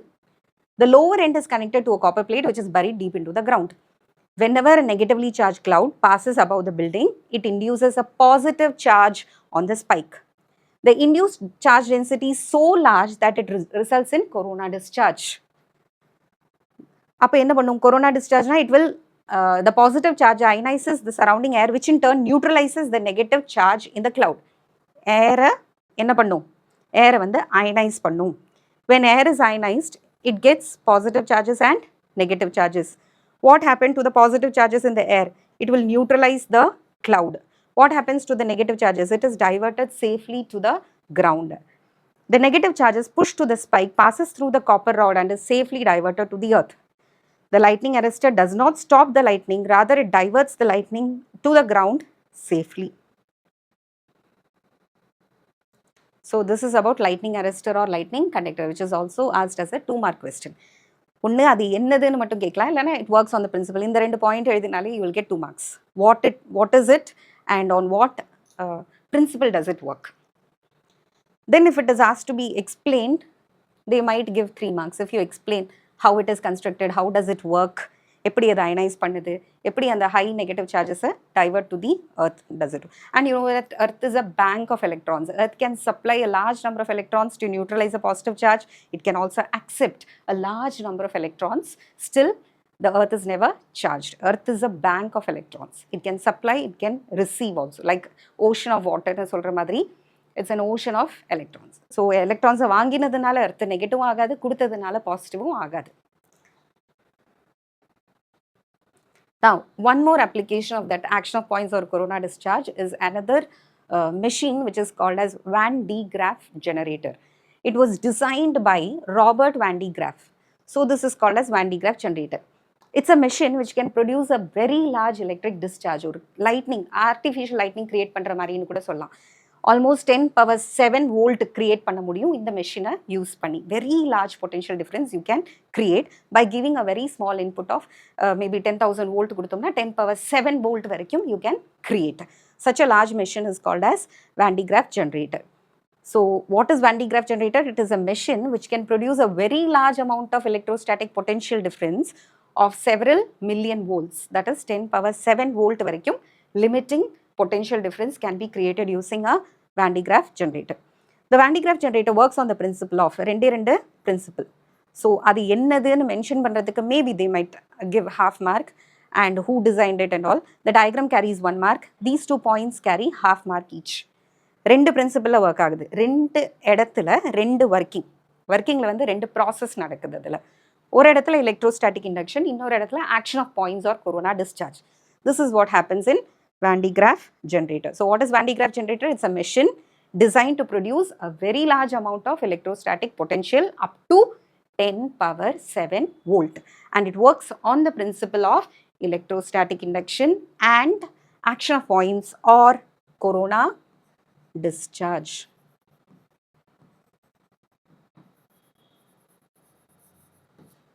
Okay. Now, ஒரு மெஷினா என்னோட construction பார்க்கணும், என்னென்ன parts இருக்குது, எந்தெந்த parts தான் அதில் work ஆகுது, என்னென்ன பார்ட்ஸ் எடுத்தால் you can design R you can construct a Van de Graaff generator. Very easy to remember. Capital A, capital B, capital C, capital D and capital E. அஞ்சு parts தான், A, B, C, D, E. So ஏன்னா என்னது? A very large hollow spherical conductor is fixed on an insulating stand. இதுதான் part A. Part A is a hollow metallic sphere which is kept on an insulating stand. இனி B and C என்னது அது ரெண்டுமே புள்ளி. புள்ளினா you have seen புள்ளி தண்ணி இழுக்கிறதுக்குலாம் இழுப்போம் இல்லையா? It's a small circular device through which you can run a belt, silk belt or rubber belt runs. புள்ளி பார்த்துருப்பீங்க. A pulley B is mounted at the center of the hollow sphere. ஏங்கிற hollow sphereக்கு சென்டரில் you have a pulley B. Another pulley C is fixed at the bottom. இந்த இடத்துல ஒரு புள்ளி இருக்கும். So ஏங்கிறது உன்னோட metallic sphere, hollow metallic sphere. B and C இது ரெண்டுமே வந்து ரெண்டு புள்ளி. இந்த ரெண்டு புள்ளியும் it is connected using a silk belt or a rubber belt. A belt made of an insulating material like silk or rubber runs over both the pulleys. Pulley C is driven continuously by an electric motor. C வந்து எதுக்கு connect பண்ணியிருப்போம்? ஒரு electric மோட்டருக்கு connect பண்ணியிருப்போம். So சியை சுற்றி விட்டால் பியும் சேர்ந்து சுற்றும். Because both are connected using a belt, silk belt or a rubber belt. Once again என்ன கன்ஸ்ட்ரக்ஷன்? ஏ என்னது? ஏ வந்து ஹாலோ மெட்டாலிக் ஸ்பியர். பிசி ரெண்டுமே வந்து புள்ளி. பிங்கிற புள்ளி எங்கே இருக்குது? ஏங்கிற மெட்டாலிக் ஸ்பியருக்கு சென்டரில் இருக்குது. சிங்கிறது எங்கே இருக்குது? At the bottom of the Van de Graaff generator இருக்குது. C is connected to an electric motor and C and B are connected using a non-conductor insulator like silk or rubber belt. Two combs shaped metallic conductors, sharp-ஆன metallic conductors, comb மாதிரி, cheap மாதிரி இருக்கிற sharp edge இருக்கிற ரெண்டு metallic conductors எதெல்லாம்? E, D ரெண்டு இருக்கு. இங்க ஒன்று இருக்கு, அங்க ஒன்று இருக்கு. E எங்க கனெக்டடாக இருக்கு? inside of the sphere. D எங்க connected? It is connected to a very high potential supply, power supply. So two comb-shaped metallic spheres E and D are fixed near the pulleys. So Dங்கிறது கீழே Cங்கிற புள்ளி பக்கத்தில் இருக்கு, Eங்கிறது Bங்கிற புள்ளிக்கு பக்கத்தில் metallic கண்டக்டருக்குள்ள இருக்கு. The comb D is maintained at a high potential. எத்தனை potential? 10,000 volt, 10 power 4 volt by a power supply. The upper end E is connected to the inner side of the hollow metallic sphere. Construction is over. Detail எழுதியாச்சு. A, B, C, D, E position எங்க connected? எதுக்காக? So A is a metallic sphere, B and C are two pulleys, B is at the center of A and C is at the bottom. C is connected to an electric motor, it is driven, and B and C are connected using a insulator, silk or rubber belt. Two comb-shaped metallic conductors, E and D are connected near the pulleys. E எங்க இருக்கு? Near the pulley B and D is near the pulley C. D is maintained at a high potential power supply of 10 power 4 volt. So என்னதுன்னு பார்த்தாச்சு, என்ன principal பார்த்தாச்சு, என்ன ஒர்க்கிங்னு பார்த்தாச்சு. Very very important 5 mark question. Now how does it work? Due to the high electric field near comb D, comb D எத்தனை சப்ளையில் கொடுத்துருக்கோம்? 10 power 4 volt, 10,000 volt நம்ம கொடுத்துருக்கோம். இந்த 10,000 voltum Dயில் வந்து அப்படியே ஜென்ரேட் ஆகும். அதே பொட்டென்ஷியல் டிஃப்ரென்ஸ் Dலையும் கிரியேட் ஆகும். இவ்வளோ ஹை பொட்டென்ஷியல் டிஃப்ரென்ஸில் பக்கத்தில் இருக்கிற காற்றுல என்ன ஆகும்? It will start discharge. Corona discharge starts taking place from comb D. அந்த டிக்கு பக்கத்தில் இருக்கிற ஏரை அது என்ன பண்ணும்? பெல்ட்டுக்கும் டிக்கும் நடுவில் இருக்கிற ஏரை இந்த ஹை பொட்டென்ஷியல், அதாவது 10 power 4 volt வந்து அது என்ன பண்ணும்? அயனைஸ் பண்ணிவிடும். அப்போ நடுவில் இருக்கிற காற்று அயனைஸ் ஆயிடுச்சுன்னா டி என்ன சார்ஜில் இருக்கு? பாசிட்டிவ்ல. D will be connected to the positive இல்லையா? இங்கே பாரு, D is connected to positive. So அது என்ன பண்ணும்? It will start leaking these positive charges. It's an insulator. காற்று நடுவில் இருக்கிற காற்றை வந்து என்ன பண்ணும்? Suppose this is your D comb, it is already positive, highly positive. So இந்த பாசிட்டிவ் சார்ஜஸ் ஏர் என்ன பண்ணும்? Positive charges, negative charges, positive and negative சார்ஜஸ்னு அயனைஸ் பண்ணும். இது ஆல்ரெடி பாசிட்டிவ்ங்கிறதுனால positive will be repelled to the belt, negative will be attracted. Negatives எல்லாம் attract பண்ணிக்கும் D பக்கத்தில், ஆனால் பாசிட்டிவ் எல்லாம் பெல்ட்டுக்கு என்ன பண்ணிவிடும்?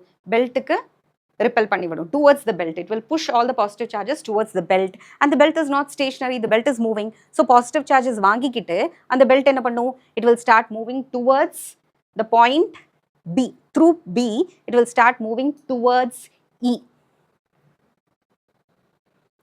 Due to high electric field near comb D, the air between the belt and the comb D gets ionized by action of points. The positive charges are pushed towards the belt and the negative charges are attracted towards comb D.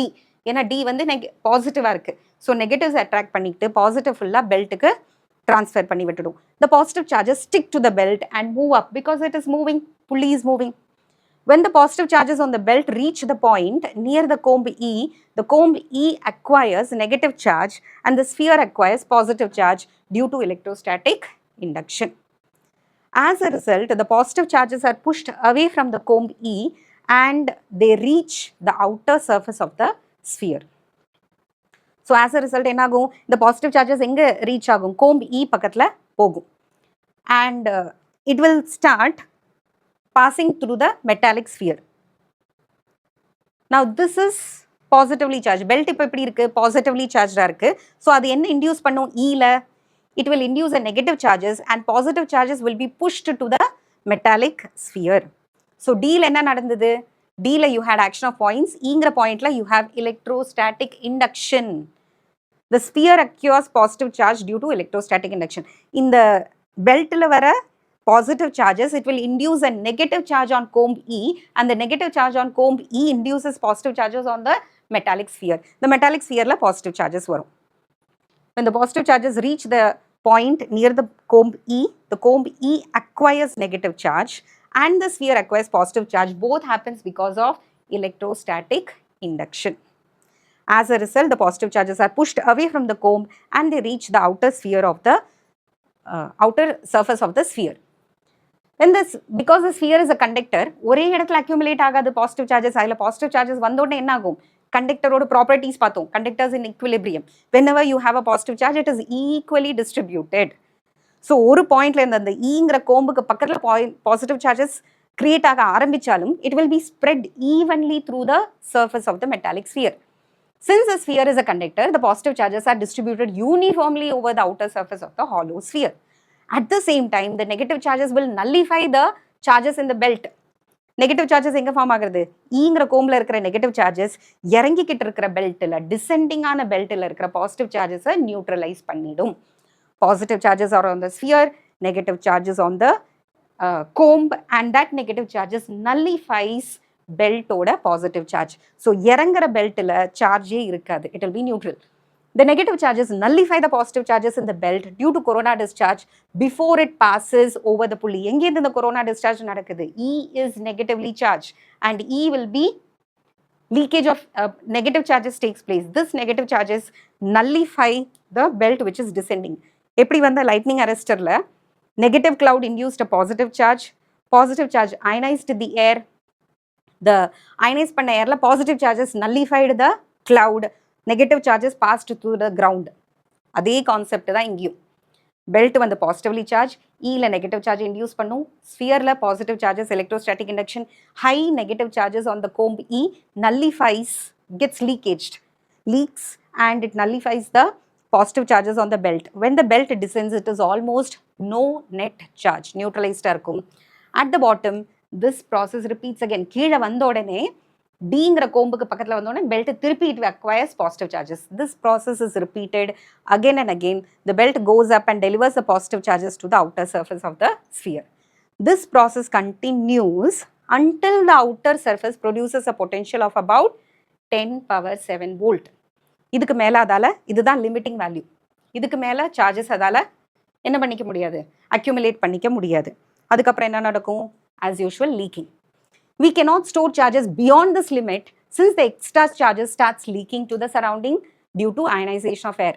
The leakage of charges can be reduced by enclosing the machine in a gas-filled chamber at high pressure. High pressureல இருந்ததுன்னா chargesஆல move ஆக முடியாது. ஸ்டாட்டிக்கா நம்ம காப்பாற்றி வச்சுக்கலாம். So the whole device is kept in a high pressure chamber to prevent the leakage. Now what is the use? This high voltage that is produced is used to accelerate positive ions. வேகமாக போகக்கூடிய positive அயானை சில டார்கெட்டில் hit பண்ணுற மாதிரி nuclear ரியாக்டர்ஸில் தேவைப்படும். இந்த positive அயான்ஸை என்ன பண்ணணும் shoot பண்ணணும் டுவர்ட்ஸ் த டார்கெட். அப்படியெல்லாம் பண்ணுறதுக்கு இந்த வோல்டேஜ் யூஸ் ஆகும். So this Van de Graaff generator produces a high voltage which can accelerate the positive ions and hit the target in nuclear reactors and other research centers, research applicationsக்கு அதுக்கெல்லாம் கூட இந்த positive ions தேவைப்படுது. So once again a small recap of Van de Graaff generator. What is Van de Graaff generator? It is a machine which produces a very large amount of electrostatic potential. எவ்வளோ அளவோட சொல்லணும் 10⁻⁷ volt. It works on the principle of electrostatic induction and action of points. Diagram. very important. You have a hollow metallic sphere. அதனோட சென்டர்ல Bங்கிற புள்ளி எண்டில் towards the end பாட்டத்தில் வந்து Cங்கிற புள்ளி, both are connected by a silk belt or a rubber belt. அதில் you have two metallic combs E and D.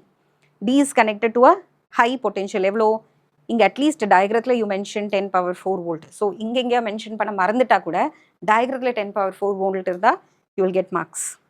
So இங்கே நம்ம கொடுக்குற பொட்டென்ஷியல் வந்து almost 10 power 4 volt.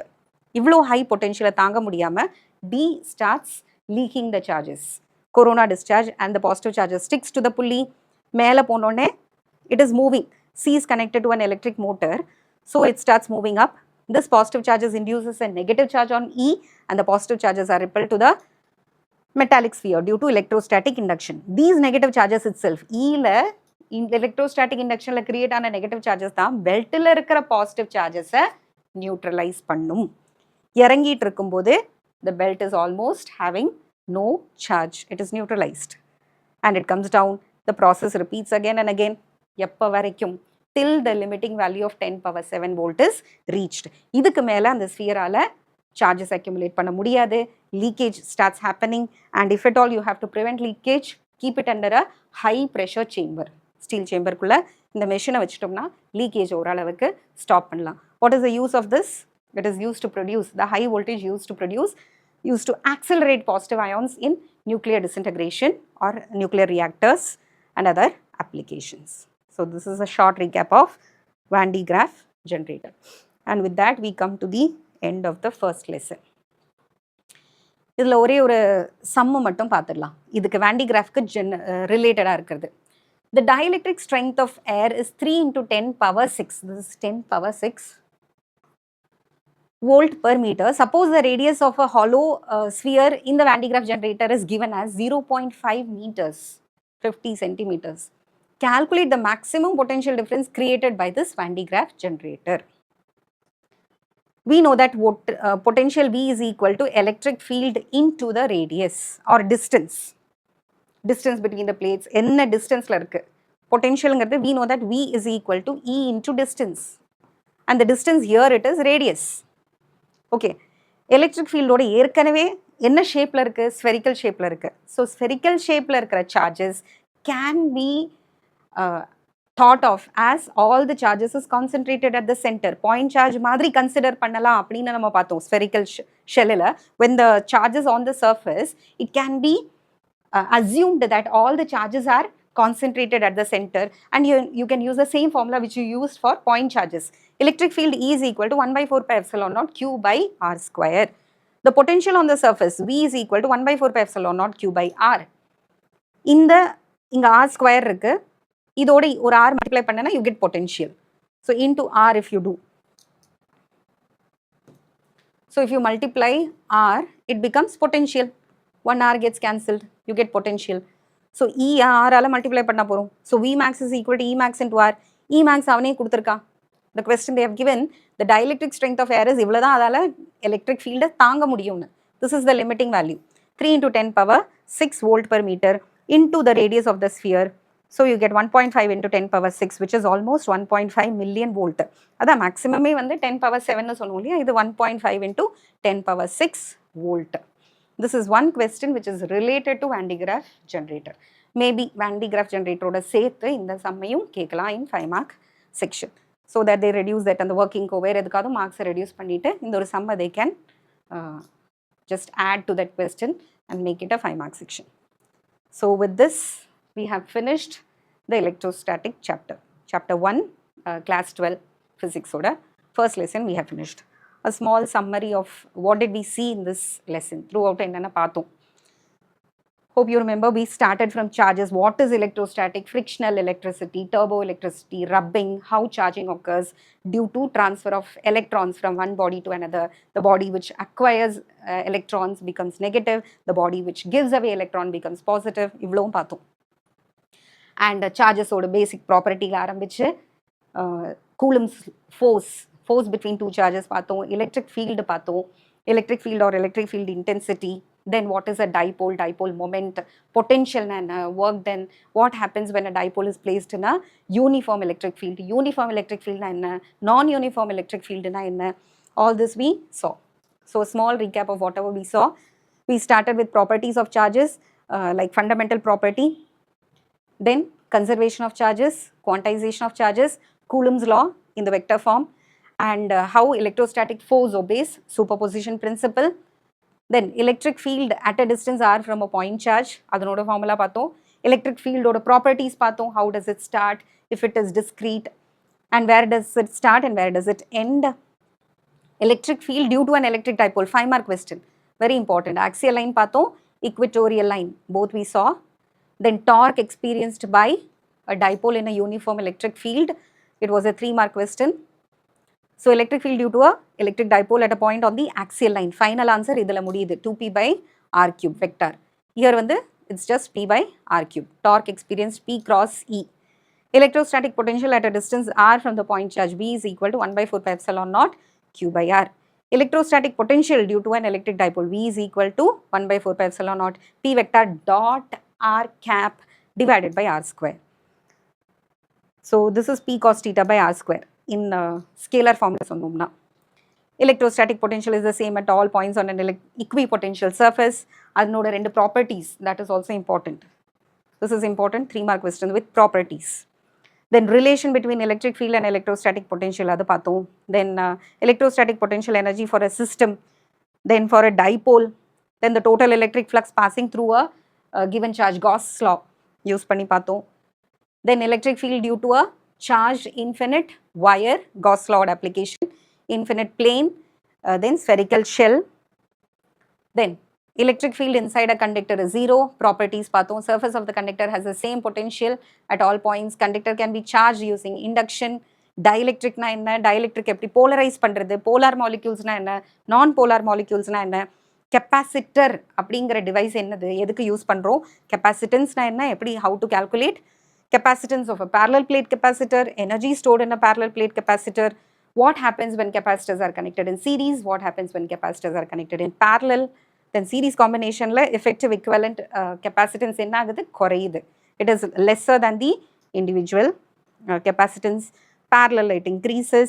The distribution of charges depending on shape, idhula vandu principle of corona discharge pathom, how it is used in lighting arrestor, and finally we ended with the working of Van de Graaff generator electrostatic machine, which produces a very high electrostatic potential. So in the lesson la important numericals we will see in another video. So this is for the theory part, and here and there I have just merged some numericals which are related to the particular topic.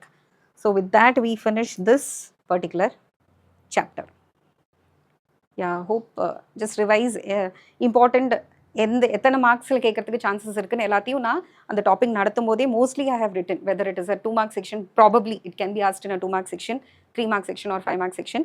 MCQs are very important. Concept புரியாமல் இதுலேருந்து கான்செப்டுவலாக க்ரியேட்டிவாக questions கேட்டால் பண்ண முடியாது.